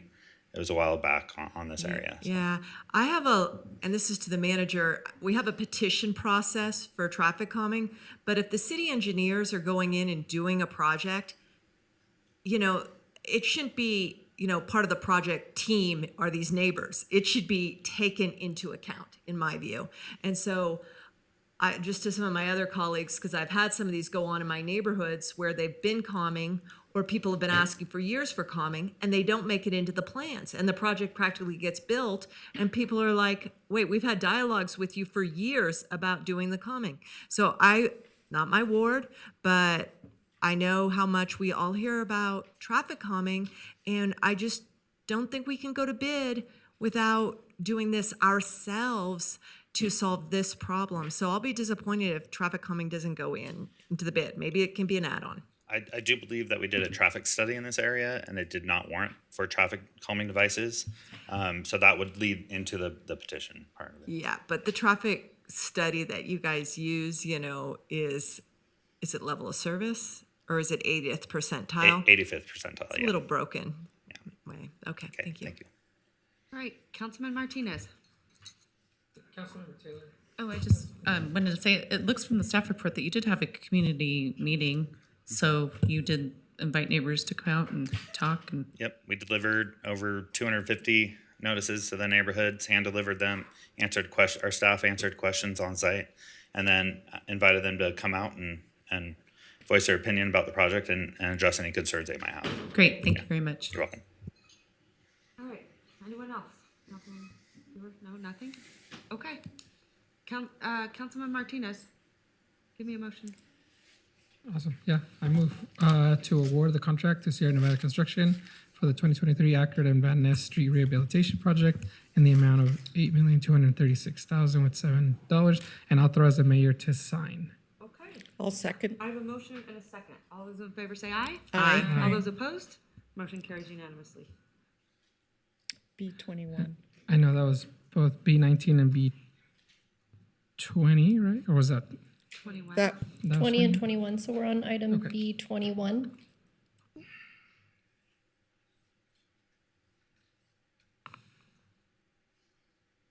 As pulled by Councilmember Martinez. Yeah, and I think the presentation covered both. Yeah, the correct, presentation right? covered both. This is the And- consultant agreement with Eastern Sierra Nevada Engineering for construction administration services for this project.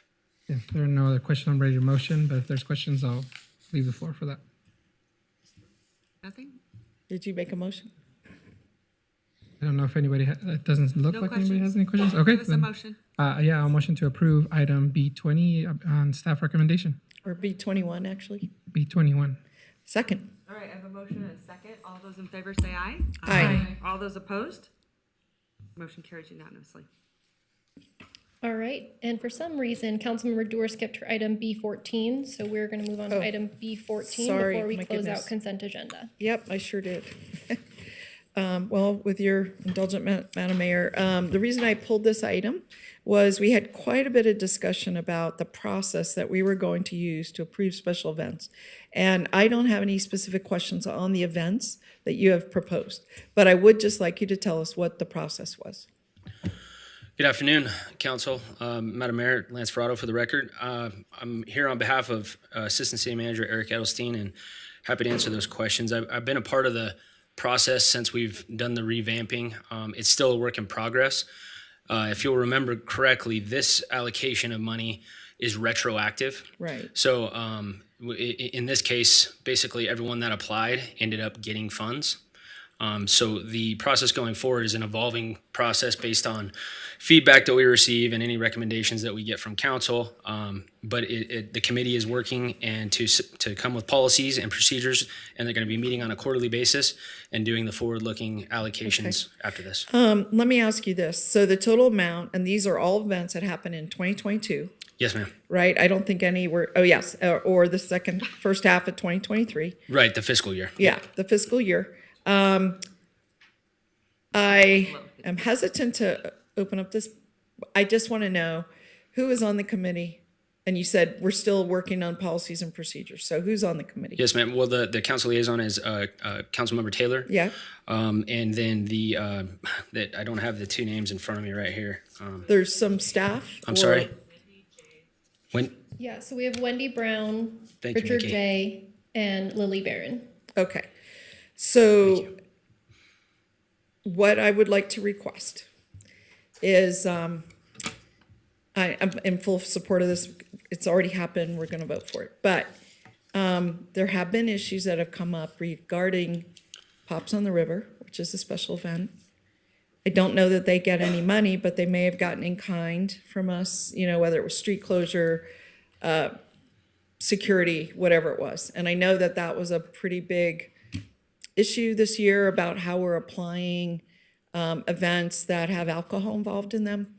In certain locations, like some of these are crawls, so they're crawling. They have open container in a large area. Okay. Sure. I want to understand going forward, Pops also had open container in a large area, but the area was cordoned off. Essentially, I mean, you have to pass a gate to get through, you have to have a ticket, all that. And I was a little bit confused about how the rules were applied in terms of if you could bring your own alcohol or you had to buy it from a vendor, if there could be children present, and all of those kind of issues. And I know that they moved the venue from a city venue to a private venue. But I think there's still, from what I hear, still hard feelings that that event had been held in Wingfield for something over 20 years, maybe as long as 40 years. I don't know the exact date, but I know it was a very long time. And I want to make sure I understand, or perhaps if we're changing policies on use of alcohol, and again, many of these do involve alcohol, if you could bring that back to council so we could better understand that, because we are the recipient of the complaints. Maybe you are too, but Absolutely. we are, and we don't have all the information about how the decision's made, how the policy's crafted, and so on. And it would be very helpful for us to know. And I would like to have it in a public session versus a memo, because I don't know that, I think council needs to know, and we have to weigh in, so. Happy to do that. Mr. Ferraro, hold on. Yeah. So the mayor has requested a meeting on special events, and this is one of the issues that's Oh. flagged for that. A special meeting, different, that I mean, with the conversation committee or with us? Or? with the elected body. Oh.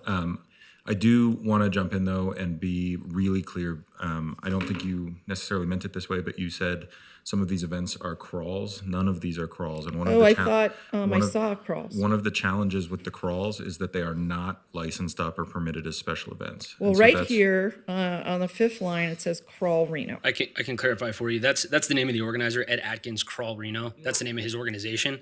The events that he puts on that he does ask for reimbursement on are the specific photos under the arch. And for that, it takes a special event closure. But the crawl outside of that photo and that hour or two that the road's closed, that is all unpermitted and not applicable. Oh, they're to- unpermitted. They're not. They can't be permitted under our current code. They're just crawls. Okay, well, we'd love to know what those are whenever this conversation comes back. Sure. So that's why I was tying it to this item, because I thought I saw crawls. So I misunderstood. No problem. Okay. All right. Well, Madam Mayor, I'm prepared to make a motion. It looks like there's other people want to opine. Okay, thank you so much, I appreciate it. I'm gonna send it to council. Yeah. So a lot of these events are along the river corridor, kind of based around Wingfield, Barbara Bennett Park. I represent both sides of that. And my phone has been off the hook this summer from, up around California Avenue, all the way down to 4th Street. I'll play one from just this weekend for everyone to hear. I don't think she'll mind one bit. having her message played because she certainly was, has been someone of tremendous concern about what's going on. So let's just listen to what happened this Friday. Hi, Jenny. This is Lori Leonard, the Executive Director of Promenade on the River. It's Friday afternoon. I just wanted to bring you up to speed with a problem we seem to have more regularly than we prefer, which is these street events and park events that are happening at Wingfield that close access to Island Avenue. And our waste management pickup didn't happen today because the road was closed and nobody let them through, and we're going to be swimming in garbage come next Monday. Okay, so we all get the idea on that. And then does Jacobs, I know a lot of those are on private property, but did they get any special event permits for crossing the streets and closing off other streets that change? The only events that qualify for this kind of sponsorship are special events, which take place on public property, city property. Okay, so yeah, if it's just on Glow Plaza with no closures, they would not qualify. But you do closures of Wingfield, you do traffic control. Right. It is absolutely not managed. I'm hearing about it all weekend long, multiple email, text messages, and you're the business license manager. Where's the special events manager? Is that position exist? Is it in the budget? We don't have a special events manager, but we do have an activation coordinator that will be coming on soon. Okay. And they're going to be kind of tasked with a little bit of this and that, but the special events will be under their eyes as well.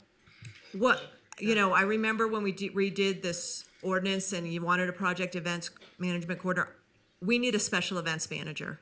Too many things are falling through the cracks. It's been 2 years, even though we had COVID, we've ramped up and it is deteriorated tremendously. So I know these are retroactive, but I'm a vote of no because I am very dissatisfied with the management of the function. It is not working for our residents. And how would you feel if you live in a retirement community and you've got to have your garbage hanging out in your yard for 5 days? All No, right. I mean, are there answers for this? Listen to me. I get it, but you're out of time. Okay. So I don't understand. I get your side of the argument, but there's also another side that you have to be supportive of the events that come in here because that's what draws tourism, adds a great quality of life. I totally agree with you. We've got to figure out a better way. I don't know why we're concerned about the quality of life of someone from Sacramento coming in for the weekend when our own residents cannot enjoy their neighborhoods. These are all local. But they're causing, they're not being managed. Yeah. We are not managing these properly. I all understand. across that urban old Southwest Reno. So I'm not in support of them. If you can't manage them, if you can't do the whole job, don't do it then. Okay. Thank you. Thank you so much. All right. Moving along. Anyone else? I'm and prepared for the motion. Just to make sure everyone knows, putting on the record, I have heard a lot of feedback from the events that we do have, and so we are going to have a special meeting because I want everyone to weigh in, and hopefully, Lance, that kind of helps you in some capacity. Sure. So sort of the areas that you need to look at or of concern. For sure. Before we, start to point fingers and, because I was thinking about it earlier as if I was like, let's say you guys, this is your first council meeting. I was thinking, gosh, we sound like gloom and doom over here. And then I thought to myself, there's always like this idea that, oh my gosh, there's a gotcha in government and the conspiracy theory, that's happening. Oh my gosh, see, they didn't tell us that this was going on. And Doug knew all behind the scenes, this whole crazy thought process. And we were just having this conversation. And just quite honestly, that we want to do a really good job. We want to be here for our citizens. It's not intentional at all. We're human. We're going to make mistakes.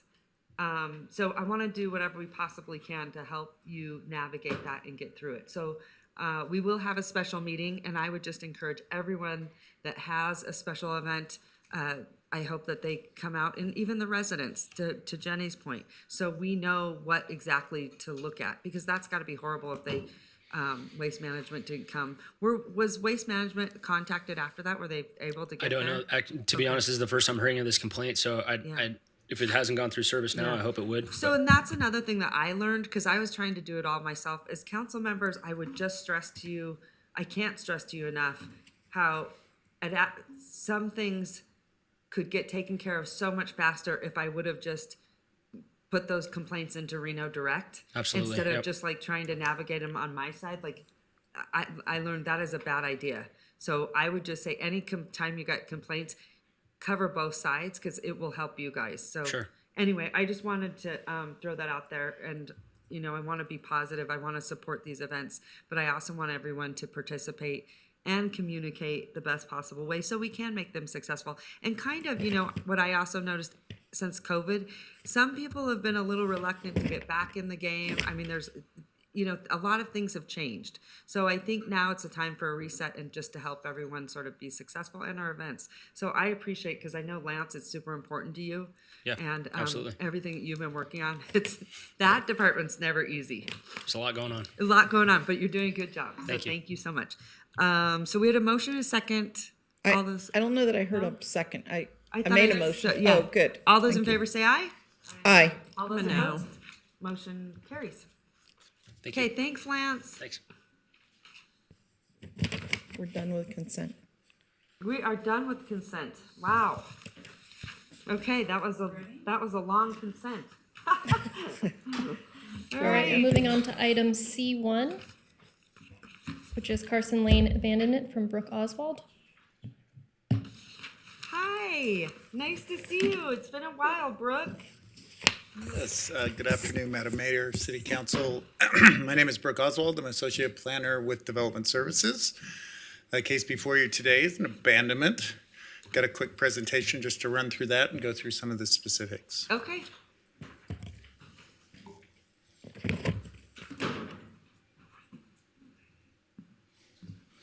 We're looking at case ABN 2300002, Carson Lane abandonment. A general location on this to the right, we are in Ward 4. We're down on that southern end of Ward 4 there. As we look at the large map, you can see North Virginia down in the left bottom corner, and you can see Parr Boulevard there. So we're up just above that area. I think one of the things in this large as we have it out is to make reference to the railroad right-of-way, which you can see snakes through up above the parcel. We have several residential neighborhoods, one across the right-of-way. There's a tremendous amount of topography and other sort of limitations to that neighborhood. We have a neighborhood directly to the west of the project site, and we also have a residential neighborhood up and to the right.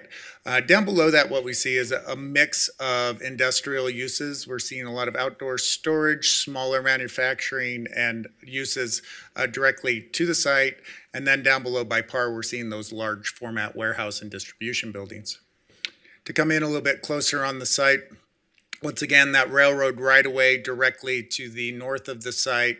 This is at the intersection of Carson and Orcrest. It was a extension of Carson, or anticipated extension of Carson at one time. We have seen that development come in, residential development to the west there. We have two properties that are directly adjacent to that. And then we have a vacant parcel to the east of that that is subject to this abandonment. Quickly look at the site itself as we look at this. This is looking from the top, looking down. As was noted, there is no development. We have no utilities. This has not been used as a roadway. It is looking down. And then looking up in the same way. You can see the upper development across the railroad and the topography there that is across this.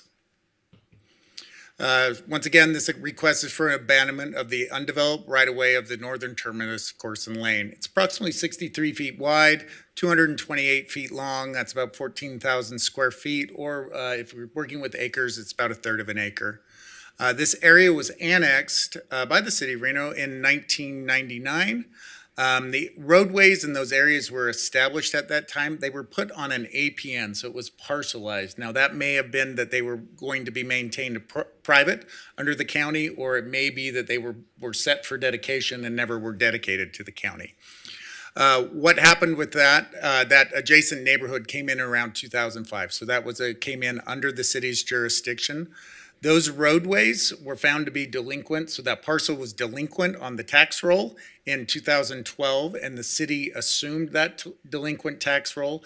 In that case, that comes in as fee. So we have the two things. We have a dedication where that property gave that abandonment area in the past. We also have in fee. We own this in fee, and so then the public is entitled to monetary value back through that. That became that right away, and now what we're looking is to abandon that top portion of that. To quickly go over our master plan, because this is important as we look at this. We have that single family neighborhood directly to the west, and we have our mixed employment to the right. There's several reimagined policies that this is supportive of. This is growth tier. We are in an area that has infrastructure, roadways established. We have an underutilized property. We're seeing that on to the east of this and this property itself, and then that lot consolidation bringing this all together. So as we looked, as we do, if this abandonment does go forward, how that master plan goes, half of that roadway will become SF8 and half will become ME. To look at our zoning directly to the west is single family, 8 units per acre. That's the 2 adjacent residential parcels. And we have an industrial to the right. Now you can see that when we were at our master plan, we had mixed employment over most of that area. What we have is remnants of the county. The city has moved forward to think move forward that mixed employment is appropriate master plan and appropriate for that area. But we have some large lot residential. Those are non-conforming, and what we're seeing in that area is I believe you'll see one before you in the near future, is the residents or the owners of those properties asking to bring those into the MZ conforming.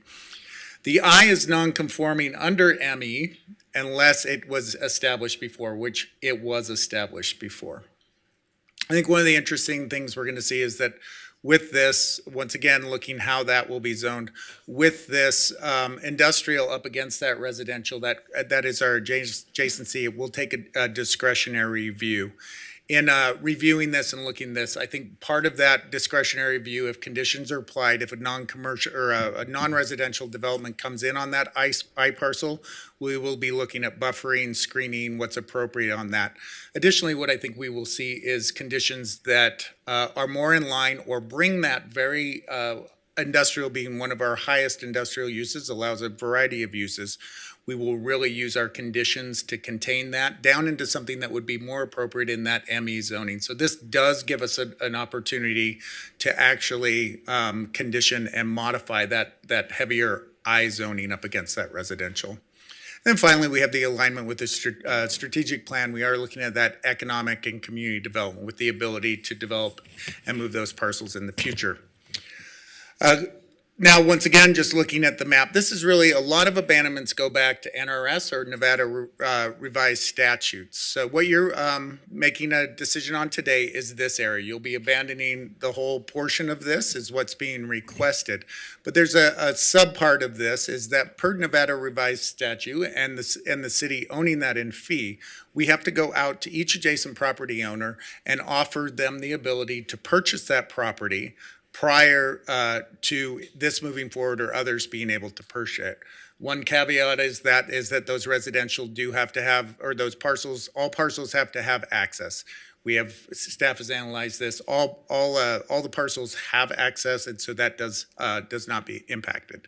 So what is happening is the residential that's up against Orcrest has moved forward to purchase their portion, approximately 70 feet by 30 feet of that. That will be extended into their yard. And that is that portion there. And we'll go to that parcel. And then additionally, as we look at this parcel, the residential parcel to the north decided not to enact their right to purchase that property, and that allows the ability to the neighboring parcel to buy that, which they have chosen to do. And that's this parcel here. So there are several financial implications. As the city owning that vacant parcel, we do have a responsibility and a liability for that parcel to maintain it and make sure it's safe. We are going to see a payment in fee as part of one of the conditions of approval. It's approximately $18,000. I worked with our property management staff to determine an appropriate value on that. Once that is abandoned, it goes back into a property tax, and we collect property tax on that. And then, as I stated before, it promotes that development in underutilized properties. Staff did review this and could make all the findings, and I will leave you with the motion, recommended motion, and available for questions as necessary. Thank you. All right, thank you so much. Any public comment, Madam Clerk? Thank you, Madam Mayor. We do not have on this item. No, Damien, just all you have to do is fill Yeah, something Damien, go out. ahead and go up, and then you can fill another one of these out for me later. Damien Cole.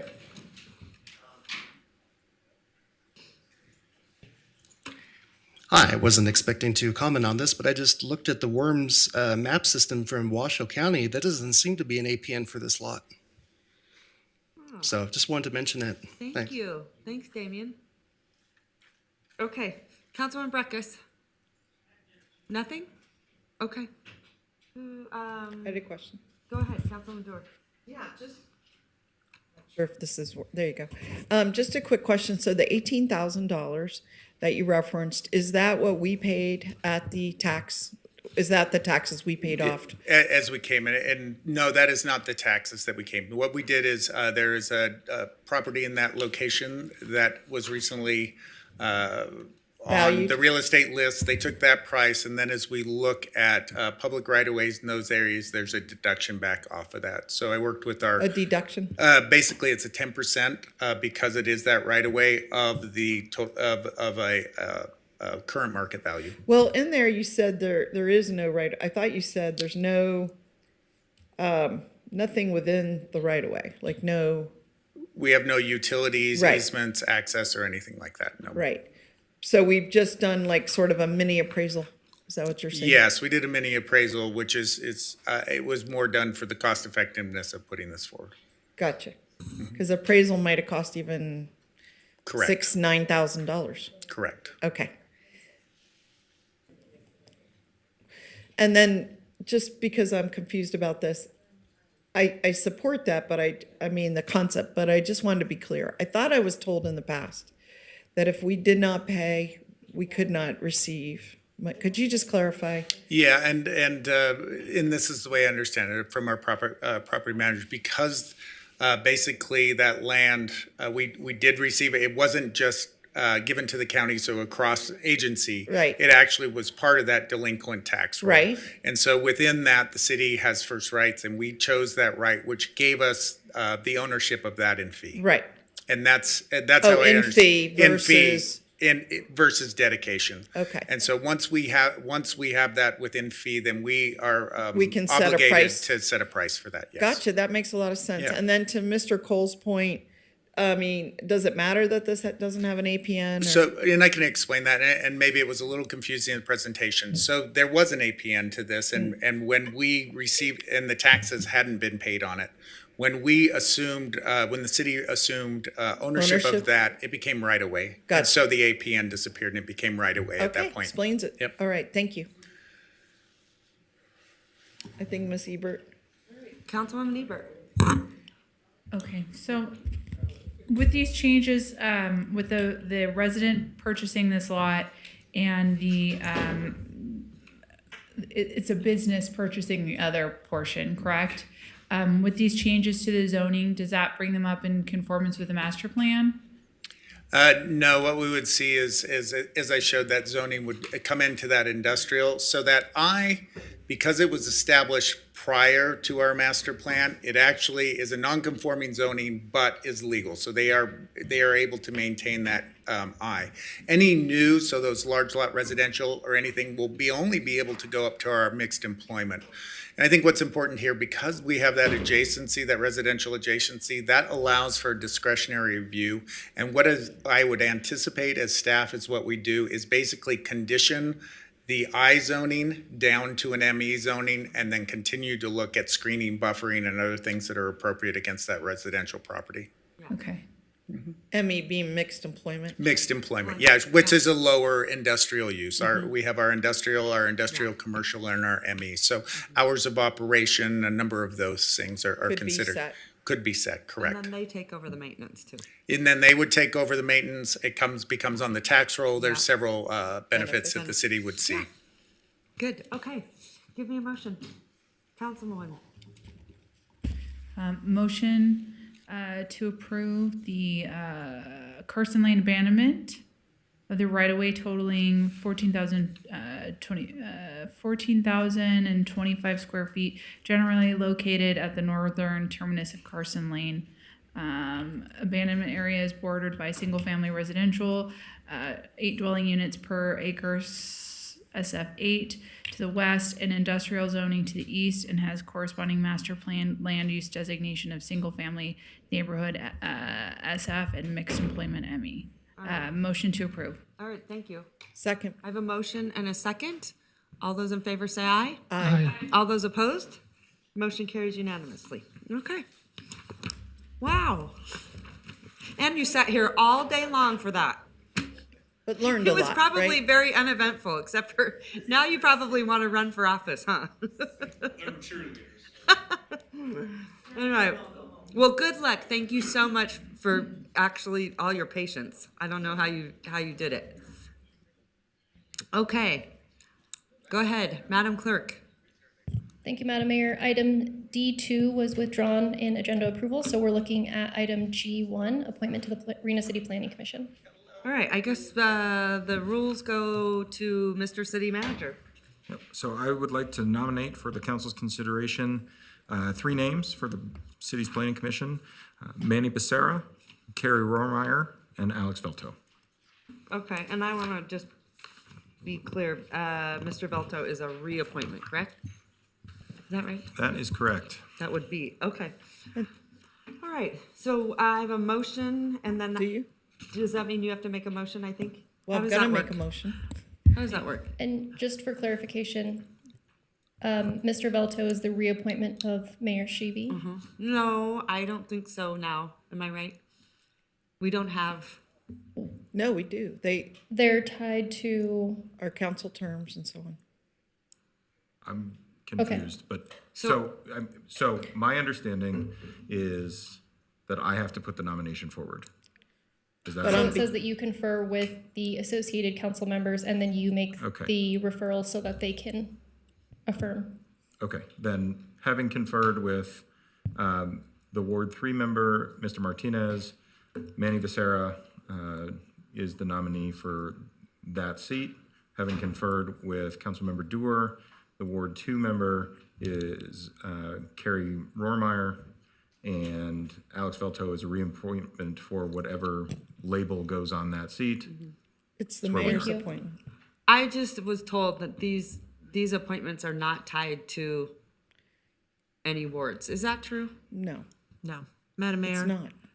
What's your understanding? Yeah, and I was the sponsor of the resolution at the time. Okay, And they were tied to a seat. okay. And I think even the staff report recommends yours as Alex Velto. I want to say that I cannot support, if they're all rolled up together, I get it, but I cannot support Alex Velto's continued appointment there because of his conflict of interest in being the labor attorney for the one of our bargaining groups. I've seen him have to pull out of too many serious votes related to that conflict. Those are sitting as the infrastructure subcommittee when we were talking about, because the planning commission stands as a capital improvement plan subcommittee, and he's had to recuse on that.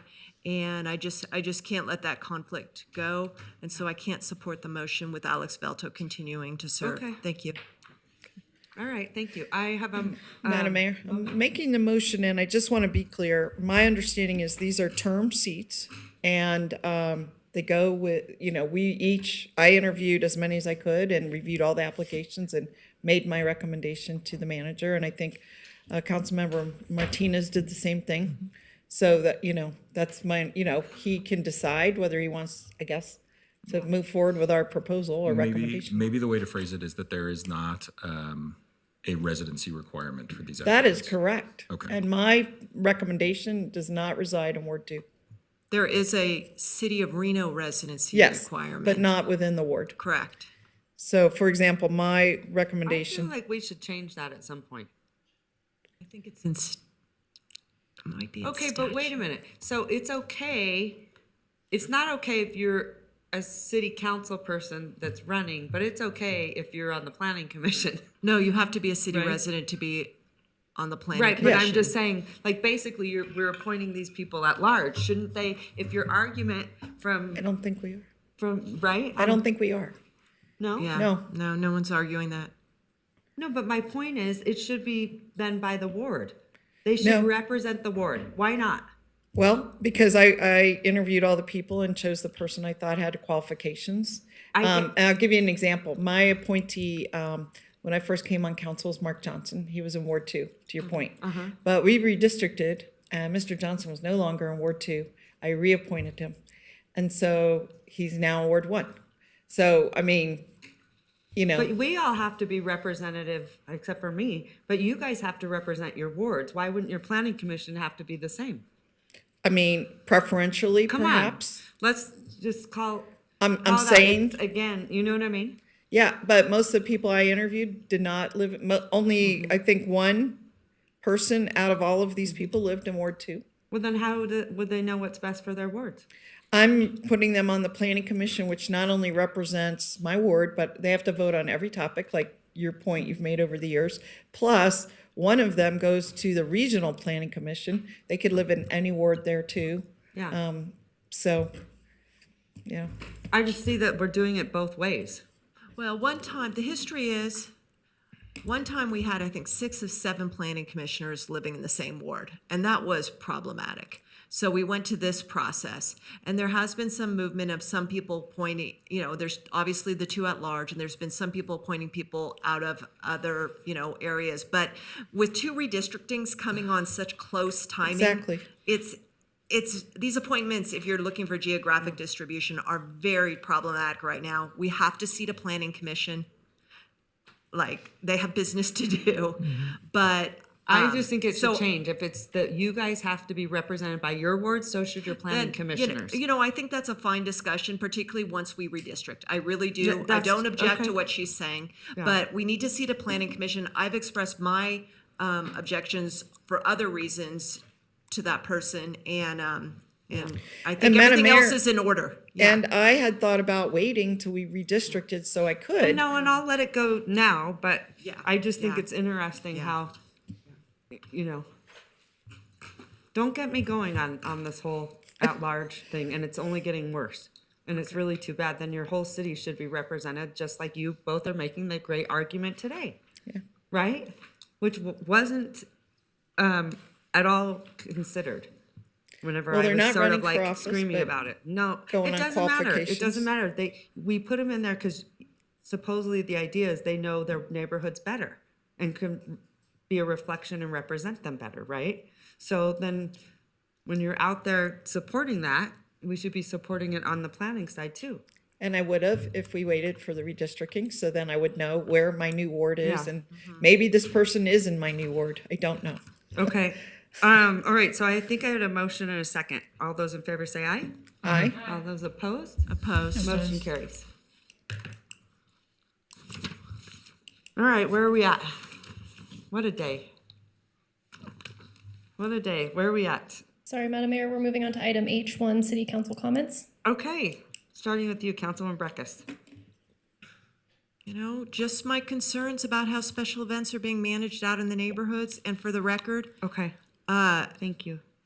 in lieu of having a special events coordinator to text when neighbors are texting me or things I see, I have been in communication with my liaison and Assistant City Manager Edelstein and doing Reno Direct, but it is really problematic to have this many special events and not have a staff member who is doing it exclusively. The progress that we had when Miss Hill was doing this job, when Mr. Fitch was doing this job, all those plans, it's like they've disappeared into some filing cabinet and it's not being done and it's causing problems. So I agree. Thanks so much. Okay. Martinez, Mr. Martinez, Nothing from me. Thank you so Nothing? much, Madam Mayor. Councilwoman Taylor. Councilwoman Dewar. Nothing today. Councilwoman Ebert. No. All right. Nothing, Madam Clerk. So All put that right. on the record. Thank you, Madam Mayor. We're moving on to item J1, which is closing public comment. Damian Cole. Damien, give us some positive news. Can I have some positive news? Something inspirational. Give us some ideas and inspiration, okay? Informative news. How about that? Okay. Okay. So the reason why I'm here is because there was a recent article that was put out by This is Reno, in which Mr. Thornley, you were interviewed as regarding the bidding and consultation process for the Truckee River Path. One comment was made, not related to you specifically, but by city staff. I don't know if this could be shown here on the screen. I went ahead and printed it out. It mentioned that city officials said, however, erosion has complicated the matter when the property, and we're talking about the Auto Museum off of Lake. When the property was conveyed from the redevelopment agency to Harrah's, an easement for the path was reserved. The city officials said that easement was created in the same time frame as the fence construction. They're referring to the fence that makes a very narrow, dangerous bottleneck on that path.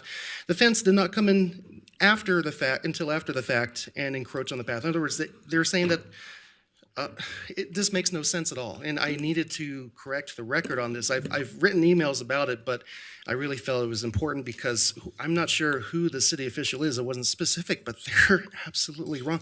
This easement was created in the 1970s as part of the Greenbelt project. In fact, there was a Reno, Nevada State Journal article that I discovered that mentioned the landowner at the time had promised to dedicate it to the path.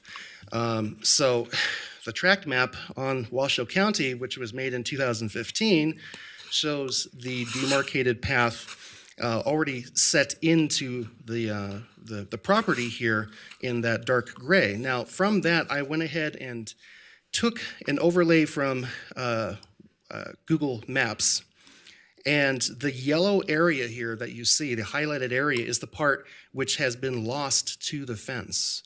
It gets into about 10 feet into the public easement, which is 20 feet wide. The erosion is supplemental to that. The erosion is barely starting to take out the path. It's gotten bad enough to where there should have been, riverbed beyond the path. It shouldn't be there on the very edge, and there have been wooden barriers to try to retain the path and make sure it doesn't fall into the river. But as you can see, we lost about 50% of that pathway due to encroachment from that. And this was made, I'm trying not to take too much time, but this was made, the fence was made after the 2016 deed, which was signed between Harrah's and the Auto Museum and signed by the Reno Redevelopment Agency. It clearly demarcates specifically in item B, or Exhibit B, the path legal description. It goes into extraneous detail about where the path actually exists, and it was signed and surveyed. So I'm not sure who in the city thinks that the path was created in 2017 or 16 or whatever, but indeed, if it doesn't really matter, the coincidental time of when the path was created, the fact is that they agreed to that 20-foot easement and they built a fence in the middle of it. Before, after, during, doesn't really matter. They did it. So that's what's creating the bottleneck. And by the way, the deed says that not the city, but Harrah's is responsible for maintaining and paying for the upkeep of that path, and any deaths or dismemberment or any incidents that happen are their responsibility. So they're taking this upon their own legal peril. Thank you very much. All right, thanks, Damien. Appreciate it. Anything else, Madam Clerk? All right, Madam Mayor, for the record, we did receive 11 additional comments, which were general in nature, not directly associated with an item or after 4 p.m. yesterday. Those have been distributed to the Reno City Council. There were 2 items in favor, 6 in opposition, and 3 letters of concern. And with that, we have no additional public comment, and we are looking for a motion to adjourn. I'll motion to adjourn. All right, so I have a motion and a second. All those in favor say aye. Aye. All those opposed?